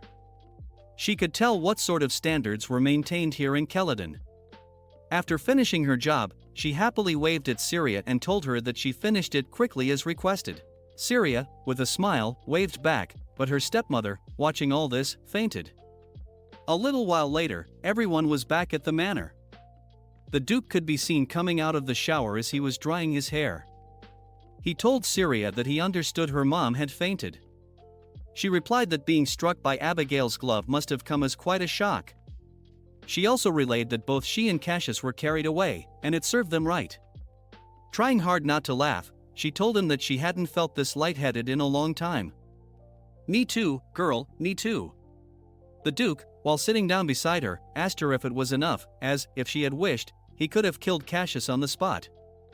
Syria was shocked as she told him that he shouldn't joke about killing somebody. The Duke casually replied that he wasn't joking, considering the person who tried to murder Syria, he would not have thought twice about ending him then and there. If he had acted according to his wishes, he would have declared war on Keladon and filled the blasted lake with their bodies. I love him so much. Syria, now with a serious tone, held his hands and told him that ever since he assured her that the incident at the lake wasn't something she needed to get past, ever since then, business with Cassius hasn't affected her anymore, because he didn't dismiss it as an accident or suggest that she was being too sensitive, nor feign ignorance about the whole affair. He simply took her side. She thanked him for setting her free from that lake, for which she was really grateful. The Duke replied that it was his pleasure. As she was looking at his face, she noticed something she hadn't before. Rush had a slight crinkle beside his eyes when he smiled. She touched his face in order to see it properly, but when he asked her what she was doing, she got flustered. She made some excuse, saying that she was exhausted, and quickly went to prepare the bed. She asked him if they should retire for the night. They needed to set out early to make their way home to Castle Burke. While she was making the bed, her heart began to beat faster. But why, Syria? Why were you in that position? LOL. Chapter 46. The next day, the knights could be seen gathering all of Syria's belongings back into the carriage. She was with her father in his study. Her father was asking her if she was leaving today, and as they were talking, she relayed that the Archduke had many matters that required his attention, so they're about to leave. Her father asked her to answer him frankly about what happened yesterday and what Cassius did. He disliked dealing with the aftermath of an incident without knowing what happened. Syria told him truthfully that Cassius tried to kill her when she was a child. Her father was shocked and asked her to repeat. Syria told him to recall the night she went missing because of Nissus. 10 years ago, that night, Cassius pushed her head into the lake and held her down so that she could not escape. He intended to kill her. She told him that he could ask Jason, as he knows about it, and her father asked why she had kept silent all this time. At the very least, she could have said something upon her return a few days ago, as he wouldn't have put the two of them together if he had known. Wow, dude, I didn't understand what you meant. You wouldn't have put them together, that was not the big problem here. LOL. Right now, their being together is not something you should be worried about. Syria calmly replied that after the mishap at the wedding ceremony, she lost half of her memories and only learned what happened at the lake through Jason. Her father asked if those memories were the reason that she had changed so much. Syria thought that it might be, but before leaving, she had one final thing she would like to ask. She wanted to know at what age she arrived at the estate, and her father replied that he believed she was about 3 or 4 years old when she came, which meant Syria was adopted. Looking at the family portrait, Syria asked why she was the only one missing from that portrait because, based on what he said just now, she was already living here at the time. This question really affected her father, as he couldn't reply to anything. While leaving, she told her father that, as far as she was concerned, he was no different from any other member of this family. She addressed him as her father for the last time and told him that she hoped that she never had any reason to see him again. With that, she left the office. As she was hugging the door, Rush called out to her and grabbed her hands. Syria asked why he was here too, to which he answered that he came here to escort his precious Archduchess. Oh my god, in another room, a lot of commotion could be heard. Someone could be heard saying that something was absurd. Cassius was shouting at the butler as he came to know that Callus was cutting ties with him. Jason replied that it appeared that Abigail deliberately spread the word of what happened at the lake amongst the servants. Rumors had reached the ears of the Hanitons. Cassius interrupted him and told him that he should have handled this matter. He told him that it was only Callus for now, and if the word spread to the nobles who attended the banquet, he didn't know what would happen. If it became known that he tried to drown Syria in the lake, then just at that moment, his brother Nissus could be seen entering the room. He was shocked by what he heard. He was shocked that he tried to drown Syria. Cassius dismissed him by telling him that it didn't concern him. Nissus asked if by the lake they meant the night 10 years ago, asking him if Syria's tumbling into the water wasn't an accident and if he was behind it. Cassius told him that if they were going to point fingers, then they should be frank and say that the whole thing only happened in the first place because Nissus left her behind, saying that he couldn't stand the sight of her. Nissus was shocked and didn't know what he was saying. He told him that he never left her, he just lost his way trying to get her back to the villa, but that was not the bigger issue here. He asked his brother how he could shove a child's face into that icy water, especially one who was smaller than them.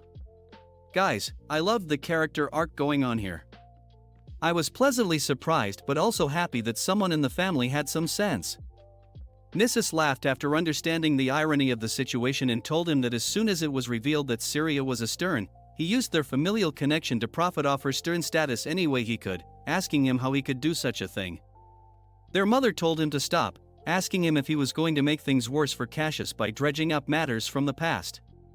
She told him that this incident had severely compromised their family's social standing and asked him to focus on how to restore it.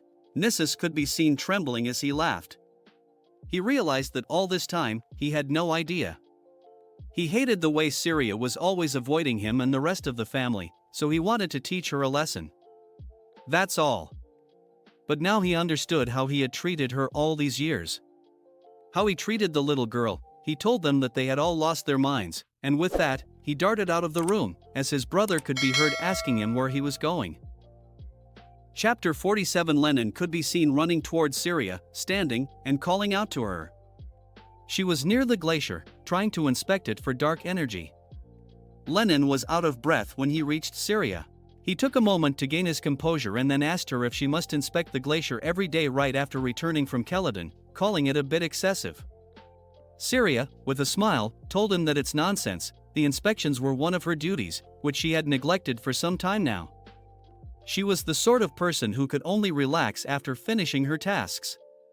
Lennon was curious about the fact that whenever he saw her, it reminded him of an academy student worn down by grueling research and demanding old professors. He told her that she had just returned after a long journey, asking her to take a few days of rest. Pointing at Abigail, who was also present near them, he told Syria that Sir Abigail had likely also not recovered from her own travel fatigue. Abigail brushed it off, calling him a fool for thinking that she would feel any fatigue by staying by Syria's side. With that, she went off to scout the area, telling Syria not to worry as she was fresh as a daisy. Syria was a bit worried about her because sometimes she didn't seem human, but Lennon was glad that she was indeed human. Syria told Lennon that she wasn't joking. It was rumored that, despite the numbers, a small number of non-human species still existed, such as elves, mermaids, etc. She quickly asked Lennon if he had heard of any alien life forms. Lennon, biting his lips, quickly told her that he came here to tell her something else. Not wanting to continue with the conversation, he informed her that Rush was at leisure for the first time in a long while, so he would like to dine with Syria this evening. Syria was pleasantly surprised and quickly replied, telling Lennon to ask Rush to wait for her. She stopped in her sentence, seeing Lennon blushing, and asked him why he was making that face. Lennon replied that it was for no apparent reason. He was just thinking that it had been quite some time since the two of them had been able to relax together, and since one can envision all possible scenarios, he started blushing as he was saying all that but was quickly stopped by Syria.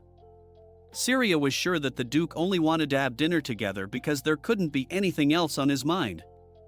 Later, we saw that Syria was restless and heavily drunk as the tumbler she was drinking from rolled away from her hands.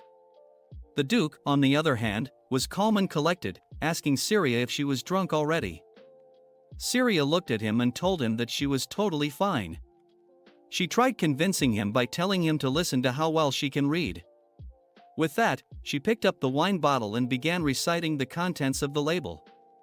Seeing her condition, Rush told her that it should be her last glass. He was under the impression that Syria could hold on to her liquor, but seeing as how she had been gulping it down since dinner, before he could finish his sentence, Syria, feeling irritated, shouted at him, telling him that she was not drunk at all. It was just that the wine was very tasty, so she may have imbibed a little too much, but she was not the only one drinking. The Duke laughed as she told him that he also had a great deal himself. Seeing the Duke laughing at her, she asked what was so funny. She told him that he should know that she was right, as he had been drinking more than her. She told him that she had been sipping sparingly, as this was an imperial tribute, and accused him of polishing off most of it by himself, but somehow he was still sober. As she started swinging the bottle, the Duke requested that she put the bottle down because she would be injured if it fell. Suddenly, Syria realized something. When she thought about it, it was very odd. She wondered why Rush was still fine. She began wondering if she was the only one who was drinking wine. As she was drunk, she asked out loud, by mistake, if the Duke's glass was full of grape juice. She didn't intend to say it out loud but flinched when the Duke asked what she meant. He stood up from where he was sitting and invited Syria to check it out for herself if she was curious. He presented the glass to her, telling her that there was no difference between the two glasses. Syria, being drunk, wanted to make sure of it for herself, so she drank a bit of the wine that Duke was drinking, making it the first indirect kiss. I am so excited. God, okay, but as she was drinking, a bit of it trickled down her face and chin. The Duke asked her to wait and drink properly, as otherwise she would get it all over herself. He held her face and was about to wipe off the wine that was leaking and dripping. But when she realized that the Duke was very close to her, she flinched as the wineglass spilled its contents on the Duke's clothes. Upon realizing what had happened, she quickly apologized, but Rush told her that it was fine, he was just glad that the glass didn't break. Syria was extremely worried that the Duke was drenched in wine, as his clothes were turning red. She worriedly asked what they should do because he needed to get out of these clothes at once. Rush told her that he would take care of it, but Syria was adamant, asking Rush to allow her to help. Girl, just do it. What was taking so long? She began unbuttoning his shirt, telling him that she would wash it for him and return it as soon as she could. Rush wanted her to stop and relax, but she wasn't listening. She continued to unbutton his shirt as his massive titties were about to spill. Rush grabbed her hand and told Syria that it was fine. Syria suddenly came to her senses. As the Duke was holding onto her hand, he leaned in closer to her face, telling her that if she did not want this to continue, she could say it now. Oh God, okay. As his fingers brushed her lips and their fingers collided with each other, Rush told Syria that if she didn't want this, she could say it and he would stop. Syria was wondering if she should refuse but couldn't say anything. She wanted him to stop, as it would be the right thing to do, but she couldn't bring herself to do it. Chapter 48. As both of their lips met, Rush lifted Syria onto the table. Syria could feel the coldness coming from his shirt from the wine as she touched his massive pecs. Rush felt as if Syria was squeezing his massive titties, so with a flustered look on his face, he asked her if she was doing this intentionally. Syria, realizing what she was doing, quickly removed her hands, telling him that nothing was intentional here. Seeing her reaction, Rush chuckled and grabbed a hold of Syria's waist, trying to embrace her. But when Syria tried grabbing his arms, she bumped into the bottle by mistake as it fell to the floor and shattered. Wine spilled everywhere on the floor as Syria realized what had happened. The Duke sighed and told Syria that he didn't think he could drink with her any longer. Syria quickly asked if it was because she spilled the wine, and he replied that it wasn't the reason. His face inches closer to hers. Finally they kissed and shared an intimate moment together, but we cannot see that. Rush told her that he had never felt so anxious to receive the imperial family's approval as he did right now. The next morning, Syria looked very excited as she learned that the retainers had given her leave to subdue the beasts of the Cornus Plain. Lenin told Syria that she did not require permission for such tasks because they should be grateful to her. He told her that if she had seen how pleased everyone was at the meeting earlier, she would have understood how everybody felt because it was an excellent territorial expansion for them as well as an expedition for which they were really excited. Syria was grateful for that too. There were a number of experiments she had been wanting to conduct herself, and if they cleared this area, they could secure a passage to the crystal mine. It was a flawless plan, to be honest. While she was going through the map, she could feel someone's eye poking at her. She looked up and asked Duke why he was staring. He replied that he only looked over now and was not staring. Syria was adamant that he had been staring for quite a while. Rush asked her if she was sure of what she was saying. She asked Rush if he was saying that he hadn't been, and the truth was that his eyes hadn't left her once since she entered the study.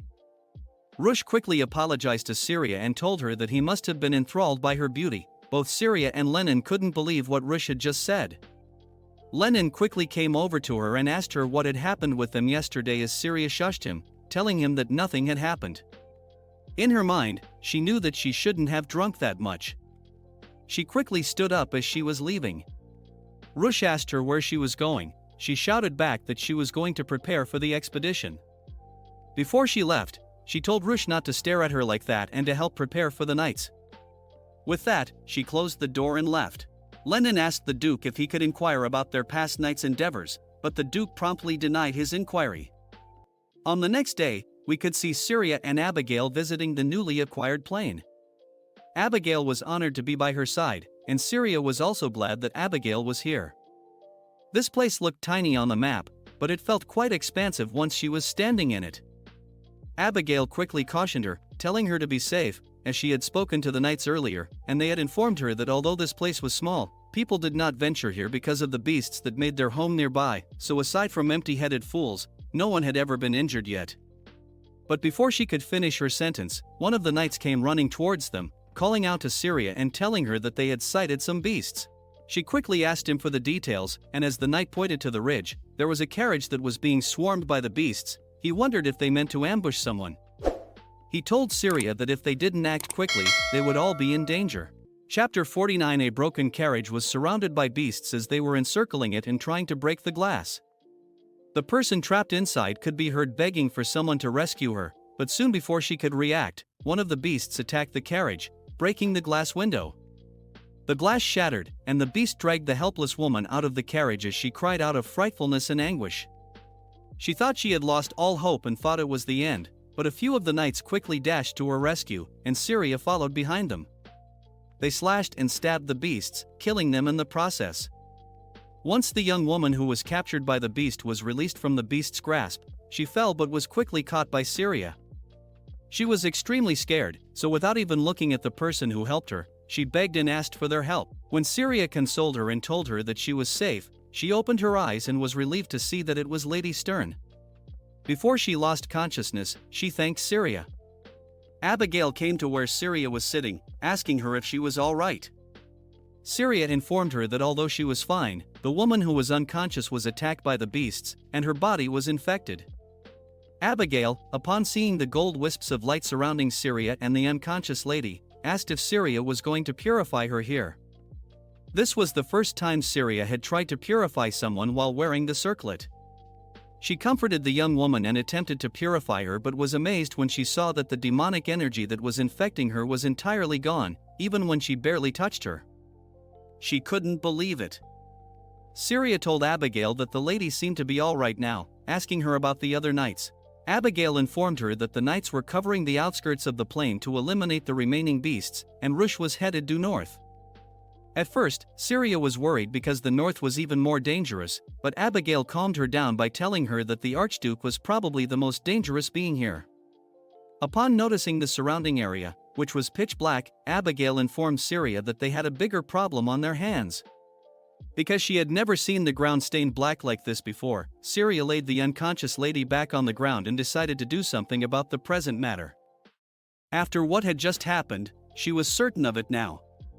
When she was wearing this circlet, her divine powers became incomparably stronger. She might even be able to purify an area of this size, and just like she had predicted, when she touched the ground, a huge amount of light started emanating. Abigail was shocked and amazed. The light covered the whole area, and the ground soon started to lighten up. Syria was now sure that it was the power of the circlet that purified Laurel Manor. She wondered if it was also the reason why Lena always wore the circlet in the story, and she wondered if that necklace was giving her all that power. She questioned if someone who had to rely on a circlet could even be called a saint. When they returned from the expedition, Lennon was happy to see them safe. He was sure that Syria and Abigail were extremely exhausted and was relieved at the news of their safe return. Abigail asked Lennon if he was okay because his behavior was giving her chills.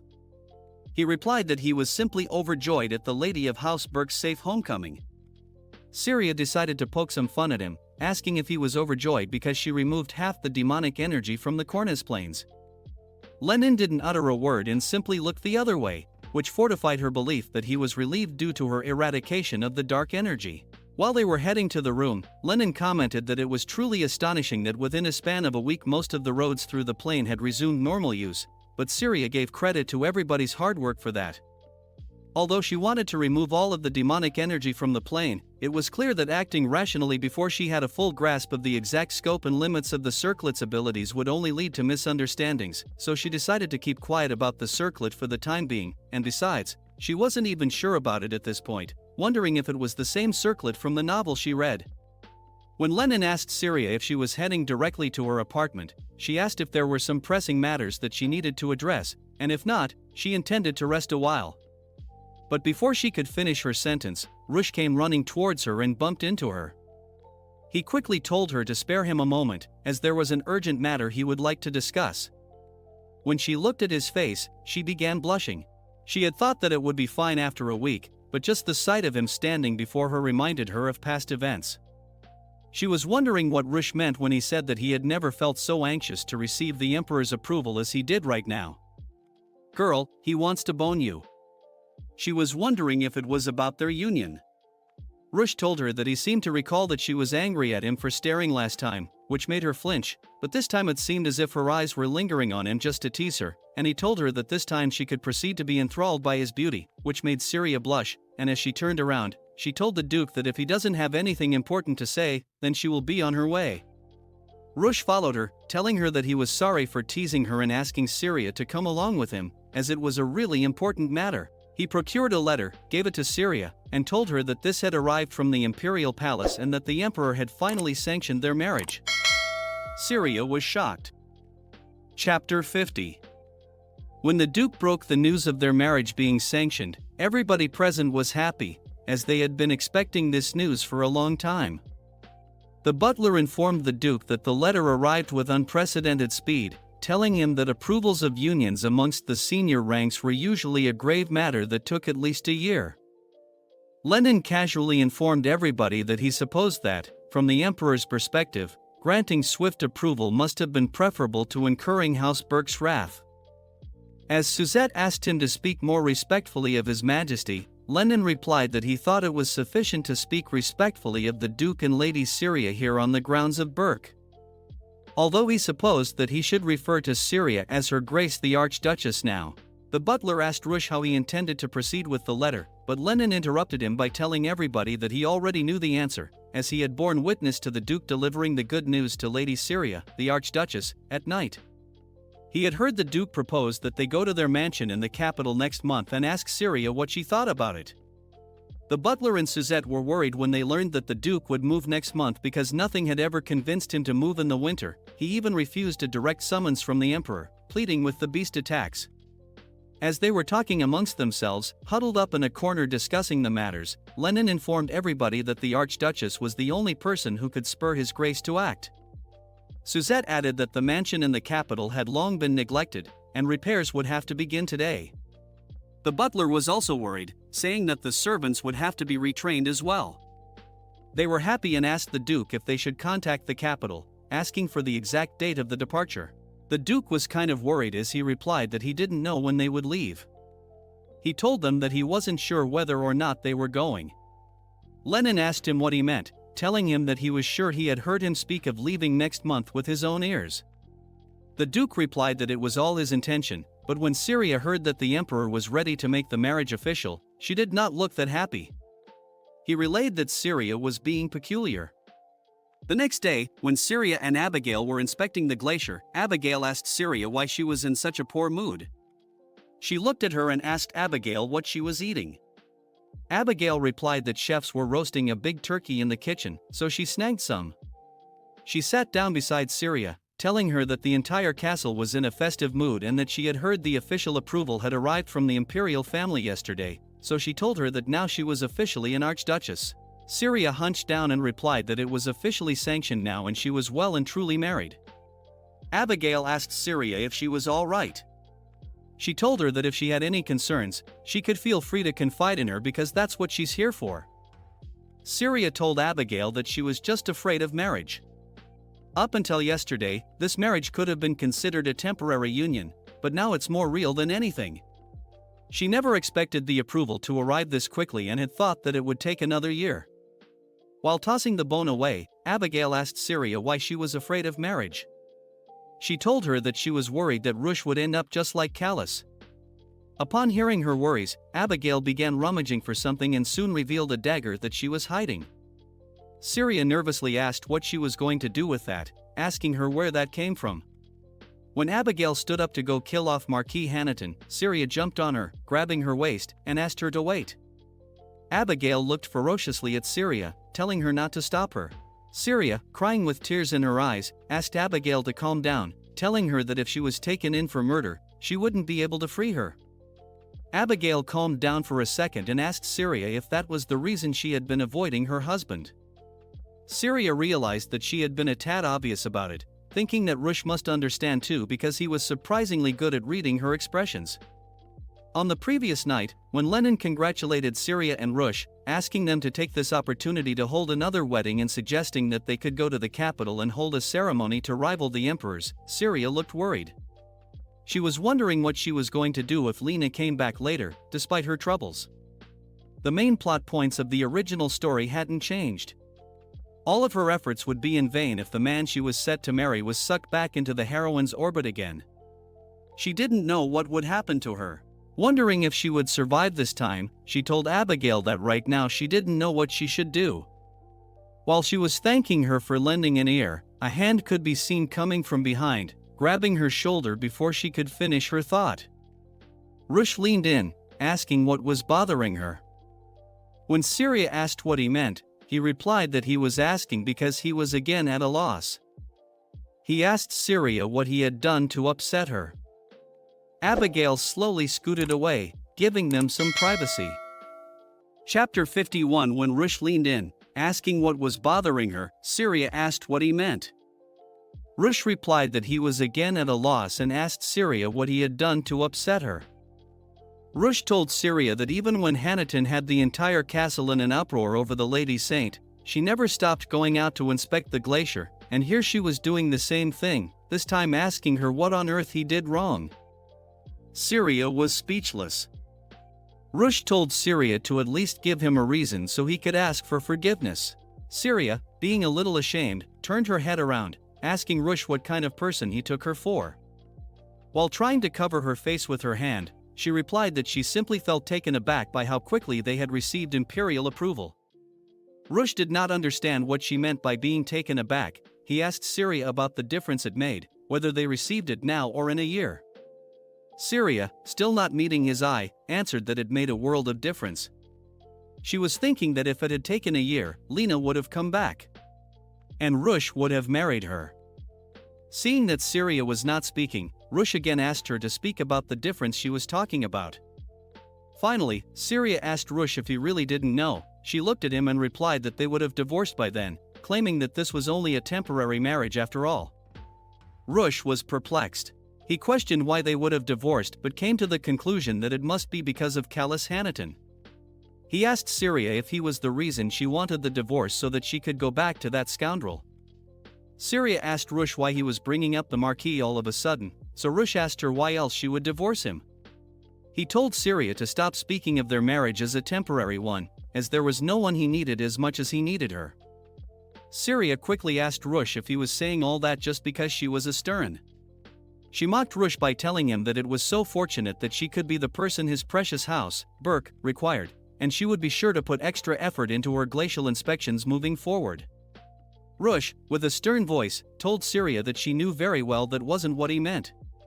Syria also questioned back, asking him if that was not what he meant and what he actually wanted, and telling him that it wasn't as though their marriage followed a normal course. All this time she had been living as though she was in his debt, and the time she feared most was the date going beyond what she could repay. They fell silent for a minute before Rush spoke again. He asked Syria if she was really living as though she were indebted to him, asking her if that meant she would leave once she had repaid her debt. Syria replied that a slave who has repaid their debt can go wherever they please. Rush clasped Syria's hand, asking her who exactly thought of her as a slave. And he asked her if it wasn't exactly the opposite. He asked Syria, where could she find a master so concerned with his slave's emotional well-being? He told Syria that he had the greatest concern for her feelings and that she was his sole priority. With a flustered look on her face, Syria looked in the opposite direction, asking Rush not to behave this way, but before she could say anything else, Rush understood what she was feeling. He asked Syria if she feared that he would end up the same way as Hanaton. Syria was flustered but let down her defensive barrier. Rush held both of her hands, asking her why she was thinking like that. He told Syria that Saint Lena was gone now and had disappeared, but Syria replied that she could return at any moment. Rush asked her if she was concerned that when and if she did return, he might fall hopelessly in love with her, asking her if that was exactly what she was thinking.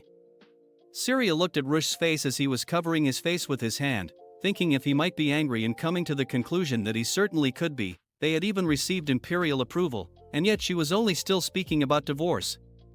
She wondered if he was fed up with her. There was nothing she could say, but before her thought ended, Rush, with a stern voice, told Syria that he was not Callus Hanaton.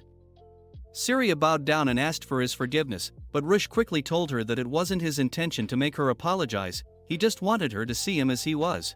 It didn't matter to him that she was a Stern or that she was engaged to somebody else. To him, she was simply Syria. After revealing his thoughts, he asked Syria what she thought about him, asking her how she viewed him. Syria began combing through her memories. To her, he was the hero of a novel who loved the heroine more than anybody else in the entire world, someone who placed his eternal love on her, not the villain, not Syria, as she was thinking. Rush spoke, telling her not to turn her thoughts to anything else. He told her to look at him and at the person standing before her, now telling her that he wanted to know what lay in her heart and not anyone else's. Syria thought for a minute.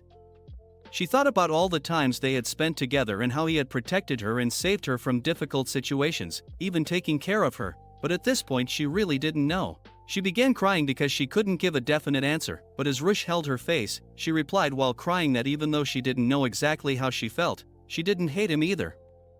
Rush told her that for him, for now, that was enough. As their faces inched closer, he locked his lips to hers, and they shared a passionate kiss. After they had kissed, Rush realized that she was cold, her body felt cold. Syria replied that she had been outside for a while, so Rush told her that they should best get somewhere warm, as it would cause a stir if she got a chill this way, and once they kissed again standing in that frigid tundra, Syria agreed to his request. Later, we could see Syria and Rush taking a warm bath together. As he brushed her hair from her face, he asked her why she was making that face again. He was concerned that she might be thinking about Callus once again, but as he was brushing off the hair that covered and hid her blushing face, Syria flinched, seeing her reaction. Rush told her that she could speak up at any moment if she didn't want to continue, like he had told her before, telling her that this wouldn't be the last time and that there would be no stopping it. As he was caressing her face, Syria blushed, telling him, how could she not want this? She flinched for a moment as Rush grabbed her shoulders, but he soon pulled her closer to him as they snuggled in the warm water, warming themselves up. Syria finally admitted that she was his wife. The truth was, she was still not certain and was tormented by the thought that Lena could return at any time, changing everything, but at this moment she could feel the heat of his body, and above all, she could see the blazing fire in those vivid scarlet eyes. Rush Burke, who had never appeared in a story like this before, was here with her, and it was time she admitted it. Rush was not merely the hero of a novel to her, he was the one who understood and cherished her more than anybody else. As they hugged and kissed each other, she finally admitted that he was her one and only husband. Chapter 52. On the next day, as the carriage brought Syria to Burke's residence in the capital, she was completely enamored. She hadn't been to the capital in ages, and it was completely different from Burke. She excitedly told Bastian that there was no biting wind like there was in Burke at this time of year, and it was positively spring-like. She even praised the streets, calling them magnificent and glistening, but when she entered the manor, it looked desolate. She quickly asked Bastian why the place, which was as large as the imperial palace, was so empty, asking if there had been a thief here too. Abigail was up in arms, wanting to find the culprit and cut them down as usual, but Syria told her to hold herself. Bastian replied that His Grace spent the majority of his time in Burke, so the capital residence had long been neglected. Telling her that this could be a lovely chance for her to decorate the manor to her liking. But before he even finished his words, Syria got excited, telling him that she should get started right away. Bastian was worried, so he quickly ran behind her, asking her where she was going and telling her not to take it as a serious undertaking and to simply take it as something to pass the time. As she excitedly ran, she told Bastian that there was no need to delay and she should begin at once, while she had time. But upon further persistence, she agreed to proceed at a leisurely pace and agreed to consult with the Duke regarding the changes, but as she looked around, she remembered that Rush would be at the palace for the rest of the day. It was shown that earlier, while they were traveling to the capital, Rush told her that since he hadn't been to the capital in some time, it seemed the Emperor felt matters were urgent. He told her that she would have to proceed to the manor alone, and he would be there as soon as he could. Kissing her hand, he told her that he was ashamed, as a husband, to send his Archduchess to his capital residence alone. Now that she was in his residence, she was blushing and looked flustered because he had been acting so odd lately, especially how he had been touching her with no reservations since that day. Looking at her flustered look, Bastian asked Syria if she was all right, but she quickly dismissed his worries, telling him that she was fine and was just daydreaming. So she decided that the first thing she needed to do was do some work on the entrance hall. As she was looking around, she saw a big portrait of the previous Archduke's family. She also saw a little boy who looked similar to Rush when she questioned who the boy was. Bastian didn't say anything at first, so she guessed, even without listening to his answer, that it must have been Michel, the late Archduke's illegitimate son. She wondered why the Archduke hung a family portrait with only that boy and guessed that it meant that the previous Archduke believed that Michel and his wife were the only two people related to him, much like Syria's own family. She told Bastian that they should take this picture down, as she would like to hang something else in its place. Bastian excitedly asked what painting she had in mind. She asked him if he remembered one of the Laurel Manor paintings that Marta sent her, asking him why they don't hang it instead. Back in the palace, as Rush was finishing his work, Lenin entered the room, telling him that he did a fine job, causing a start today. While putting his documents away, he replied that it was what he always did when he returned to the capital.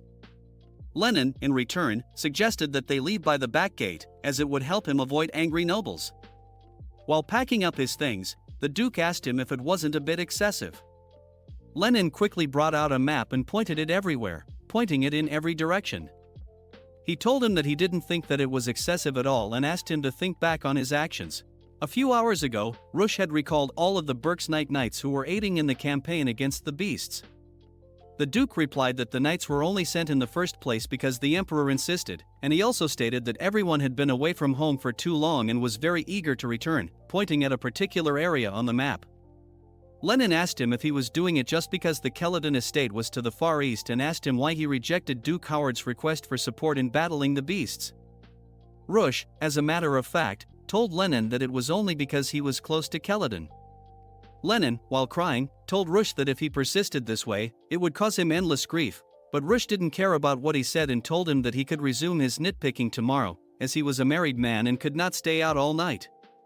Besides, he smiled as he told Lenin that he was a newlywed, which meant he did something yesterday. I'm not sure, but I am speculating. As Duke left, Lenin's speech bounded in the room. Lots of nobles surrounded him as he entered the hallway. They were begging him not to withdraw all his knights so quickly like this, requesting his assistance as it was absolutely vital for the latest expedition. Lenin, on the other hand, was cowering down and keeping an eye out for all the commotion from inside the door. The nobles still had not realized, but all of Berk's power had already passed to the Archduchess, so begging the Duke wouldn't help them anyway. He quickly thought of something and went behind the Duke, asking him why he hadn't mentioned anything yet. The Duke nonchalantly asked Lenin what he meant. Lenin replied that he was talking about his wedding rings. Lenin had thought that the Duke would be scouting the capital jewelry stores now that they had received approval. As the Duke was leaving the hall, he replied that he would see to that in due course while rubbing his palms. Lenin replied that he knew that but was merely curious. When he thought of the wedding rings and looked at his own hand, the thought of Syria and the way they got married came to his mind. The Duke believed that purchasing the wedding rings was somewhat premature given the state of Syria's mind. This concluded Season 1. That's all for today. See you in the next episode, friends. Until then, keep reading manga.